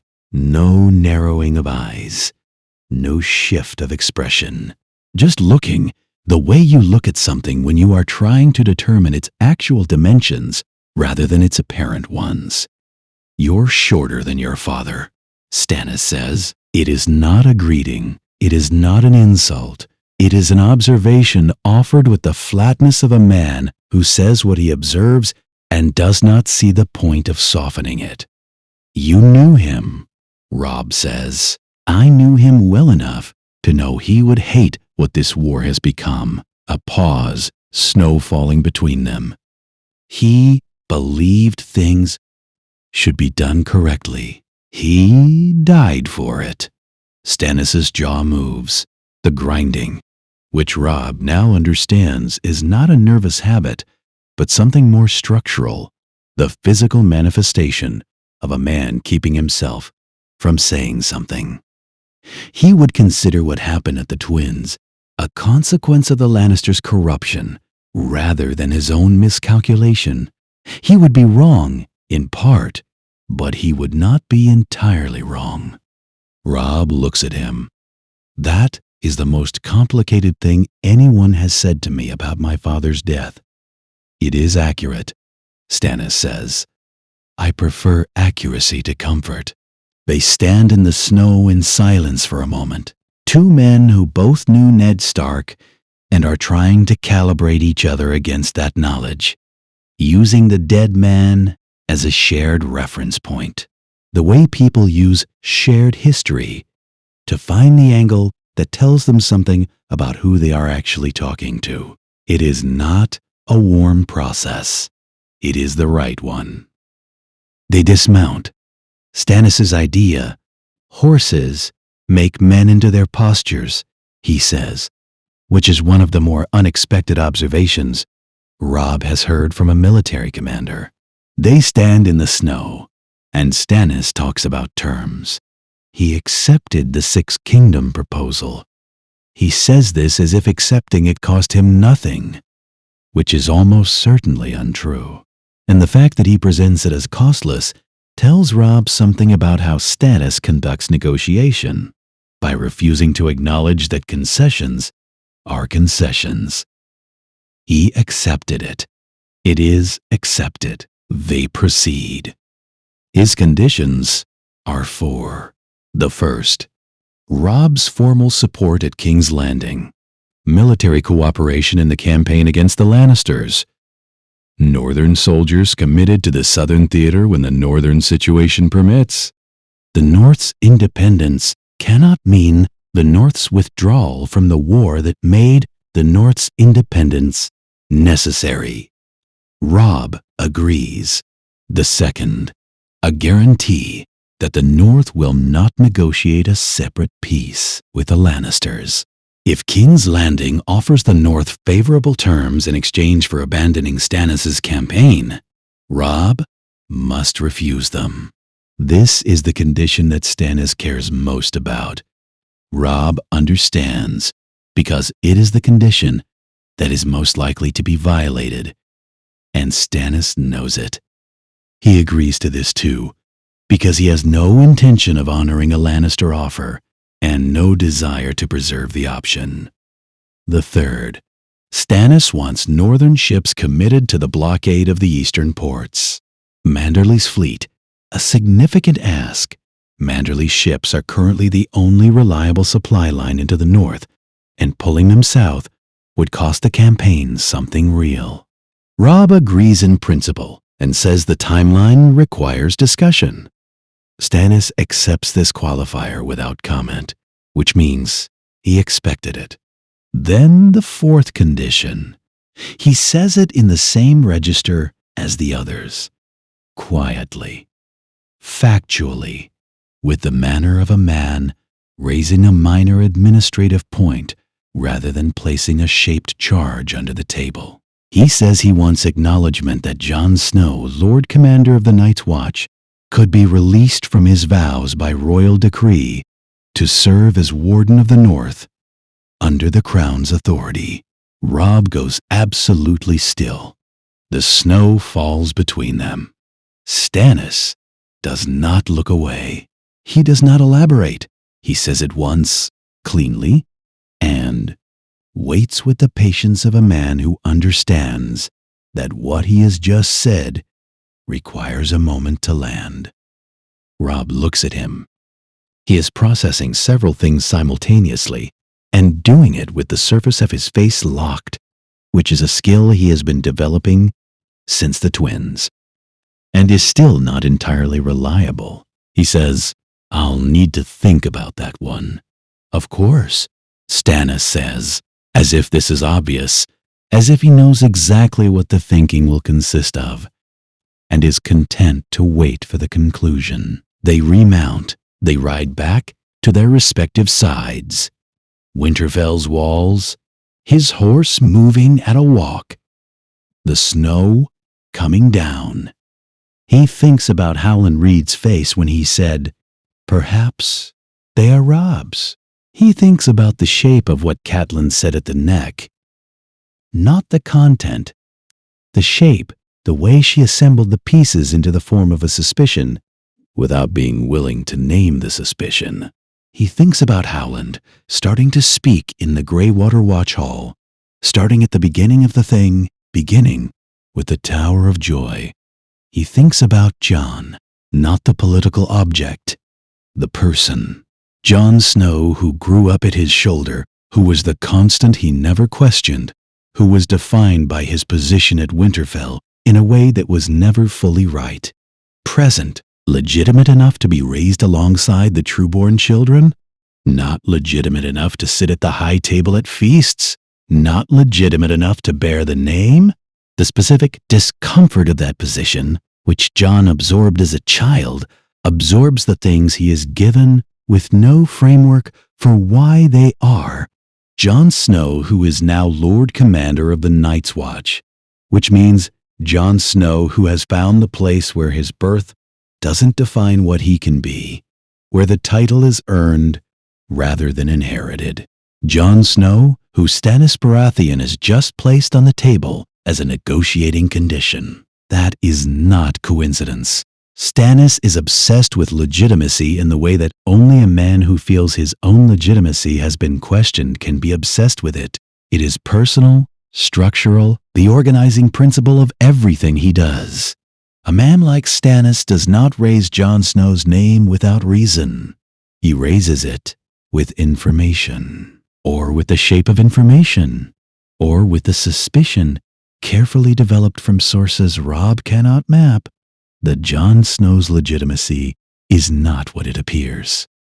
Which means Stannis knows something, or suspects something, and he used it not as a declaration, but as a chip, quietly, factually, in the register of a minor administrative point, which means he is not certain and is watching to see how Robb responds to the chip being placed. Robb thinks, Jon is not just my brother anymore. Jon is a political object, and somewhere in the space between that thought and the walls of Winterfell coming closer, he feels something that is not anger and not grief, and is in some ways harder than either. The understanding that the truth about Jon, whatever it is, in full, is not just personal anymore. It never was. He is only now understanding this. He rides through the gate. She comes after the second watch. He is in the solar, working through the logistics of holding Winterfell through a winter that has just announced itself in the form of an inch of snow, and the specific quality of the cold that follows first snow. The cold, that means the rest is coming. When she knocks and enters, and closes the door, and stands with her back against it, with the expression of a woman who has decided to do something she has been not deciding for some time. I need to tell you something, she says. He sets the papers down. She sits across from him and tells him what Howland said. Not the whole truth. She doesn't have the whole truth, and she says this clearly, prefacing it.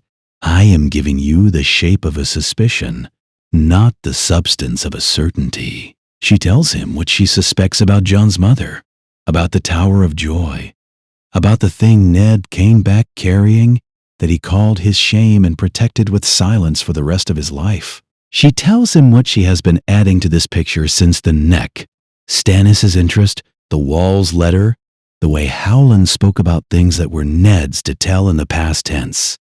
She tells him what she thinks it means. Robb listens without expression.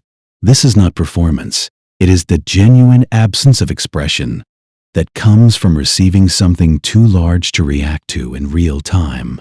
Something that has to be processed below the surface, while the surface maintains its composure. He has gotten good at this. He hates that he has gotten good at it. When she finishes, he asks one question. Does this change who Jon is? Catelyn opens her mouth. She has an answer ready. She has had the answer ready since the neck. Since before the neck. Since before she was willing to look at the question directly. The answer is assembled from 20 years of a feeling she has never allowed to become fully conscious. 20 years of a resentment that was easier than the alternative. She closes her mouth. She sits with his question. It is the question she should have been asking for 20 years and wasn't, because asking it would have required her to examine the answer, and the answer would have required her to re-examine everything built on top of the wrong answer. And you do not take apart the foundations of a structure while you are still living in it. She is not living in that structure anymore. It burned at the twins. She has been living in a different structure since, smaller and colder and more honest. And from inside this structure, the question has a different shape than it had before. Does it change who Jon is? She thinks about the boy who grew up at her table without a seat at her table. She thinks about Ned's face when she asked about the mother, the only time she asked, which was early, which she never asked again, which is its own kind of answer about what she already knew she would find if she pressed. She thinks about the word shame and what it costs a man like Ned Stark to carry something as shame. And what kind of thing would cost a man like Ned Stark that specific price? No, she says finally, quietly, with the quietness of a woman reaching a conclusion that is the right one and has been waiting for her to arrive. He nods. Once, he picks up his papers. She does not move for a moment. Then she rises and goes to the door and stops with her hand on it. Robb, she says. He looks up. I was wrong about him, she says. For a long time. I want you to know. I know that. She goes out.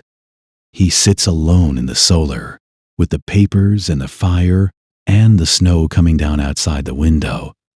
And he thinks about John, and the wall, and the thing Stannis placed on the table. That is not a minor administrative point, and both of them know it. The raven arrives before the gray of pre-dawn has become actual dawn. It wakes the maester's apprentice, who wakes Robb, who is awake already, who takes it in the passage outside his chamber, and breaks the seal in the torchlight, Castle Black's seal. But the address is wrong. He has received 11 ravens from Castle Black since this campaign began, and all of them have been addressed to a single recipient. This one is addressed to two, Robb Stark and Stannis Baratheon, at Winterfell. The "and" between the names, written in a hand that is Jon's. He knows the hand, grew up reading it on shared lessons, and carved wood, and small notes left in place as brothers leave notes.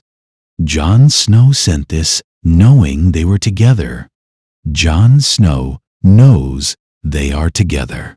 Jon Snow knows what has happened in the north, not from anything Robb told him, because Robb has sent no personal letter to the wall since arriving in the north. Someone else told him, or he worked it out. Either possibility says the same thing about Jon Snow. Robb reads the message. Come to the wall, both of you, now. Bring every sword you have. A second line, in the same hand but more pressured, written faster. What is coming does not care about your war. A third, in smaller letters below, as if added after the rest was written, as if it was almost not included, and then included because it was necessary. I need to tell Robb something about our father, about both our fathers. He stands in the passage for a long time. Both our fathers, not our father. Oath, plural, two men. The word is as precise as Jon has ever been with words, which is to say, exactly as precise as it needs to be. He chose it on purpose. He wrote it and did not change it, and sent it addressed to both kings at once, which means he understands the shape of the situation, the political shape, the personal shape, the shape of what that sentence means in the context of everything else in this raven. Robb breathes the cold passage air. He folds the letter. He holds it for a moment. He goes to wake a messenger to ride to Stannis's camp, because Stannis is already going to need time to recalibrate before dawn, and this is the kind of information that benefits from arriving in darkness. Outside, the snow falls on Winterfell. The north is quiet and white and enormous, and somewhere at its top edge, a wall of ice holds back a dark that does not care about any of the things two kings have been fighting about, and a man who may not be who anyone thought he was is waiting to tell his brother something that will change everything. Both our fathers. The word sits in his chest like a coal. The gift empties as they ride north. It happens gradually, then completely, like a sound fading, except the sound is human habitation. The first day out of Winterfell, there are still farmsteads, still smoke from chimneys, still the occasional figure in a field who watches the column pass with the flat assessment of a northerner, cataloging soldiers. By the second day, the farmsteads are present but dark. By the third, the road itself loses confidence, narrowing and softening, and eventually committing to the particular quality of a path that has been used for something other than regular traffic for a long time. The villages they pass through have not been burned. They have been left. The difference is legible if you know how to read it. Doors standing open rather than broken, hearts cold rather than scattered, small objects still on tables, boots left by doors. People who fled in a hurry leave a different landscape than people who fled with intention. These villages were evacuated. Someone organized it. Someone understood weeks or months ago that the gift was no longer a place to be, and gave its people enough warning and enough trust in the warning to go. Robb asks Stannis about it on the second day.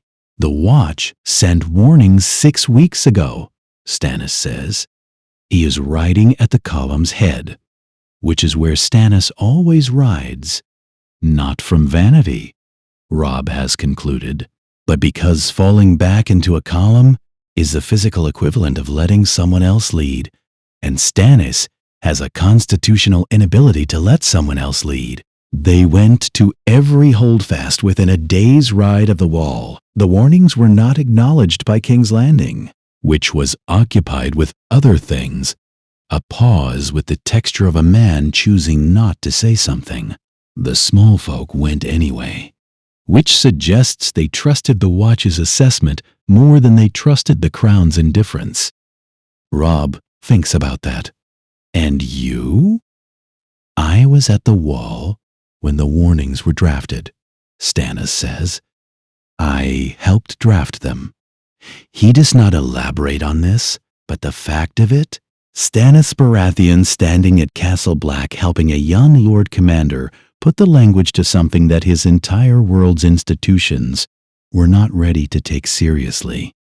Says something about where Stannis' priorities have been while the rest of the realm was killing each other over chairs. They ride in silence for a while. The road narrows further.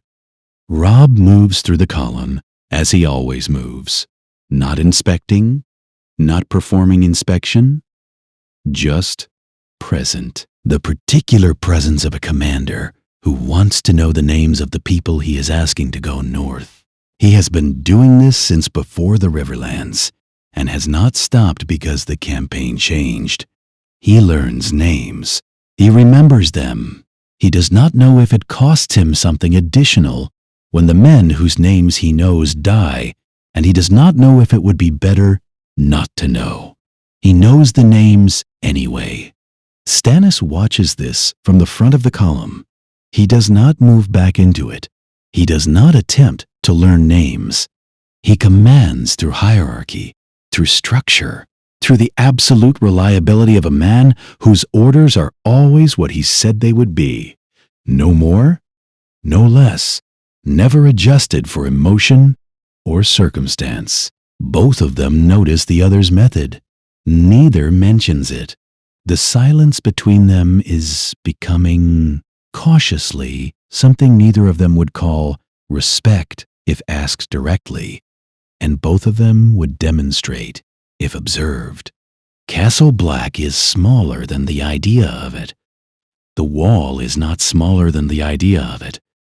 Nothing is, because no description can prepare you for 700 feet of ice rising out of the earth with the permanence of something that intends to be there after everything else is gone. But the castle at its base has the quality of all garrisons in long occupation, worn down to function, stripped of everything that doesn't serve a purpose, maintained because maintenance is the alternative to collapse, and there is no alternative to the wall needing to be manned. It has also been transformed by what Jon's letter described. The evidence of recent siege is everywhere. Repaired sections of wall, fire damage to the outer structures, the specific reorganization of a defensive position that has been attacked and held and is still being held. The men on the gate are fewer than the watch has historically maintained, which Robb knows from the old numbers. and they look the way soldiers look after extended operations in which the operations have not stopped. Jon Snow meets them at the gate. Robb registers him in the way you register someone you grew up with after a long separation. The physical changes first, then the thing beneath it changes, then the synthesis of both that tells you whether the person you knew is still the person standing in front of you. Taller. He was always going to be taller. They were boys when Robb left, and boys become men while you're not watching. And men grow into their faces in ways that boys haven't yet. Older in ways that have nothing to do with age. The set of the mouth, something in how he holds himself, the specific gravity of a man who has been responsible for people in circumstances where responsibility costs something daily. Ned Stark's gravity. Robb has not seen it on another face since the plaza at Baelor, and the sight of it on Jon's face does something complicated to his chest that he does not examine directly. Something else, also, something he cannot identify yet. He files it. They embrace in the gateway of Castle Black, with 500 soldiers watching, and neither of them speaks for a moment. They stand with their arms around each other in the cold, and the hug is the kind that does not perform itself. The kind between people who are not certain they would see each other again, and are standing in the evidence that they were wrong about that. Jon pulls back. He looks at Robb. The expression Robb cannot read is this. Relief? Yes. And something else that is present alongside the relief without displacing it. The expression of a man who is about to do something irrevocable and has made his peace with the fact that it is irrevocable and is doing it anyway. Robb has worn this expression before. He recognizes it from the outside for the first time. Jon says, "There's something I need to show you first. Then we need to talk." Dawn. The wall's top. They take the winch cage up, a process Robb refuses to find frightening in front of 500 soldiers, and which is in fact frightening. The cage swaying as it rises along the ice face, the ground receding in a way that seems to continue past the point where it should stop being visible.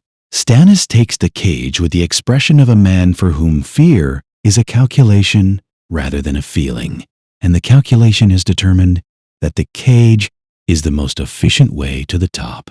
And that is the end of the question. The top of the wall is a platform of old ice, worn flat by boots and weather, with a wooden parapet on the north edge that does not look sufficient for what it is adjacent to. They look north. Jon says nothing for a while. He lets them look. The landscape to the north is the haunted forest, or was the haunted forest, which is the relevant distinction. It is still forest in the technical sense. The trees are there. The terrain is there. The distances are what they were. But something has happened to the quality of the air above it, or the light through it, or both, in a way that is difficult to specify. Patches of the forest are too still, not the stillness of an early morning in winter, which Robb knows, but a different stillness. The stillness of a held breath, the stillness of something waiting, rather than something resting. He looks for the shapes his mind is trying to resolve, at the far tree line, at the shadows that are slightly wrong. He finds something. He looks away from it because looking directly does not help, and looking obliquely from the peripheral eye lets it be what it is. Jon says, "They were there last night. They'll be there tonight. They come to the edge and stop. They've been doing this for 2 weeks, testing, measuring." He pauses. Sam calls it reconnaissance. Stannis says, "Numbers, unknown." Sam says the old texts describe them moving in something that functions like an army, but isn't structured like one. They don't use formations. They use mass. John's voice has the quality of a man who has been over this information many times and has arrived at a place beyond horror, in the territory where horror becomes a logistical problem because you cannot afford for it to remain horror. The whites are what you kill. What leads them? The others. There are fewer. Cold steel doesn't kill them. Dragonglass does. A pause. Valyrian steel does, we think. We've had one engagement that confirmed it. Stannis turns from the parapet. Dragonglass. Sam found caches. We've been making weapons. John's expression suggests this is the most optimistic thing he is going to say. And it is not very optimistic. The wall holds them for now. But the wall is not a solution. The wall is a door. And there are 600 miles of it. And I have less than 200 men. Robb looks at the wrong stillness in the forest below. He looks at it for a long time. He thinks about what he said to Davos in the wine cellar at White Harbor. What is the wall's next letter about? He thinks about the letter from Howland Reed's hall. The second paragraph, the smaller urgent hand. Whatever war you are fighting down there, it will not matter if the wall falls. He thinks about what Stannis said on the road. They trusted the Watch's assessment more than they trusted the Crown's indifference. He is a king fighting for his kingdom. He has been fighting for his kingdom since the twins, and everything he has built, the signal fires, the Manderley Alliance, Deepwood Moat, Winterfell recovered, Stannis beside him, has been built in service of that. The kingdom is the point. The kingdom is what people are fighting for, and dying for, and bending knees for. The thing in the forest below does not know about the kingdom. The thing in the forest does not know about the Red Wedding, or the Lannister gold, or the Bolton wardenship, or the question of whether 6 kingdoms or 7 is the more honest number. It knows about warmth. It knows about the living. It has an appetite that is not political, that cannot be negotiated with, that does not respond to the things kingdoms are made of. A fire in a house, standing in a flood. He has been putting out the fire. John, he says, still looking north. How long do we have before they move in force? I don't know, John says. The Rangers who have come back report the army growing. Something is organizing them. Something that wasn't there a year ago. He pauses. Winter helps them. We think. The cold, the further into winter we go, the more of them there are. Winter has begun. It began formally the morning Stannis arrived outside Winterfell. The first snow, the seasonal shift. It will not stop now. Months, Robb says, not years. Months, John agrees. Stannis goes below at midday to manage logistics with his commanders, which is where Stannis is useful, and which is also, Robb suspects, Stannis giving them the room. Stannis does things like this, removes himself at the moment when a private conversation is needed, not from sentiment, but from the calculation that what happens in the private conversation is more useful to everyone if he is not in it. Jon and Robb stand at the wall's edge in the cold. Jon speaks without preamble. He has been carrying it long enough that preamble is no longer the instinct. He does not sit down. He does not qualify. He begins with the Tower of Joy. He tells Robb what Howland Reed sent to Castle Black by Raven 6 weeks ago. Not a partial account, not a shaped suspicion, but the full weight of what Howland has been carrying since a tower in Dorne, given to Jon in writing because Howland was not going to come to the wall himself, and he had decided the time for silence was over. John speaks quietly. He has had weeks to process what it means, weeks of reading and rereading, of going over the pieces from different angles, of arriving at the conclusions the pieces require, and then going over them again to see if there is any other interpretation, and finding none. Lyanna Stark and Rhaegar Targaryen. Not kidnapping. Not what everyone was told. Not what the war was fought over. The other thing, which the war could not have survived knowing, which Ned could not have survived admitting, which required the specific form of silence that Ned Stark chose and kept until his death. Jon Snow, Lord Commander of the Night's Watch, born in a tower in Dorne, his mother's last words to his uncle asking for a promise that Ned spent the rest of his life honoring in the only way he could. Jon says his name, his actual name, the one in the documents Howland kept, which is in the letter. He says it once. He does not say it again. Robb stands at the wall's edge and looks north at the wrong stillness in the forest and listens to his brother, his half-brother, his cousin, the secret that was kept from everyone, including the secret subject.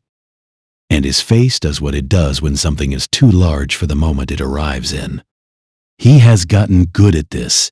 He hates that he has gotten good at this. When Jon finishes, there is a silence that is long enough to be real and not so long that it becomes its own statement. Robb turns from the parapet.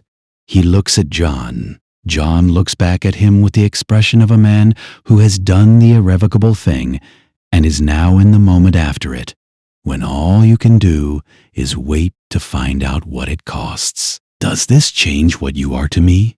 Robb says. Jon is quiet for a moment. "Only if you let it." Robb looks at him, looks at Ned Stark's gravity in Jon's face, and the other thing he could not identify earlier, and can identify now. The quality of a man who has found out that the life he understood himself to be living was not the life he was actually living, and has sat with that and arrived somewhere on the other side of it that is not bitterness. The cost of the arrival is visible. The arrival itself is real. Then it changes nothing. Robb says. Jon breathes out. One breath. Controlled. The breath of a man releasing something he has been holding for 6 weeks. "There is a thing this changes," Robb says. Jon looks at him. The succession, the claim. He says it carefully, not as a threat, not as an accusation, as a fact that exists whether or not they want it to. If Howland Reed's letter is what it says it is, then the claim you carry is... He does not finish the sentence. The sentence does not need finishing. "I know," Jon says. "Stannis knows something, or suspects something. I know that too. Then the question of what we do with it," Robb says, "is not a question we can defer." Jon looks north for a moment. Then he looks back at his brother. "No," he says, "it isn't." A pause. "But I can tell you what I want. For whatever it's worth." He holds Robb's gaze. "I don't want a throne. I want the wall held and the north alive, and the people in those abandoned villages to be able to go home." His voice is quiet and entirely certain. "That's all I want. You can do what you need to do with the rest of it." Robb studies him. He believes him. That is the most complicated part, that he believes him completely. That the statement has the quality of something that has been tested against the alternative and found to be true at the level where self-deception is no longer possible. Jon Snow has been offered something more consequential than the Night's Watch, and he is still standing at the wall. He does not know yet what to do with this. He knows he believes it. They are still on the wall when it begins. Not the full assault. Jon said full assault, and this is not that. This is something more deliberate and more controlled. which makes it worse in certain ways, because it has the quality of a demonstration rather than an attack. 2 points simultaneously: the gate tunnel directly below them and a section of wall 3 miles east where a rider has been sent to report. At the gate, sounds first. The sound of the animals in the stables, horses in the particular register of horses that are frightened in the way that goes below instinct, below training, into something older. Then silence, which is worse. Then the sounds of the watch's response, orders called, men moving, the specific rhythms of a garrison that has drilled this scenario enough times to move through it without the paralysis of surprise. Robb goes down with John, not with Stannis. Stannis stays at the wall's edge with the focused attention of a man converting what he is seeing into numbers, force estimates, angles of approach. What comes through the trees and the torchlight does not move the way living things move. That is the first thing. Not the appearance. He was prepared for an appearance by John's briefing, by the old texts Sam has compiled, by the descriptions of men who came back from beyond the wall with the specific quality of people who have seen something their vocabulary cannot fully accommodate. The appearance is what it is. What he was not prepared for is the movement, the way things that are not alive move through space with the mechanics of living things, the uncanny collision of form and function that should not coexist, that the eye keeps trying to resolve into something familiar and cannot. 45 minutes. He does not count them in real time. He counts them afterward, assembled from what he was aware of during it. The torchlight and the dark, the sounds of fighting from the tunnel and the wall's base. The specific cold that is not the cold of a November night in the north, but something underneath that. Something that has no name in the vocabularies of the living. He fights. His sword is useful in the way John said it would be useful, against the whites, not against what leads them. He fights, and he does not look away from what he is fighting, and he does not allow himself to process the full weight of what he is doing until the sun comes over the eastern horizon and the things withdraw. They withdraw as if the sun is a conclusion. He stands in the snow at the wall's base and breathes. Around him, his soldiers, John's brothers, the specific landscape of a fight that has ended. The dead on his side are 3. He does not know the names of 2 of them. He knows the name of the 3rd because he learned it on the road. He looks at the sun, at the wall, at the forest, where the wrongness has withdrawn into a wrongness that is now simply background. Stannis descends from the wall with the movements of a man who has not slept and does not intend to discuss this. He comes to stand beside Robb and John in the snow and looks at what remains of the night's demonstration for a long moment. He says, "The Iron Throne means nothing if there is no realm left to sit on." He says it with the flatness of a man revising every calculation he has ever made and finding the revision unavoidable. He says it without drama, which means he has already completed the calculation and is stating the result, and the result has been accepted internally before it is stated aloud. Stannis Baratheon does not say things he has not fully decided. He looks at Robb and John, standing side by side in the snow. "What do you need?" he says. Not, "What do you want?" Not, "What would help?" What do you need? As in, name the requirement and I will assess the capacity. The question of a man who has shifted from political engagement to logistics, because logistics is what the situation now requires. Robb looks at the forest. He looks at the wall above them. He looks at John. He thinks about Rickon in the Dreadfort. He thinks about Roose Bolton still in the field. He thinks about Winterfell recovered, and the North barely begun, and the letters from 40 houses that are still arriving, still committing to a war that was about sovereignty and succession, and now has to be about something else at the same time. He thinks about what it means to hold two things simultaneously, the war for the North and the war the Wall is fighting, and whether there is a man alive who can hold both without losing one. He thinks there is no choice. The choice removed itself from the table on the road up here, on the Wall's top at dawn looking north, 45 minutes ago in the snow. Time, Robb says. We need time. We need to finish the South quickly enough to come back here with something worth bringing. He looks at Stannis. Roose Bolton is still in the field. Ramsay has Rickon. The Lannisters are still on the throne. He pauses. We have to close all of it, fast, and then everything we have comes north. Stannis is quiet for a moment. Then we should not be standing here, he says. He turns and walks back toward Castle Black. Robb stands in the snow beside Jon, and they watch him go.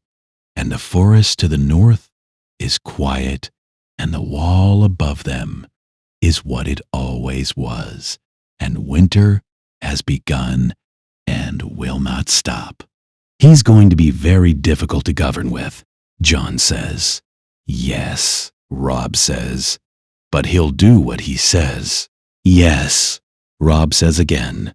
They stand in the snow for a moment longer, the two of them, the wall's shadow falling across them as the sun rises on the wrong side of it. Two men who grew up as brothers and are something more complicated now and have decided to be brothers anyway, which is the only decision that costs nothing and means everything.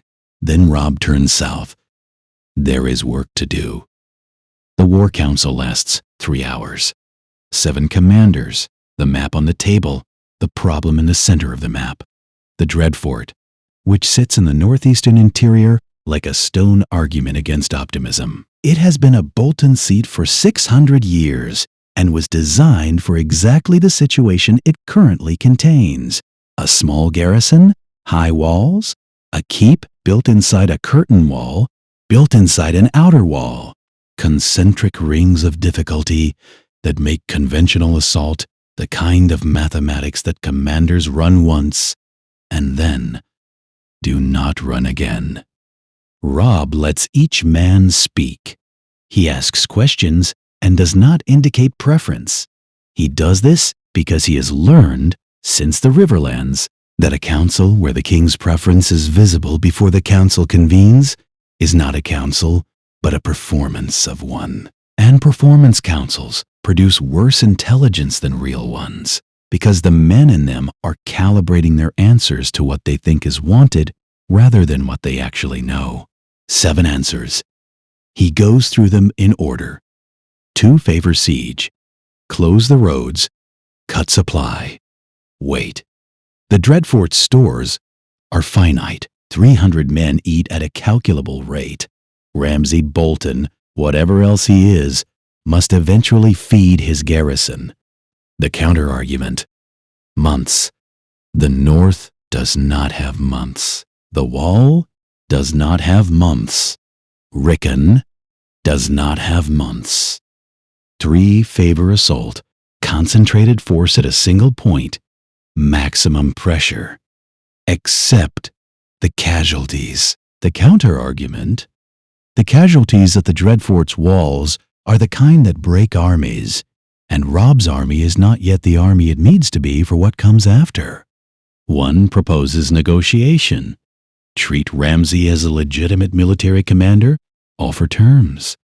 Exchange Rickon for guarantees.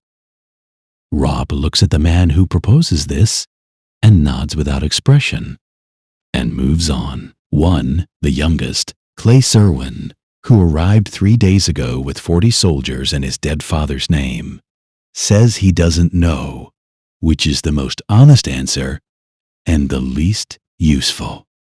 Robb thanks each of them.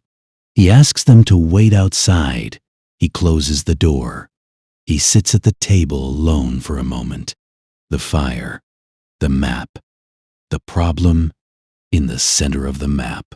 Then he opens the door and says Theon's name.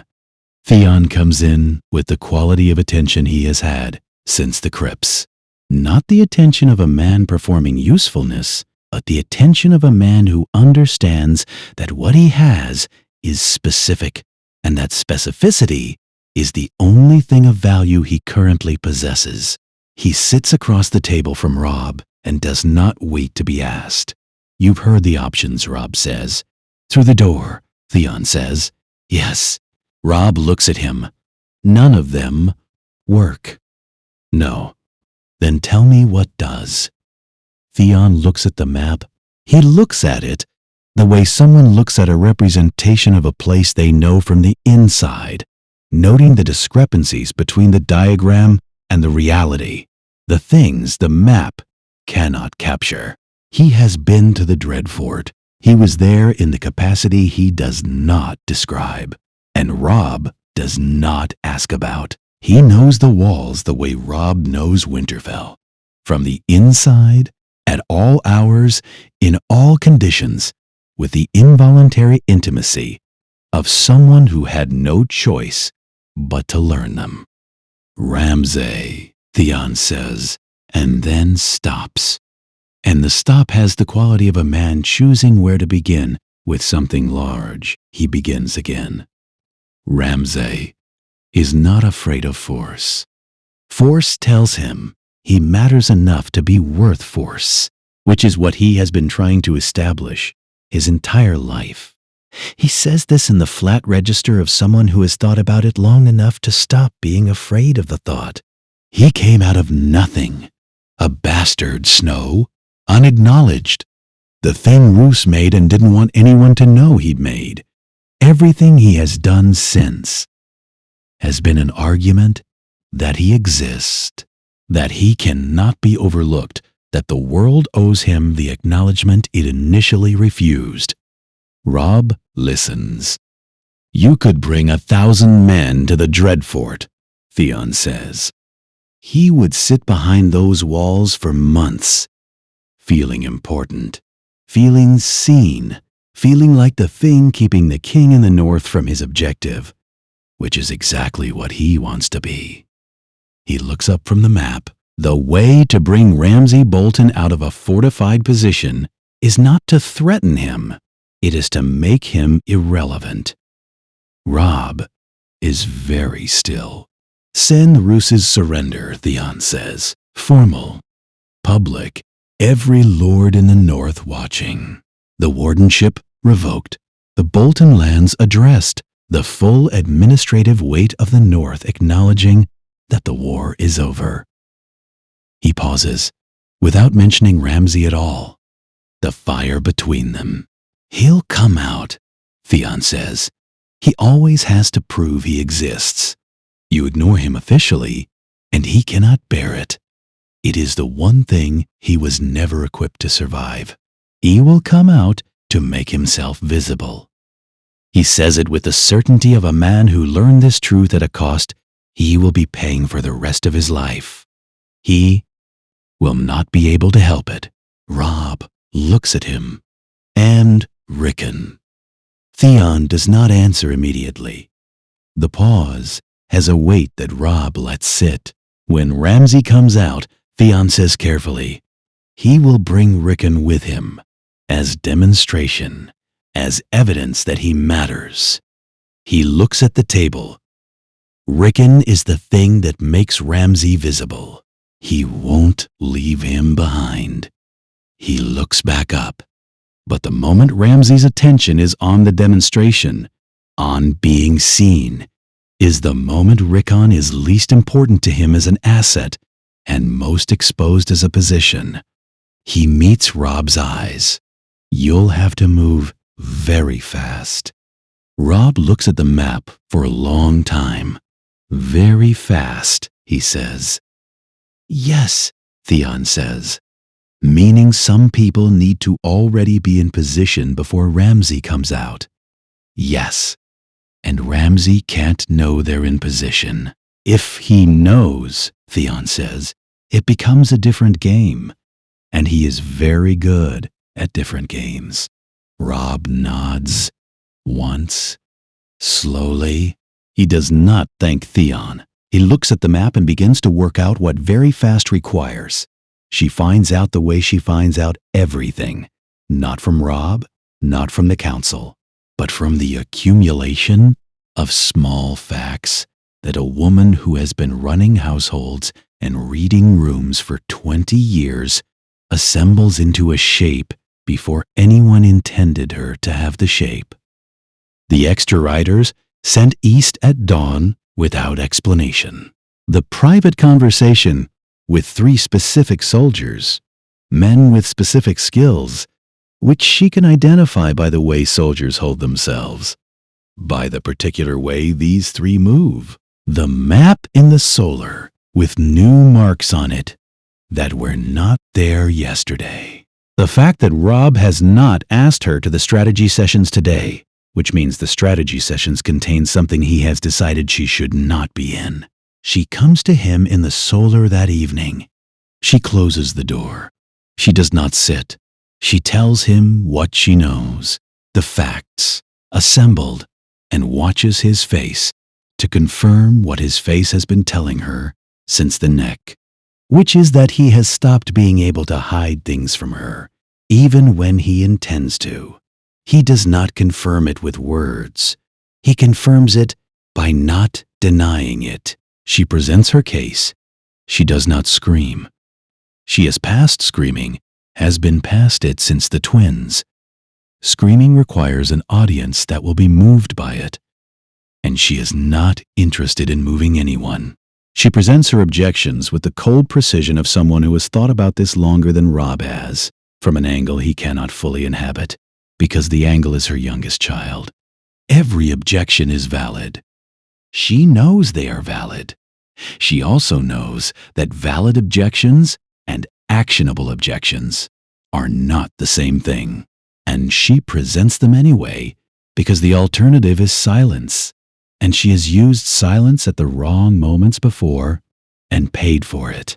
She says, Rickon is 6 years old. She says, the plan requires him to be in Ramsay's possession and in open ground simultaneously, which requires Ramsay to have made the decision to bring him before the rescue is in motion, which means the rescue is always one decision away from catastrophe. She says the soldiers Robb has sent east are good at what they do, but what they are being asked to do depends on a sequence of events that requires Ramsay Bolton to behave predictably, and Ramsay Bolton has never behaved predictably. She says there is no version of this plan where Rickon is not used as an instrument. When she finishes, Robb is quiet for a moment. He says, there is no version of this where Rickon is not at risk. There is only a version where I control the risk and a version where I don't. She looks at him. A siege takes months. Every month is a month Rickon spends in the Dreadfort with Ramsay, which is worse than the open ground. A frontal assault breaks on the walls, and Ramsay kills Rickon in the keep before we reach it, because Rickon is worth more to him dead than captured once the walls are breached. He says it without flinching. I have looked at every option. This is the one where Rickon is in danger for the shortest possible time. She looks at him for a long moment. Your father would never have done this, she says. Robb meets her eyes. No, he says. He wouldn't have. A beat, the fire, the snow outside the solar window, and he's dead, Robb says. The words land the way words land when they are both cruel and true, simultaneously.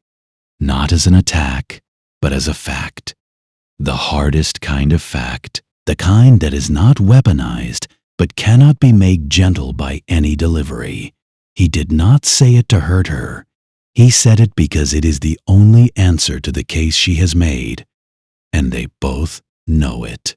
She looks at him with the expression she has been arriving at slowly since the twins, the expression she has not wanted to arrive at, the one that names what her son has become. Not a judgment, a recognition. She wants to say, I know that. She wants to say, I have known that since the twins, that your father's way costs everything. She wants to say, I understand the calculation. I have made the calculation. I would make the same calculation. She does not say any of it. She goes to the door. She stops with her hand on it. He's afraid of the dark, she says. Reckon he still sleeps with a candle. She says it not as argument, but as information, as the specific knowledge a mother has that a king does not. And she offers it the way you offer the only thing left to offer, plainly, without hope that it changes anything, because it doesn't change anything. And she knows it doesn't, and she says it anyway. She goes out. The great hall of Winterfell holds every northern lord who has arrived since the ravens flew. 41 houses represented, in full or in fraction. Some lords in person, some represented by stewards or castellans, some by the simple presence of soldiers wearing a sigil that announces a commitment. The hall smells of damp wool and tallow, and the specific human warmth of a large space with a large fire and too many bodies, the smell of a north in motion. Roose Bolton stands at the front of the room. He stands with the stillness that is his defining quality, the specific blankness of a man who has calculated what showing emotion costs and has decided it is never worth the price. He is stripped of the warden's chain, which was not ceremonial, but it is visible in its absence. He is dressed in his own colors, which he is permitted to keep. His life is guaranteed by Robb's word, which everyone in this room knows means it is guaranteed in the absolute sense, which means the guarantee costs Robb something, and everyone in this room knows that too. Robb reads the document. He reads it the way he reads everything publicly, clearly, at the pace of someone who wants it heard and understood, rather than rushed past. The language is formal and complete. The Bolton wardenship revoked by royal authority. The Bolton lands to be held in trust by the crown pending reassignment. The surrender accepted without condition. The life of Roose Bolton, son of Roderick, guaranteed under the law of the North. He reads every word of it. He reads the full name, the full title being revoked, the full accounting of what is being taken and what is being retained. He does not say the name Ramsay, not once, not in passing, not in the language about the Bolton holdings, which are described as the holdings of House Bolton without individual specificity, not in the clause about the garrison at the Dread Fort, which is described as the remaining Bolton forces without identifying their commander. Ramsay Bolton, in the formal surrender of his house, does not exist. Robb watches Roose Bolton's face as the document is read. There is the stillness, which is constant. There is the careful management of expression, which is also constant. And then, for the duration of, perhaps 2 seconds, the duration of the clause about the Dreadfort's garrison, something shifts in Roose Bolton's face that is not grief and is not fear, and is not the reaction of a man watching his power stripped away. It is something more like the exhale of a man who has been waiting for something and has not known whether it would come. Something that might be relief in the specific form that relief takes in a man who does not allow himself relief. The expression of a man who has been carrying a thing for a long time and has found, without expecting to, that someone else has taken the weight. Whatever Ramsay has become, Roose Bolton is not entirely surprised to see his son's name erased from history while he is still breathing. Robb files this. 3 days. 3 days of the North conducting itself as if the war is settled, the Bolton question resolved, the remaining business administrative rather than military. 3 days of Robb receiving lords and processing surrenders, and managing the logistics of a kingdom pulling itself back into a shape. 3 days of ravens sent and ravens received, and the ordinary work of a functioning seat. 3 days in which the name Ramsay Bolton is not spoken in any official capacity, in any record, in any communication from Winterfell's tower. 3 days in which 3 specific soldiers are east of Winterfell in position, waiting, which Robb knows and which only a handful of others know, and which Catelyn knows in the way she knows things. He has decided not to tell her. On the morning of the 4th day, a rider comes through Winterfell's gate. Not a herald, no flag, no formal livery display. No the performed dignity of an official envoy. A man in Bolton colors, which he is wearing in the way of someone who was told to wear them, and is not wearing them by choice, with the specific quality of directed movement of someone who has been instructed down to the detail. He dismounts in the yard with the careful balance of a man trying not to show that his hands are shaking. He is brought to the Solar. He hands Robb the letter. It is addressed to Robb Stark, king in the north, in a hand that is not Roos's. Larger, more pressured, the letters formed with the energy of someone who writes fast and hard and wants the weight of the hand to communicate the weight of the intention. The seal is a flayed man. Robb breaks it. He reads it. I have heard that the king in the north is coming. He should know that I keep a good table and an open door for any man brave enough to knock on it. If the king wishes to meet his brother, I would be a very poor host to refuse him that pleasure. Come to the Dreadfort. I'll put a light in the window. He sets the letter down. He looks at the servant. He told me to say something, the man says. He says it in the way of a person delivering a sentence that was put into his mouth by someone else, a sentence he would prefer not to be delivering, a sentence he is going to deliver, because the alternative was demonstrated to him before he left. He said, a swallow. The hands. He says he already named the wolf. The Solar is quiet. Robb looks at the letter. He looks at the servant. He looks at the Solar wall for a moment. He already named the wolf, which means Ramsay has had Shaggy Dog long enough to name him, which means Ramsay had time, which means the 3 days of official silence that were supposed to be invisible were not invisible, which means Ramsay knows the shape of the plan or suspects it, or has decided to make it his plan now, to make it a different game, on his terms, with Rickon as the piece that moves everything and a door already open that was supposed to take time to open. He does not show any of this. He looks at the servant.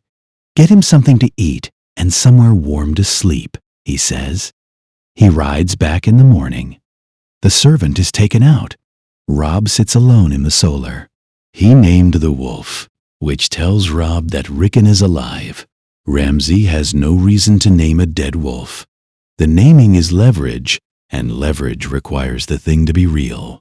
Rickon is alive, and the wolf is alive, and Ramsay is waiting with an open door. That is, not an open door. He is very good at different games. Robb picks up the pen. He begins to write. The plan does not change. The plan cannot change. The alternatives are worse, and Robb has looked at every alternative. But the plan has a variable it did not have 3 days ago. Ramsay is expecting it, which means very fast is no longer fast enough. Which means what Theon said, you'll have to move very fast, requires a different definition of fast than the one Robb was working with. He writes for an hour. He sends 4 ravens, all east, all to the same position, with the same instruction in different words. Then he goes to find Theon. The plain before the Dreadfort is flat and wide, and offers nowhere to hide, which is why the Dreadfort was built here. Robb stands at the front of his line, in the first gray light, and looks at the walls. 1,200 men behind him. The Manderley soldiers, the Bear Island fighters, the Serwyn and Hornwood contingents, the Umber 60, the various commitments that have been arriving since the Ravens flew, assembled into a force that is larger than anything he has commanded since the Riverlands, and represents every house that said yes instead of waiting. 1,200 men against 300 behind fortified walls, which should be straightforward, except that 300 men behind fortified walls are not 300 men in the open. And inside those walls is a 6-year-old boy and a man who has already demonstrated that he does not play the game other people are playing. The soldiers around him are quiet in the way soldiers are quiet before a thing begins. Not afraid. Exactly. Or not only afraid. The specific focused silence of people who have been told to be ready and are being ready, which requires a kind of concentration that crowds out everything else. Theon is at Winterfell. He sent him back yesterday, over Theon's objection, which Theon made once and did not repeat.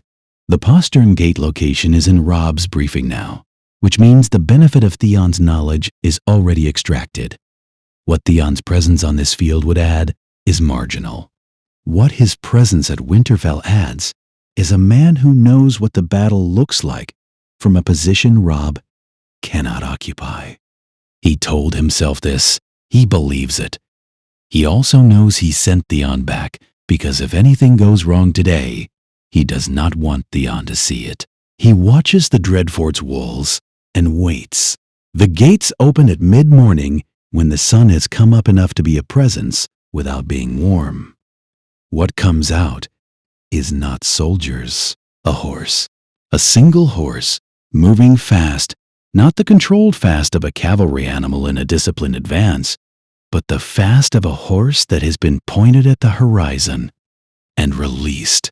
The full extension gallop of something running because the thing behind it is worse than the thing ahead. And on the horse, visible as the distance closes, a small figure with no armor and no weapon and no one beside him. Rickon. Robb sees it in the first second for exactly what it is. The construction is not subtle. Ramsay does not need it to be subtle. The trap works regardless of whether the target understands it, because it is not designed around deception. It is designed around love. You see your 6-year-old brother on a horse at full gallop running toward you, and there are two choices. Let him run in a straight line and wait to see whether an arrow finds him before he reaches you, or go out to meet him, which puts you in the open, which is where the arrows are, which is where Ramsay needs you to be. The trap requires love to function. The trap is designed for a specific kind of person. Ramsay has correctly identified what kind of person Robb Stark is. Robb turns to Clay Serwyn, on his left. "Tell everyone to hold," he says, "no matter what they see. No signals from me change that order. Only if the cavalry comes out." Serwyn looks at him, understands. "Yes, Your Grace." Robb rides out alone. The archers start when he clears his own line. Not at Rickon, at Robb, in the specific pattern of men who have been instructed to herd rather than kill, to move a target rather than stop it, because a dead Robb Stark is a defeat, and a controlled Robb Stark is leverage, and Ramsay Bolton understands the difference. The arrows come at angles designed to redirect, to funnel, to slow, and shift the approach. Robb reads the pattern in the first 3 shots and adjusts, which buys him perhaps 10 seconds before the pattern adjusts to him. He is a better horseman than most people who have observed him at war give him credit for, because the campaigns in the Riverlands were mostly infantry, and the field engagements were infantry problems, and cavalry was a tool rather than a practice. He was trained on horseback by the same man who trained John and his father's household, and that training surfaces now as pure muscle, preconscious, the body remembering what the mind does not have time to consult. He weaves. He drops low across the horse's neck on the third adjustment. An arrow finds the horse's shoulder. A graze, not a stop, and the horse stutters and recovers. Another finds the flank. He is close enough to see Rickon's face now, the small face of a child who is terrified and has been terrified for weeks and is riding toward his brother with the absolute focus of someone who has been told this is the direction of safety. He swings out and left, and the third arrow takes the horse through the neck. It goes down in the particular way of a horse that has been hit fatally, not immediately, not with the collapse of something that has simply stopped, but with the long, stumbling deceleration of a body that has not received the news yet.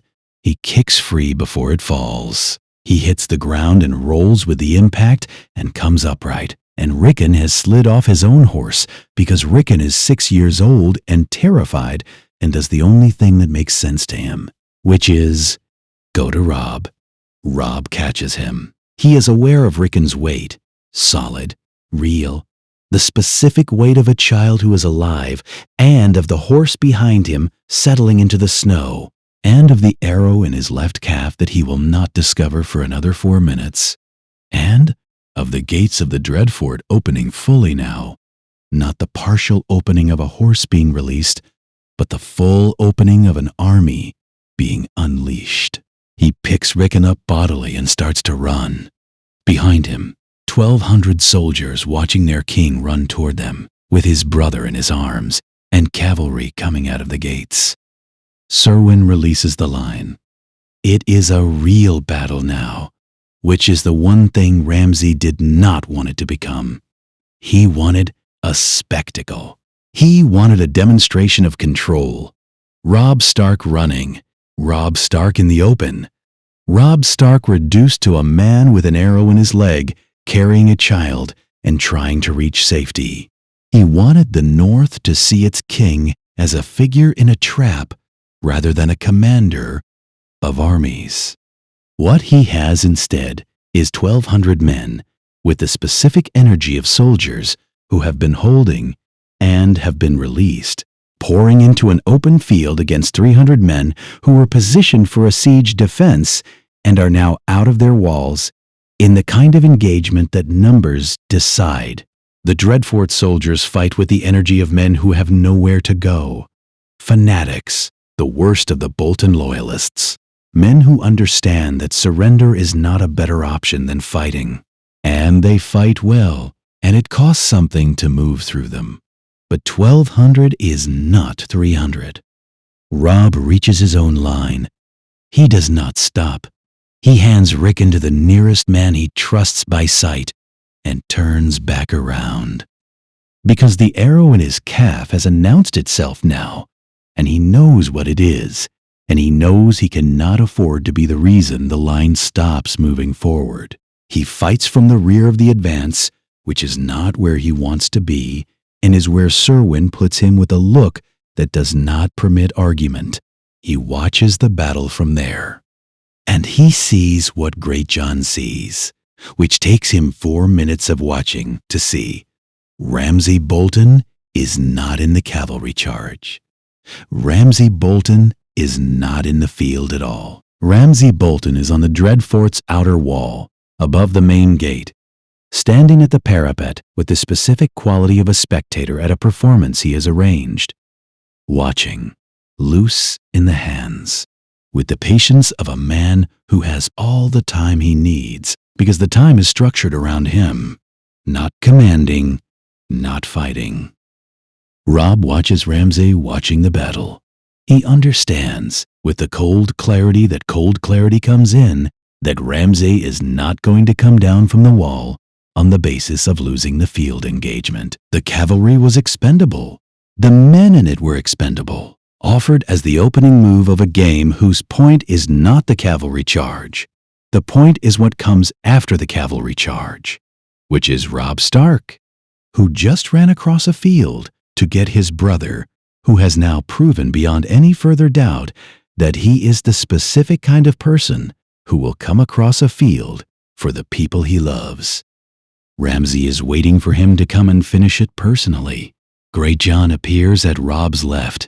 He has blood on his jaw, new blood, fresh, and the expression of a man who has just reached the same conclusion. He's waiting for someone to break through toward him, Greatjon says. He says it without judgment, as analysis. I know, Robb says.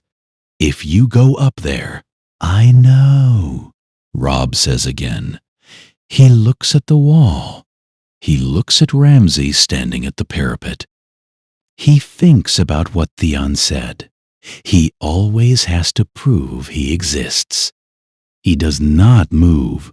The postern gate opens from inside. Nobody on the field sees it happen, because the postern gate is on the Dreadfort's northern face, and the battle is on the southern and eastern approaches, and there is nobody watching the northern face because there is nothing to watch on the northern face except stone and snow. Theon Greyjoy is not at Winterfell. He was at Winterfell until 3 hours before dawn, when he had a conversation with himself that lasted approximately the length of time it takes a man to decide that the order he was given was the order that would keep him safe, and that he does not want the order that keeps him safe.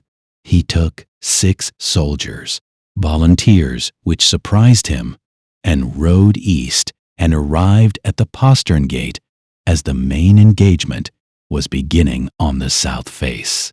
The gate was unguarded, exactly as he told Robb it would be. Ramsay pulled every available man to the walls when Robb's army appeared. Every man who was left. Theon goes through the postern gate with 6 men. The Dreadfort's interior is not empty. There are men here, household staff, and a thin garrison reserve. But the reserve is watching the battle from the inner walls, and the household staff is doing what household staff does during a battle, which is find somewhere small and quiet and wait. Theon moves through the castle with the specific navigation of a man who learned these corridors in the worst possible school and has not forgotten a single door. He finds the stairs to the outer wall. He goes up. What he is doing at the top of these stairs, approaching a man who has been the organizing principle of every nightmare he has had for a year and a half, is not done for Robb. He has thought about this, climbing the stairs, and been honest with himself about it. It is not for the north. It is not for Rickon, though. Rickon is the reason the battle is happening, and the reason the postern gate was left unguarded. It is not for the woman who is called Arya Stark, and is Jane Poole, who is at Winterfell recovering in a room that is finally warm, though she is part of what these stairs mean. It is done for the man Theon Greyjoy was before the Dreadfort, and the man Theon Greyjoy has been since, and the specific gap between those 2 men that only one kind of ending can address. Not redemption. He is not fool enough to believe in redemption at this particular point in his life. Something more functional than redemption. The closing of a thing. He comes through the door onto the outer wall. Ramsay is 20 feet away, watching the battle below, loose in the hands, smiling at something only he can see. He hears the door, but does not turn immediately, because turning quickly acknowledges threat, and acknowledging threat is not the posture Ramsay maintains. Then he turns. He sees Theon, The expression on Ramsay Bolton's face in the moment he sees Theon Greyjoy coming across the wall toward him is not what Theon expected. He expected rage. He expected the particular bright engagement that Ramsay displays when something has his full attention. He expected performance. He gets something smaller and more honest. The specific expression of a man who has planned for every contingency and has encountered the one he did not plan for because he did not believe it was possible, because Theon Greyjoy was not supposed to be capable of this specific action. He did not plan for Theon Greyjoy to have rebuilt himself far enough to walk up these stairs. Theon does not hesitate, because hesitating is the thing Ramsay would be waiting for, the opening he would use, the moment in which Ramsay's speed and his remaining capacity for full violence would close the gap. Theon has one chance. He takes it. He takes it not cleanly. He is not the swordsman he was. The injuries have changed what he can do and how he can do it, and the 6 men with him are not ceremonial. But he takes it with the specific resolution of a man who has decided this is the ending. And the resolution is enough. And the wall of the Dreadfort is narrow, and the drop on one side is long. He is against the outer wall, with his leg dressed in field linen, and Rickon asleep against his side. The dressing is Serwyn's work, quick and functional, the field surgery of a man who has been doing this since the Riverlands and has no patience for soldiers who pretend they haven't been hit. The arrow is out. The wound is clean enough for now. He will deal with the consequences of it later, which is the same thing he has been saying about various consequences since the twins, and has so far been correct about. Rickon fell asleep between one breath and the next, in the way of children whose bodies have been running on emergency reserves and finally stopped needing to. He is pressed against Robb's right side with the boneless weight of a sleeping child, and Robb has one arm around him and is sitting very still because Rickon is sleeping, and the silence is a thing he will not disturb. Around them, the field being cleared, the sounds of an engagement concluded, not the sounds of war, but the sounds of its aftermath, which are different in quality, less urgent, the sounds of inventory and care. The Dreadfort's gates stand open. Inside, he can hear his men moving through the castle with the controlled efficiency of people who have done this before. Great John approaches. He comes from the direction of the wall, which tells Robb the direction the information is from before the information arrives. He stops in front of Robb and looks at him with the expression of a man delivering a thing he is not certain of the reception of. Robb looks up at him. Theon. Great John's jaw moves. The scar tightens. Alive, he says, barely. Robb closes his eyes. He keeps them closed for a moment. He is doing the thing he does when something is too large for the moment, holding it still, looking at it from inside the closed dark, letting it be what it is before he has to have a face about it. When he opens his eyes, Rickon is awake. Children wake the way they fall asleep, without transition, present immediately, the dream and the waking, separated by nothing. Rickon is looking at Robb with the specific attention of someone who has had a very long time to construct the image of this moment, and is now comparing the image to the reality, and finding, in the way that important things are always both smaller and larger than their images, that the reality contains things the image didn't. He looks like Bran, a little. He looks like their father, a little. He looks like himself, which is the thing you cannot construct from descriptions, the specific quality of a person that belongs only to them. He has their father's eyes. Robb has not looked into their father's eyes since the plaza at Baelor, and the weight of seeing them in a small face on a battlefield outside the Dreadfort arrives without warning, which is how the important things arrive. I need to ask you something, Robb says. About where you've been. Rickon looks at him with the serious attention of a 6-year-old who understands that the question is a serious question. I know, he says. She told me you'd come. Robb looks at him. Who told you? Rickon says a name.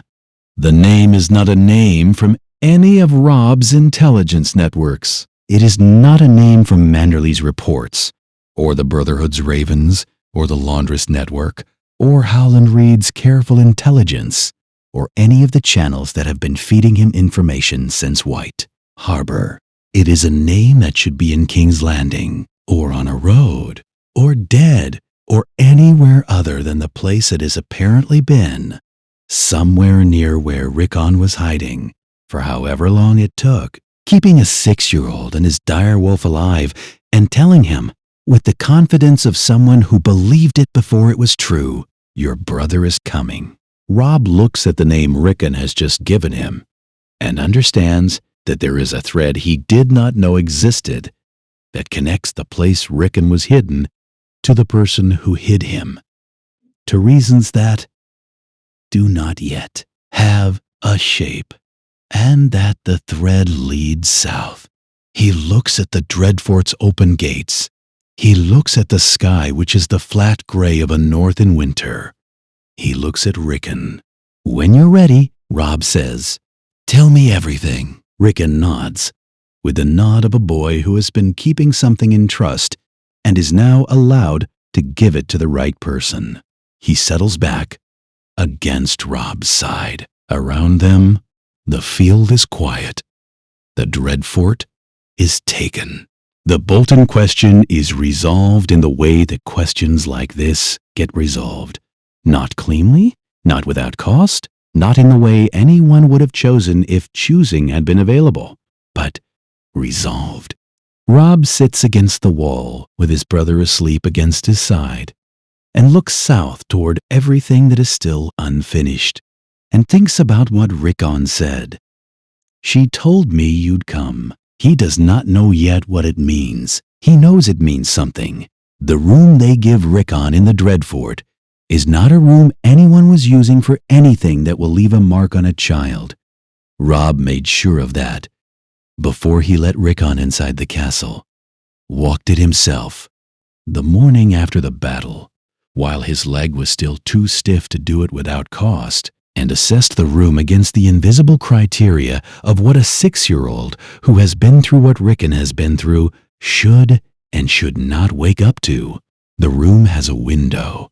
The window faces east. He asked for a candle to be kept burning. He sits across from Rickon on the 3rd day, not the 1st day.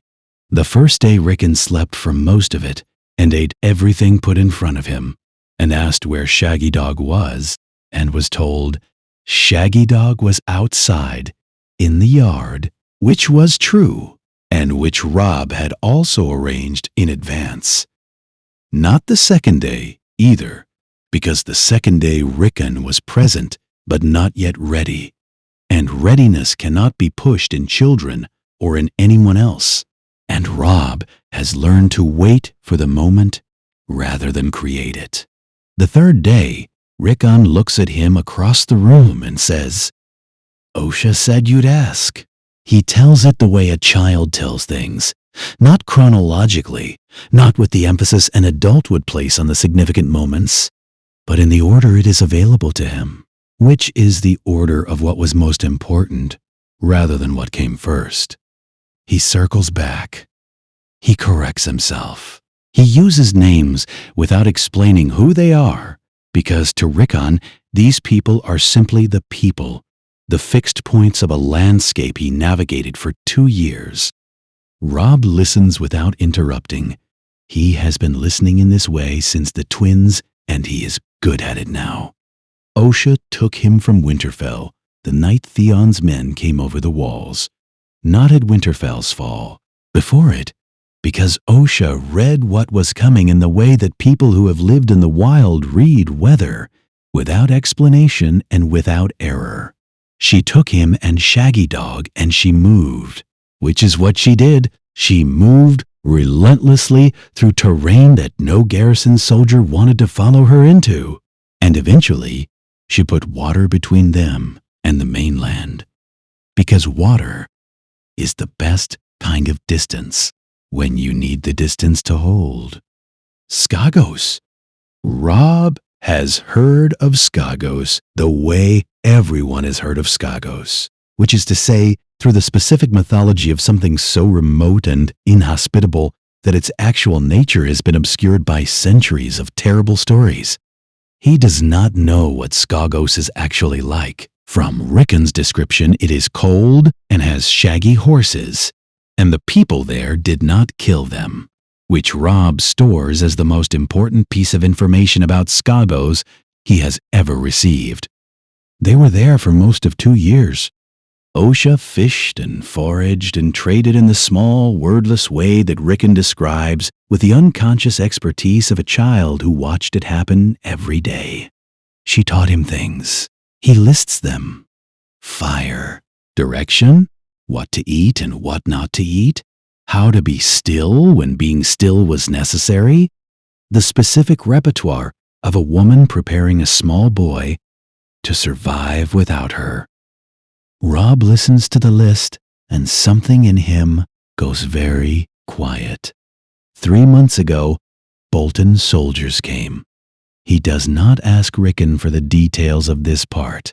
Rickon gives him some of them anyway, because children do not always know which parts the adult wants them to stop at, and Robb lets him give what he gives and does not ask for more.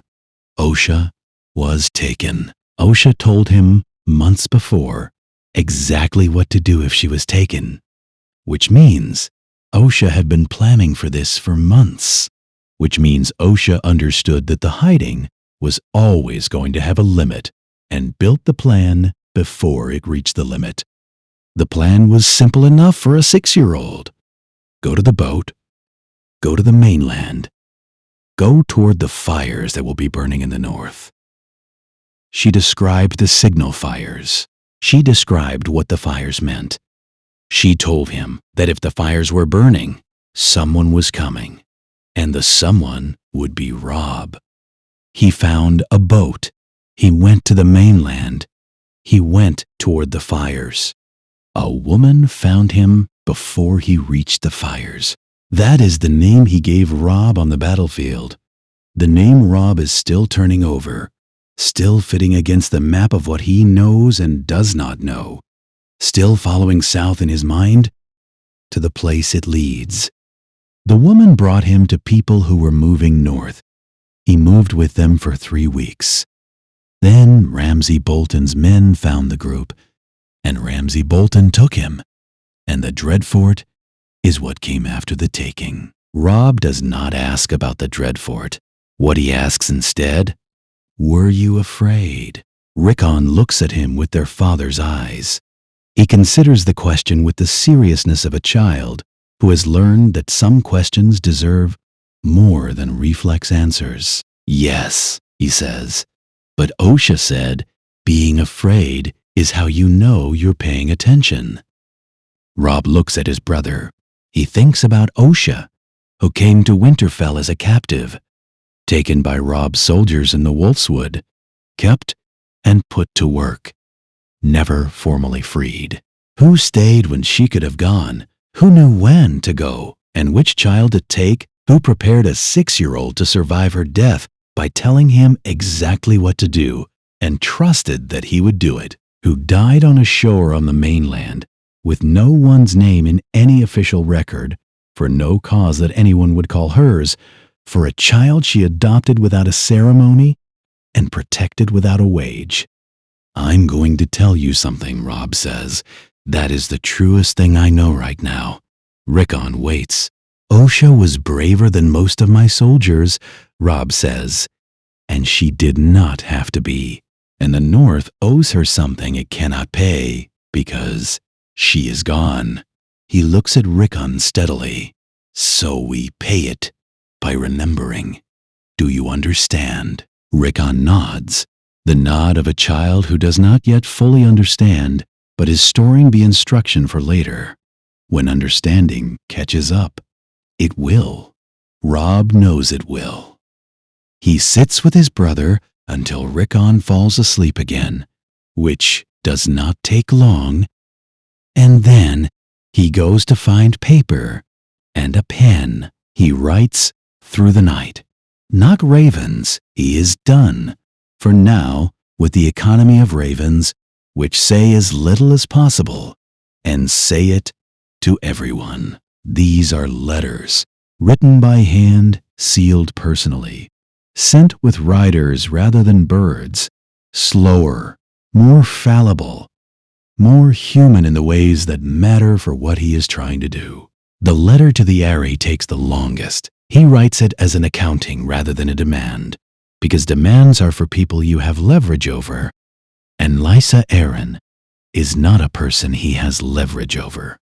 She is a person he needs to understand the situation fully enough to make her own decision, because a decision made in possession of all the relevant facts is more durable than one made under pressure. He tells her what has happened in the north, the campaign, the recovered castle, the Bolton question resolved, the Stannis alliance, the Wall's situation. He does not ask for anything specific. He asks only that she reads it and considers what a north that has survived what it has survived means for the Vale's safety and the Vale's future. He writes a sentence about Sansa and then removes it. It is not the right letter for that sentence. He files it for later. The Dorne letter is shorter. Dornish neutrality is worth pursuing not because Dorne is an ally he expects to secure, but because Dorne is a kingdom that has its own quarrel with the Lannisters and its own timeline for that quarrel.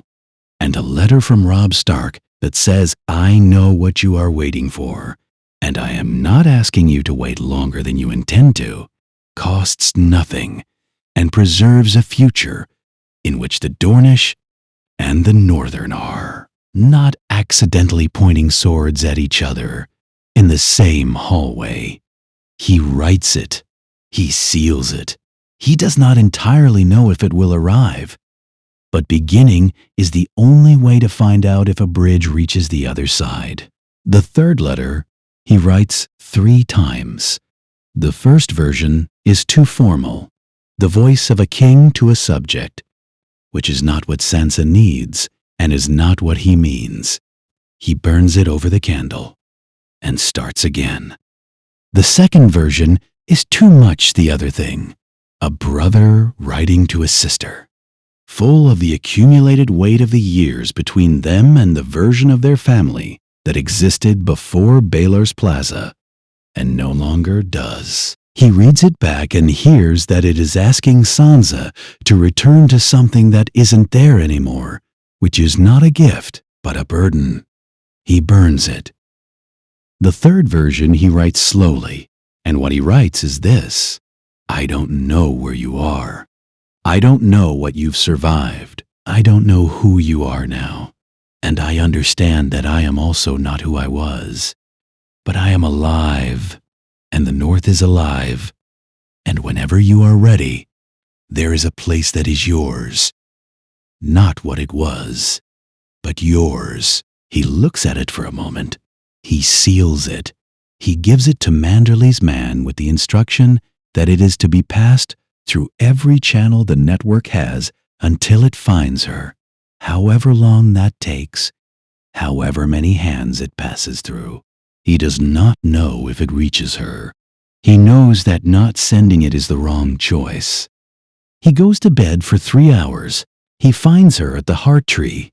The Dreadfort has a godswood, not Winterfell's, not the ancient deep space of a sacred place tended for centuries, but the functional godswood of a house that maintains the old forms while remaining, as most things in the Dreadfort are, oriented toward utility.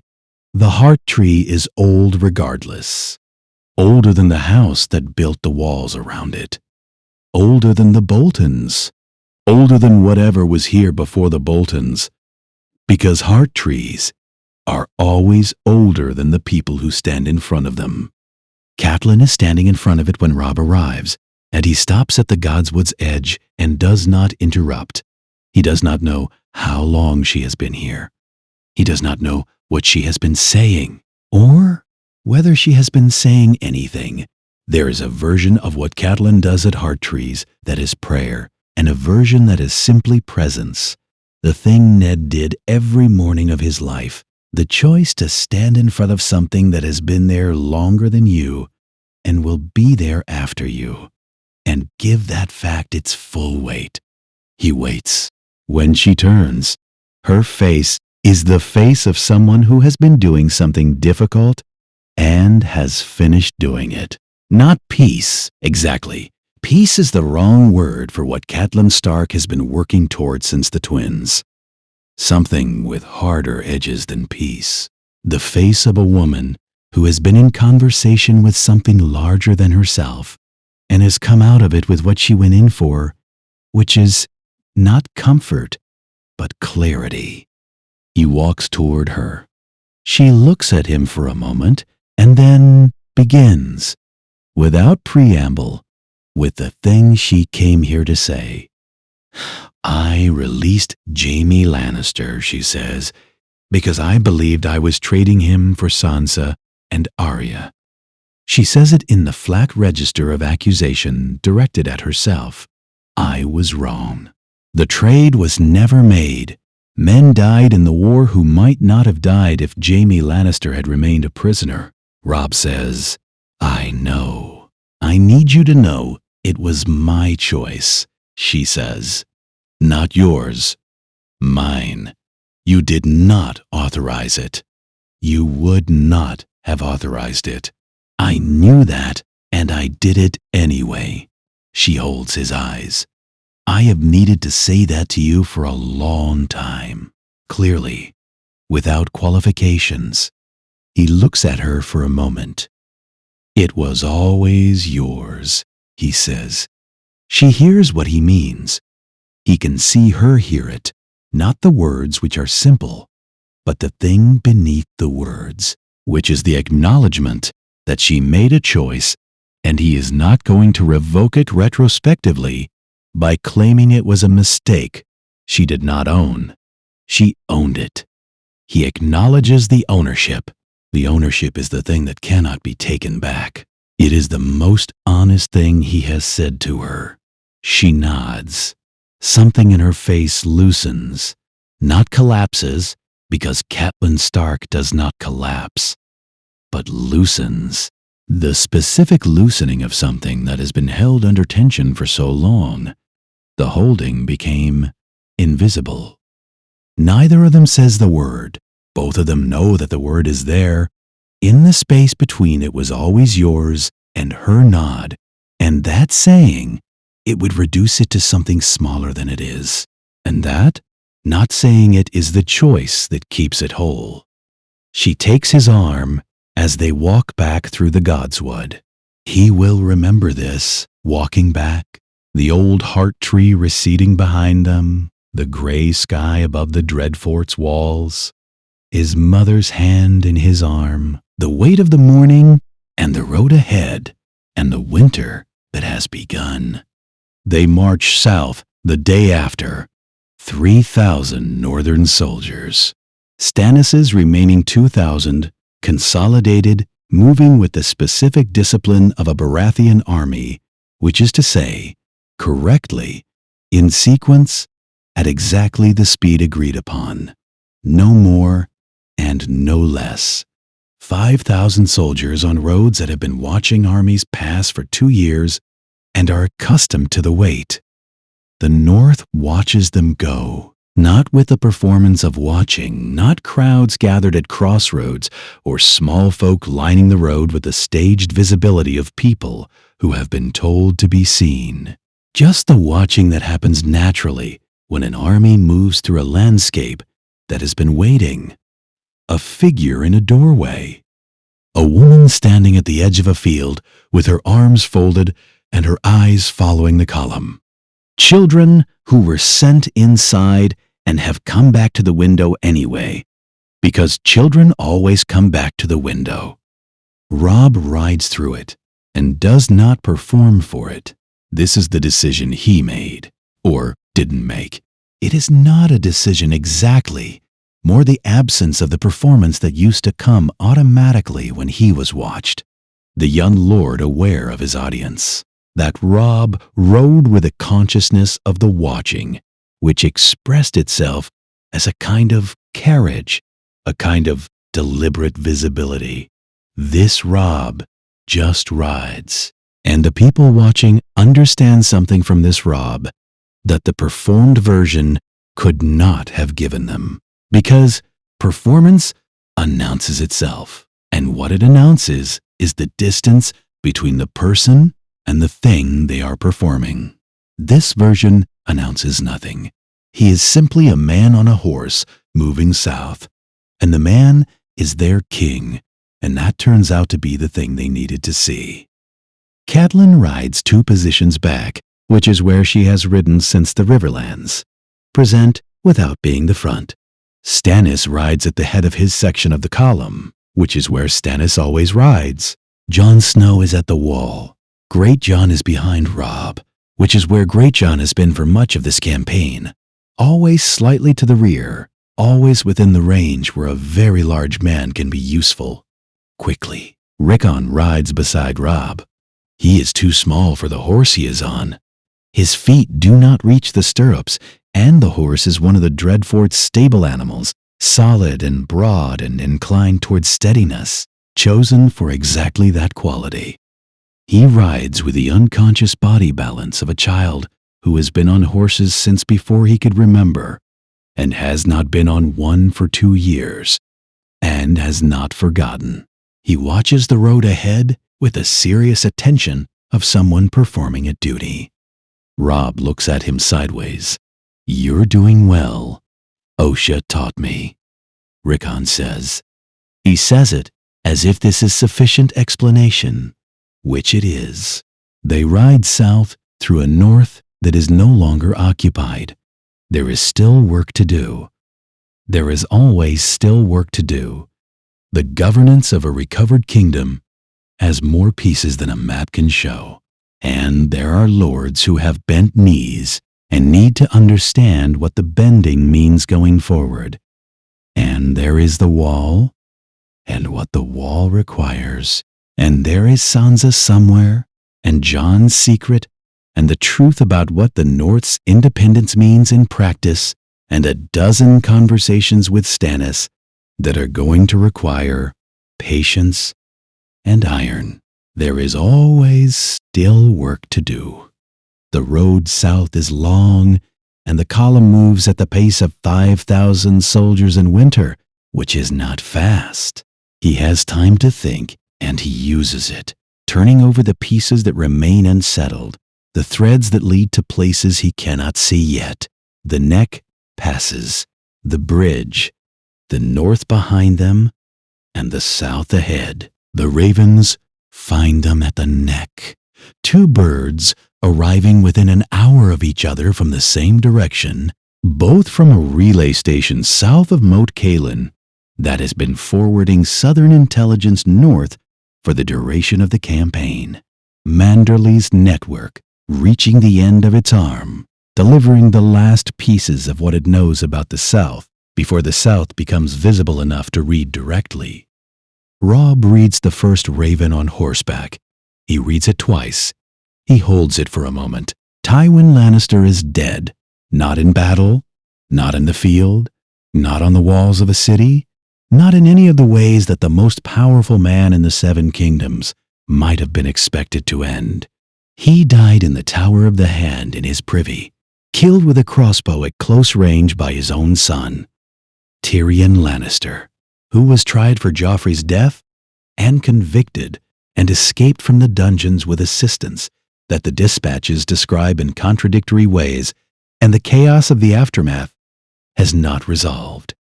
He reads the second raven. King's Landing is in chaos. Cersei Lannister has convened the Regency Council and taken the Regency, and is ruling through Tommen with the specific fragility of a woman whose power has always been borrowed from a man, and who is now borrowing it from a boy.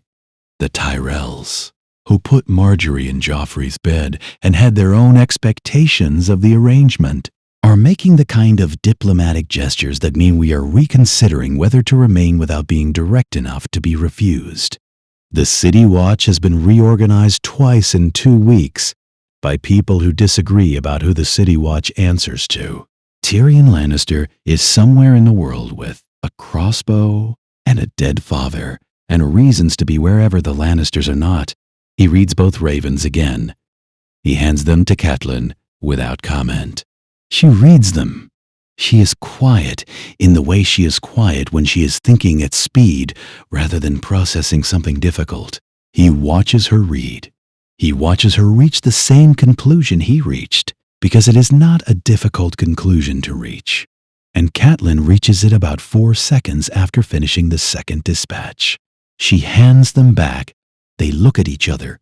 He looks south at the road, which runs from the Neck through the length of the kingdom to King's Landing, where the Iron Throne sits in a hall that belongs to a dynasty that authorized the murder of his household at a feast, where Sansa is somewhere near, where the war has been waiting for him to be capable of bringing it. Now, he says, just that, one word, quiet, addressed to the road and the distance, and the specific moment in which all the pieces that have been in motion simultaneously have aligned into the only configuration that permits the next thing.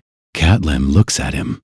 Now, he says again, and turns his horse south and rides. King's Landing smells the way large cities smell when they are afraid. The ordinary smell of too many people in a small space, sharpened by something underneath it, something animal and specific. Robb has smelled it before, outside besieged positions, outside castles where the garrison has been in too long. The city is not besieged. His army is 3 miles south, on the King's Road, deliberately, visibly, 3 miles away, which is a different kind of pressure than a siege, and in some ways, more effective. A siege says, "We are going to destroy you."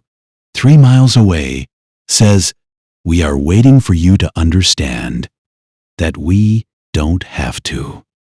5,000 soldiers, the Northern Army plus Stannis' consolidated forces, plus the commitments that have been joining the column since the march south began.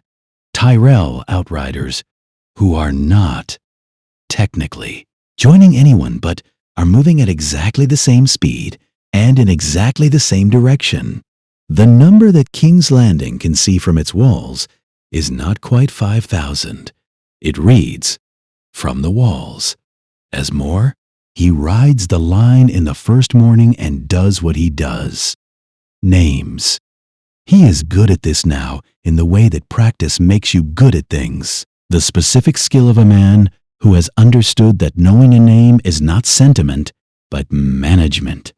People fight differently for a commander who knows their name, not because it flatters them, but because it tells them they are visible, that they are counted, that if they die, the right people will know what was lost.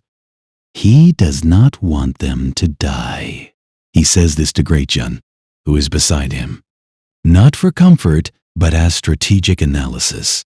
He does not want to storm this city, and he intends to say so publicly.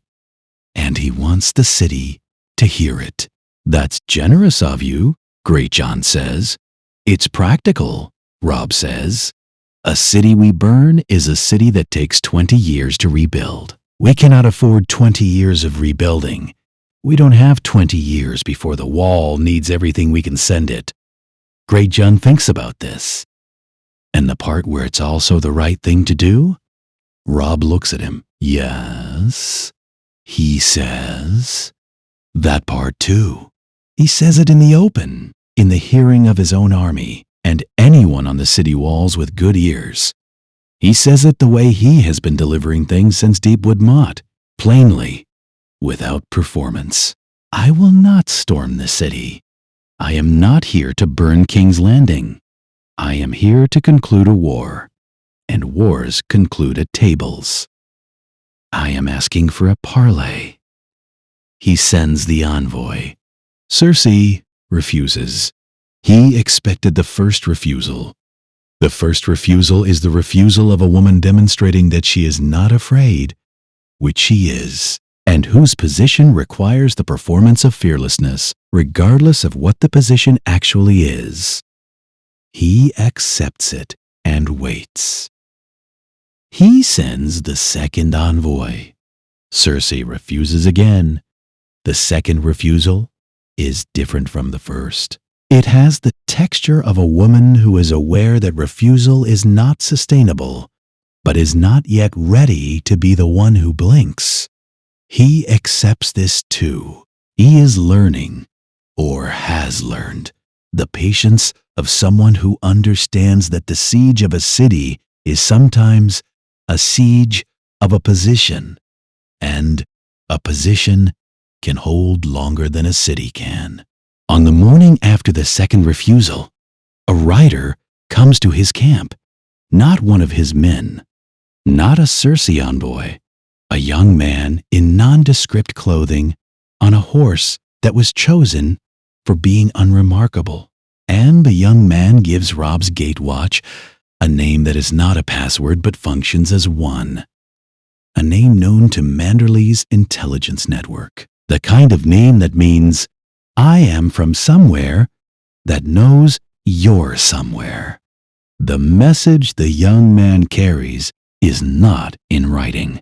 It is memorized and delivered word for word in a practiced cadence, the cadence of someone reciting rather than speaking, which is how messages move through channels that cannot afford to be intercepted. It says, the Queen Regent's position in this city is not as strong as her refusals suggest. Come to the city gate at dawn. Come with one man. Ask for Marjorie, not Cersei. He looks at his counsel. She's been waiting for this. She might be a trap, Davos says. He has been traveling with the column since the march south began, which happened because Stannis goes where his army goes, and Davos goes where Stannis goes, and also because Davos has become the kind of person Robb wants in his council, on the basis of the wine cellar, conversation, and several subsequent ones. She's probably not a trap, Robb says. A trap requires Cersei to know about it. And if Cersei knew about it, the message would not be asking for Marjorie. That logic holds only if Cersei and Marjorie are genuinely opposed.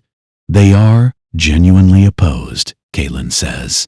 She has been listening from the end of the table. They have been genuinely opposed since Marjorie arrived in this city. The only question was, which one of them would recognize the opportunity first? She looks at Robb. Go. He goes. She is at the city gate before dawn. She comes without ceremony, no Tyrell guards in livery, no household knights, no retinue that announces her arrival. She comes with one woman, older, the kind of attendant whose function is precisely to be uninteresting. And she stands at the gate in gray wool that is entirely unlike anything Robb's intelligence network described her wearing, and looks at him with the specific attention of someone who has been preparing for this conversation. She is more interesting than the description. This is the thing the network's intelligence could not convey, the quality of the attention, which is the quality of a person who has been in rooms where everything mattered and has learned to read everything accordingly. She looks at Robb the way Manderley looked at him in White Harbor, calibrating, adjusting the prepared version against the actual version, deciding quickly what the difference requires of her. She says, "You are shorter than the stories." People keep saying that, Robb says. People who have not met you say it. People who have met you stop saying it. She looks at him steadily. Shall we? They walk along the wall's edge in the gray dawn while the city begins its waking around them. She talks the way she clearly talks, efficiently, in sequences, without the hedging and indirection that much political communication uses to preserve deniability. She is giving him information, and she is doing it because she has decided this conversation benefits her, and she is not interested in pretending otherwise. She tells him the shape of things inside the Red Keep, Cersei's position, genuine within the small council, fragile everywhere else. The lords who support her do so because she is the current power, and the current power is the thing that protects their interests. Not because of loyalty that would survive a significant change in the current power's status. The Lannister soldiers in the city are fewer than the numbers Cersei has been presenting to the council. She has been double counting some of the Tyrell forces who arrived with Margaery's marriage party and have not in fact answered to her for several months. The Tyrell position, Margaery says this with the neutrality of someone discussing the weather. The Tyrells are in King's Landing because being in King's Landing was supposed to put the Queen's crown on her head and the grain contracts in her house's hands. Joffrey is dead. Tommen is 8 years old. The Queen's crown is technically on her head and technically meaningless, and the grain contracts are being contested by the crown's accountants. Her house's investment in the current arrangement is negative. You want the North's independence, Margaery says. Stannis wants the throne. My family wants the Queen's crown formalized and the grain contracts honored. She walks another 10 steps. These things are not in conflict. They require a settlement, which is not the same thing as one side winning. And Cersei, Robb says, Cersei wants her children safe and her house's name intact. A pause. She also wants to win.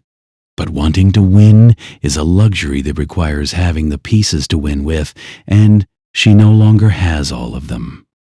She glances at him sidelong. She is not the problem she thinks she is. She is the last piece of a problem that has been dismantling itself since Tywin died. They stop at the corner of the wall. She looks at him directly. There is a settlement in this city. I have been preparing it for 2 months. I need someone to bring it to the table who has enough force to make Cersei's remaining allies accept what Cersei herself will not ask for. You need me to be the thing she cannot refuse, Robb says. Yes, and in exchange. Tyrell grain for the wall, she says. For 3 years, Northern independence recognized by the new crown, the Queen's crown formalized. A beat, and the Stark girl released from her position as ward. She watches him. He says, "Where is she?"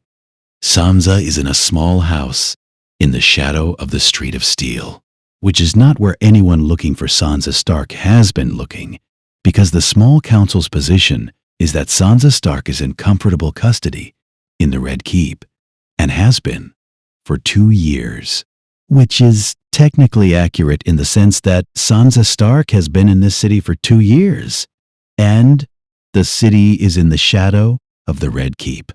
She has been managing this technicality with the specific skill of a person who has learned, at significant cost, that precision of language is armor. Robb comes to her without announcement. Margaery's woman leads him through streets that are empty enough in the pre-dawn gray to be navigable without being seen, and the small house has a door that opens before he knocks on it.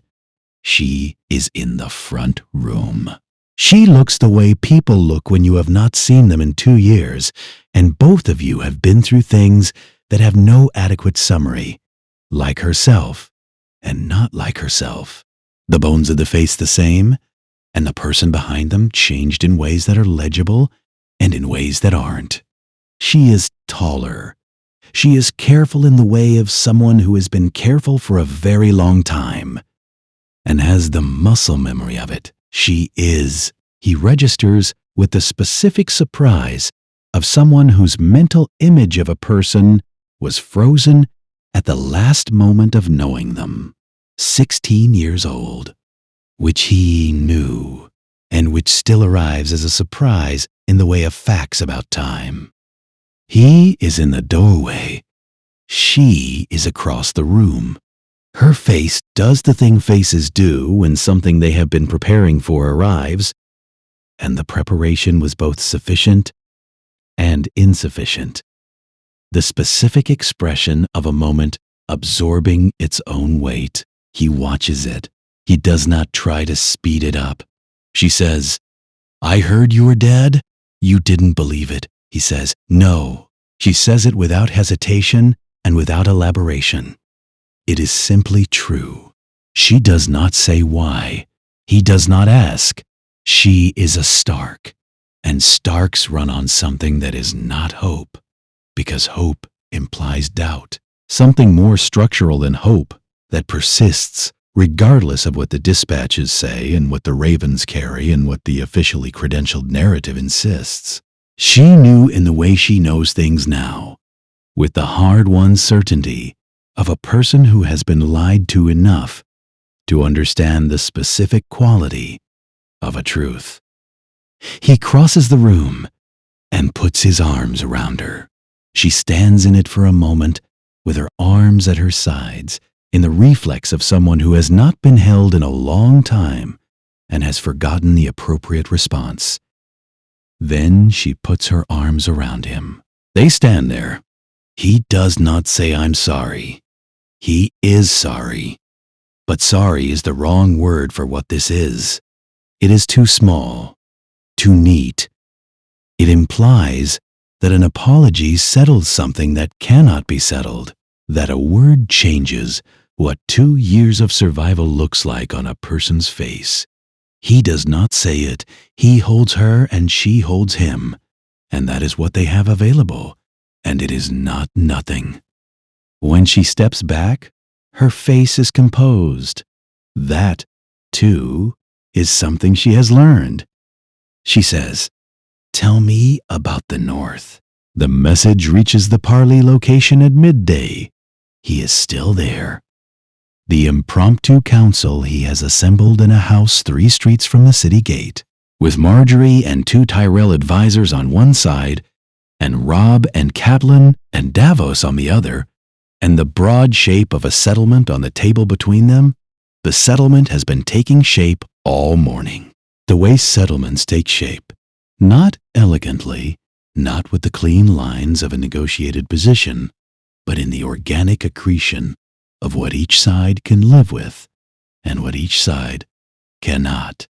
Tested and adjusted and tested again. A rider comes for Stannis's man. The Stannis man reads it, looks at Robb, and hands it across the table. It is Cersei's seal. Robb breaks it. He reads it. He reads it again. The offer is this. Tommen Baratheon will abdicate the Iron Throne, formally, in writing, with all appropriate witnesses and legal instruments. In exchange, Cersei Lannister's life, Jaime Lannister's life, safe passage to Casterly Rock, and the governance of the Westerlands, which is Lannister ancestral territory, and which the offer carefully argues is more properly Lannister than Baratheon in any case. The offer is addressed to Stannis Baratheon, not to Robb, not to the Northern King, not to the king in the north, not to the man whose family was murdered at the Red Wedding and whose claim to grievance against this woman is the specific personal kind that sits differently in the chest than strategic conflict. It is addressed to Stannis because Cersei Lannister is a Lannister, and Lannisters study their counterparties, and she understands exactly what Stannis wants and is gambling that he wants it more than he wants to. Pursue her. Robb sets the letter on the table. Marjorie reads it across from him. Her expression does not change. He has been watching Marjorie Tyrell all morning, and her expression does not change. When things happen, it adjusts. The way a compass adjusts to magnetic north, reorienting smoothly toward the new information without acknowledging the adjustment. He looks at her. "Did you know about this?" "I knew it was coming," she says. "I did not know the timing, and you sat on it. I am sitting with it now." She meets his eyes steadily. The question it raises is not mine to answer. Half an hour later, a second writer. This one from Stannis's camp. The message is brief and in Stannis's angular hand. "Your call. 2 words. Nothing else. Not a recommendation. Not a hint. Not the working out of the calculation on the page, which Stannis has clearly done and Robb knows Stannis has done. Stannis does not send 2-word messages to people whose judgment he does not trust. He sends the offer to Robb and calls it Robb's call, which is either an abdication of Stannis's authority or a very deliberate statement about where Stannis believes the decision belongs. Robb holds both letters. He holds them for a long time. The table is quiet. Catelyn is at his left, reading nothing because she is reading him. Sansa, who came to the parley location an hour ago and has been present and silent since, is at the window, looking at the street. Marjorie has her hands folded and her face composed, and is waiting with the patience of someone who has been waiting for a very long time and knows how. He thinks about his father. He thinks about the plaza at Baelor, not the moment, which he has been not thinking about for 2 years, but the choice that preceded the moment. The choice Ned Stark made because it was the correct choice according to the principles his father had built his life around. Mercy. Justice. The law applied without exception. The world as it should be, rather than the world as it is. And the world as it is, which found the price of his father's principles and paid it, and left a vacancy that Robb has been filling with a different set of tools. He thinks about the village woman sitting in her doorway after he rode through on the road north. He thinks about Catelyn at the ford in the rain. He thinks about Theon on the Dreadfort's wall. He thinks about a girl in a room that is finally warm for the first time in months. He thinks about Rickon's face when he said Osha's name. He looks up. Sansa is no longer at the window. She is at the table. She has moved quietly and is standing beside him, looking at the letters in his hands. He looks at her, and she looks at the letters, and he turns them slightly so she can read them, which she does, both of them in silence. She hands them back. He says, "What would you do?" She is quiet for a moment, not the quiet of someone thinking, the quiet of someone who has the answer and is deciding how to give it. Then she says, "Father would have offered mercy." She looks at the letters and then at him, and it killed him. The silence in the room. "But you're not father," she says. She says it without judgment, without the weight of expectation in either direction. She is not telling him which way to go.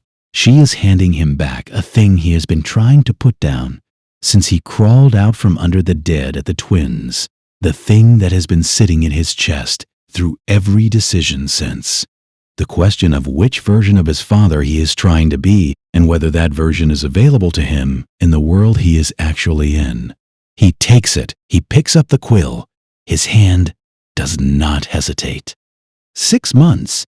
The snow is deep enough now to change the sound of Winterfell, the way the castle's usual acoustics flatten under the accumulated weight of winter, the echoes that have always bounced between the drum towers going shorter and softer, the world inside the walls becoming quieter as the world outside becomes more insistent. He has been listening to Winterfell in winter his whole life, the specific register of a place that was built for exactly this, and it still manages to be new every time. Winter is always larger than memory holds it. He sits in the God's Wood beside the pool. The hot springs keep the pool from freezing, which is one of the small miracles of Winterfell that he stopped noticing as a child and has been noticing again since he came back. The water steams in the cold air. The heart tree's reflection is in it, the carved face looking up from the water, the two faces, carved stone above, reflected below, separated by the surface. He comes here in the mornings now, the way his father came here. Not for the same reasons. He does not know fully what his father's reasons were, and it seems too late to ask, and too soon to stop wondering.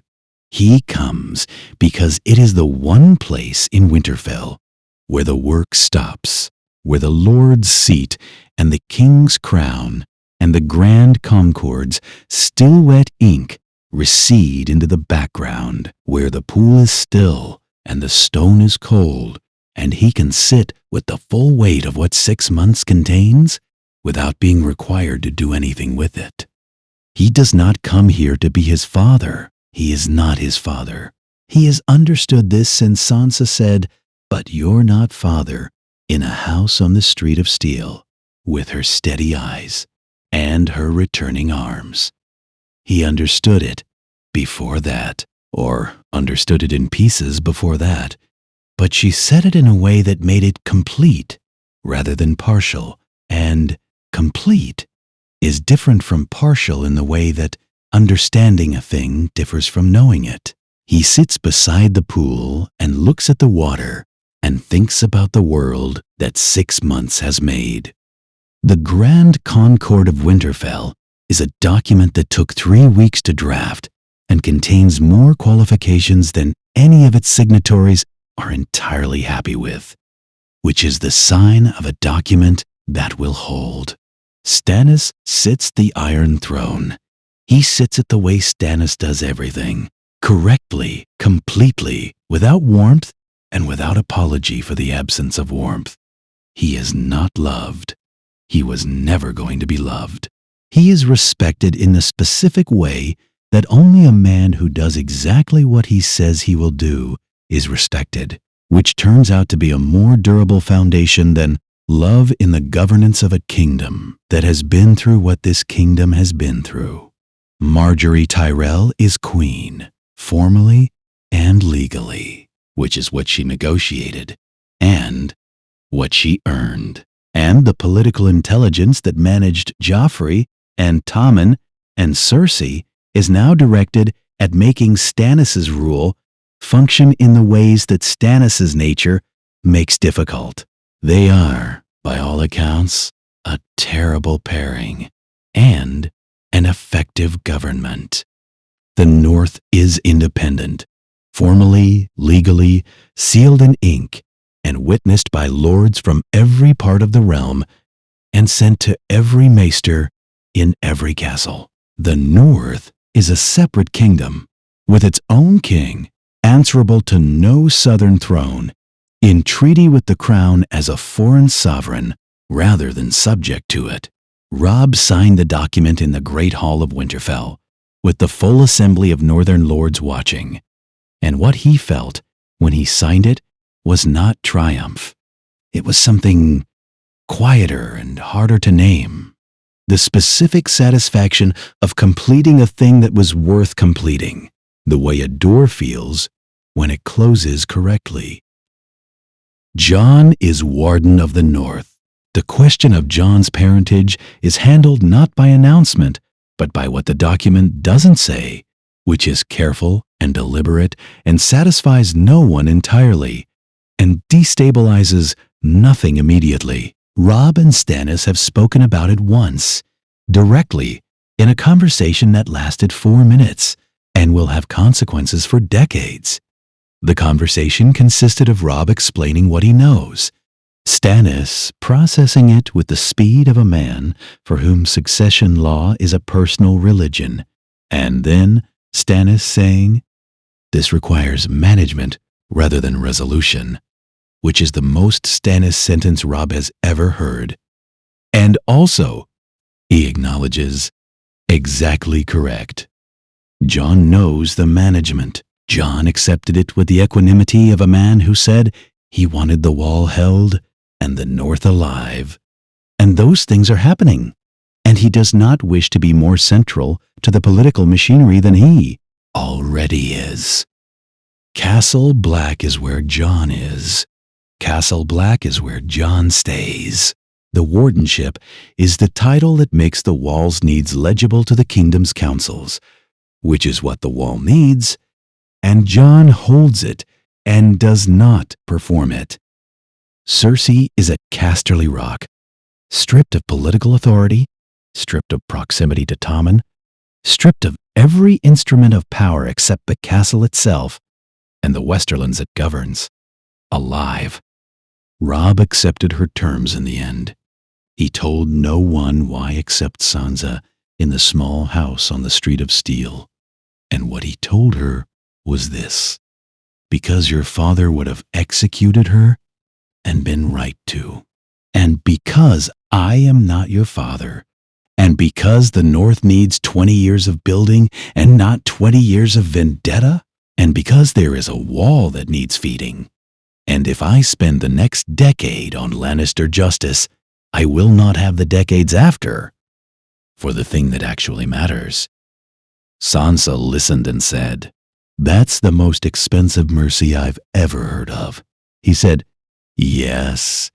They agreed that it was mercy, and also practical, and also the thing Ned would not have done, which is what allowed it to be the right choice. He thinks about it sometimes. He thinks about it in the Godswood in the mornings, and does not always arrive at the same conclusion. Some mornings, it was correct. Some mornings, it cost him something additional. Both can be true. He has learned to let them be both. He walks through Winterfell in the afternoons because there is always something in a castle that requires walking. A repair assessed, a soldier recognized, a problem walked to, rather than summoned. He does this on foot, without announcement, with the specific quality of presence he developed on the road north. Not inspecting, not performing, just there. The castle has learned his patterns and adjusts around them without making a performance of adjusting, which is the best outcome. He walks through the great hall. The direwolf statue is beside the main door. He did not commission it. He came back from the south to find it there, placed by the castle's own stone workers, without instruction, without anyone asking them to. Grey wolf in stone, larger than life in the way that memorial sculpture makes things larger than life, seated with the solemnity of an animal that understood its position. The stone is grey Winterfell stone, which means it will look like it has always been there within a generation. He stops in front of it. He has been stopping in front of it for weeks, in the way that you return to something you have not yet finished thinking about. The stone is not grey wind, and is the wrong scale, and has the slight incorrectness of all sculpture that was not made from direct observation. The small divergences between the artist's idea of a direwolf and the specific animal that ran beside the king in the north, from Winterfell to the Riverlands, and died in a stable at the Twins. He thinks about Grey Wind and makes himself think about it directly, rather than around the edges of it, the way he has been doing since the Twins. Because thinking around the edges has become a way of not thinking about it, and not thinking about it is a choice he does not want to make. He thinks about the men who died at the Red Wedding, whose families have been waiting for word that their king knows what was lost. He has been writing those letters in the evenings, one by one, lord by lord, soldier by soldier, each one personal. Not the form letters of a king fulfilling an obligation, but the letters of a man who knows the names. The castle thinks he is writing correspondence. He is writing a kind of accounting, a record of what the war cost in the currency of specific people. Because the alternative is to let the cost become abstract, and abstraction is how costs are forgotten. He thinks about Osha. He has put her name in the official record of the war, in the Registry of Northern Service, in the section that will eventually become history. Osha of the Free Folk, who preserved the life of Lord Rickon Stark at the cost of her own, in service given freely and without appointment. The phrase, given freely and without appointment, matters to him specifically. She did not owe them anything. She did it anyway. He thinks about his father. He thinks, I am not you. I never was. I had to not be you to survive. He does not know if that is a tragedy or just a fact. He has been turning the question over for 6 months and has not resolved it, which suggests it may be the kind of question that does not resolve and must instead be carried. He thinks his father would have found something to say about carrying questions that don't resolve. He thinks his father would have been wrong about some of it and right about the part that matters. He puts his hand briefly on the stone direwolf's nose. He goes back to work. He finds her in the yard, which is where she has been spending the mornings. Not the godswood, not the hall, the yard, which is where a person goes when they are concluding something, rather than processing it. He has been watching her conclude for 6 months, with the attention of someone who knows better than to rush it. She is standing by the stables with Rickon, who is showing her something about the saddle on his horse that apparently requires a great deal of explanation, and she is listening with the focused patience of a woman who has listened to her children explain things for 20 years and has not yet lost the capacity to make the listening real. She turns when she hears him. Rickon spots him over Catelyn's shoulder and performs the specific maneuver of a 6-year-old who has been having a private conversation and is recalibrating for an additional audience. He says something to his horse and walks away, which is not subtle, but is effective. Catelyn looks at Robb. It's today, she says. I know, he says. He walked her to this moment through everything that came before it, through the conversations in the Solar and the Godswood and the Parley House in King's Landing, and he understood before she said it that she was going because he knows his mother. He knows the specific form of grief that she has been carrying since the twins and has not yet been able to put down, because the putting down requires a place, and the place is the Riverlands. And Riverrun, and the long work of burying the dead in their ground rather than in the abstract country of the mind. He walks her to the gate. They stand at the gate for a moment in the cold, the horses ready behind her, the road south visible past the walls. She looks at him with the measuring look she has been giving him since he came back from the dead and south with what he needed to come back with. The look that reads him the way she has always read him, not through what he shows, but through the gap between what he shows and what she knows. The mother measure, the one that has no deception available to it. She says, "You are a good king." He says, "I'm not sure what I am." She says, "That's how I know." He stands there with this. For a moment, she takes his face in both hands. She presses her lips to his forehead. The same gesture as Deepwood Mott, but different. That one was a goodbye before a battle. Uncertain. This one is a goodbye before a road. The kind of goodbye that presumes a return, because returns have become plausible again. He closes his eyes. She releases him. She turns and mounts. He watches her ride through the gate and turn south and does not look away until she is past the point where looking is useful. And then he stands with what watching her go leaves in him. He understands something standing in the gate. She is not a problem that can be solved, or a thread that resolves, or a wound that heals into a clean scar.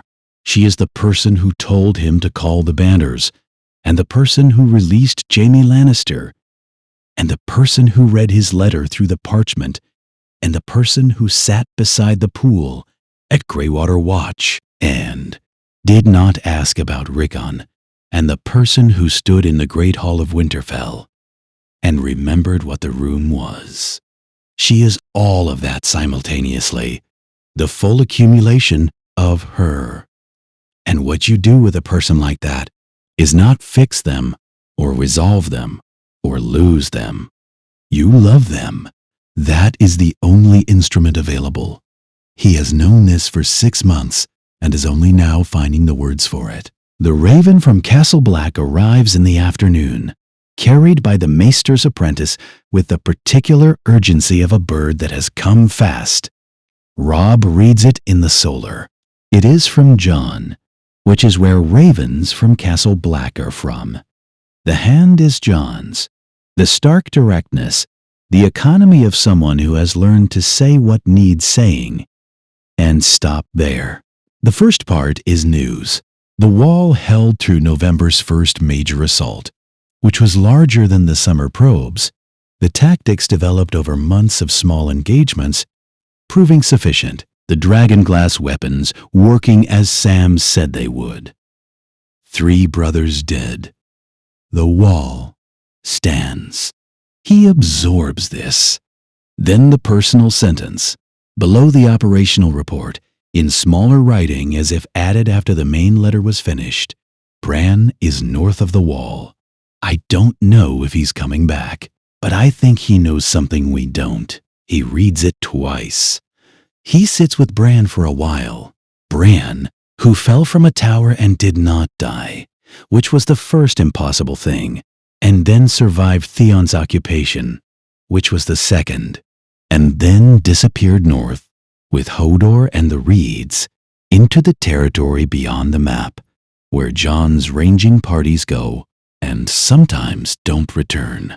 Bran, who is 11 years old and doing something that no one Robb knows has the vocabulary for, because what Bran has become is a thing that the world did not have a category for when he was born, and is only now, slowly, painfully, developing one. He thinks about Bran falling. He thinks about Sansa in the small house, composed. He thinks about Arya, who is somewhere in the world that the name Rickon gave him in the Dreadfort suggested is closer than anyone believed. The thread leading somewhere, being followed by 2 riders, patient, following. He thinks about Jon standing at the wall in the dark with a sword made for the wrong war, fighting the right one. He thinks about Rickon showing Catelyn the saddle. The Stark children have each been through a version of death and come back from it changed. Not the same, not undamaged. Changed in ways that do not have clean names yet, that will take years to understand fully, that have already made them into people the world did not fully anticipate. He thinks that might be enough. He holds the thought carefully, the way you hold something you are afraid to put your full weight on because you are not certain it will hold. But it holds. He puts his weight on it, and it holds. It is not nothing in the Godswood at the end of the day. The light goes early now.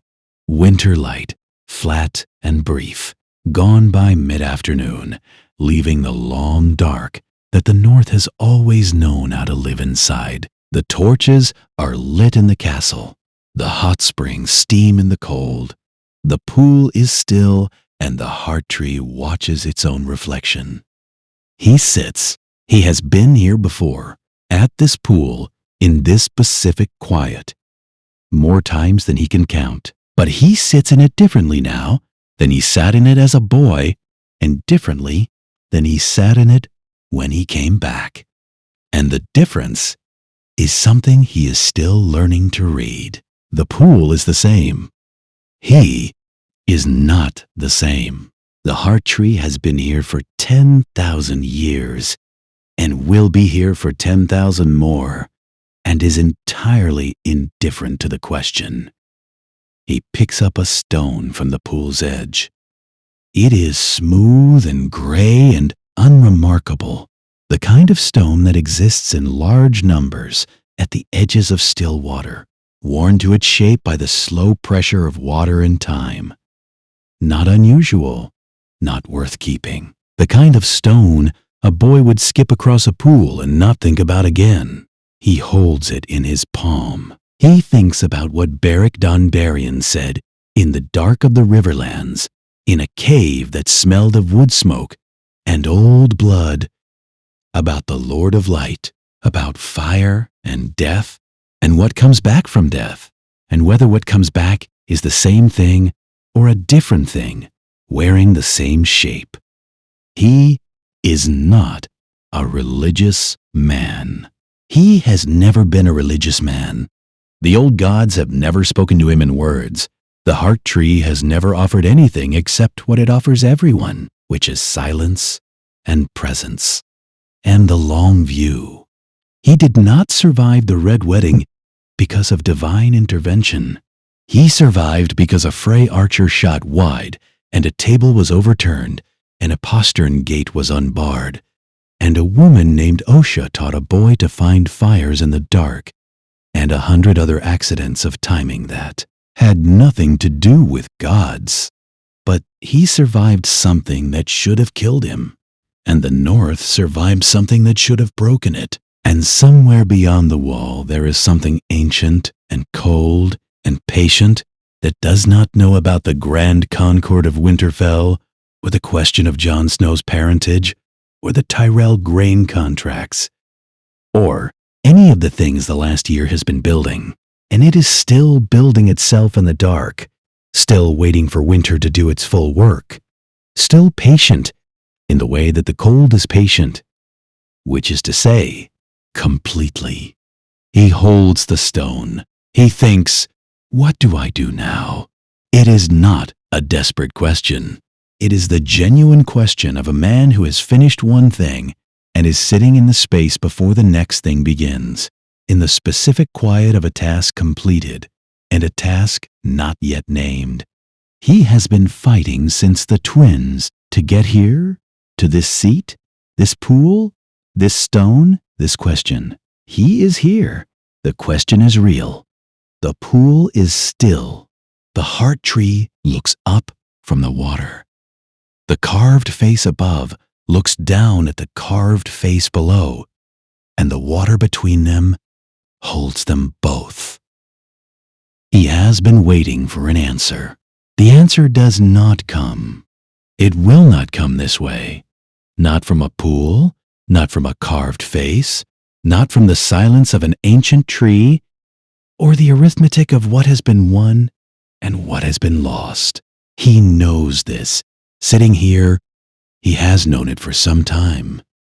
He came here to know it fully, to sit with the absence of an answer, until the absence is not frightening, but simply true. The North is alive. The wall stands. His family, the pieces of it that are still present, the pieces that are out in the world being found, the piece in the Riverlands that is riding south to bury the dead, is alive.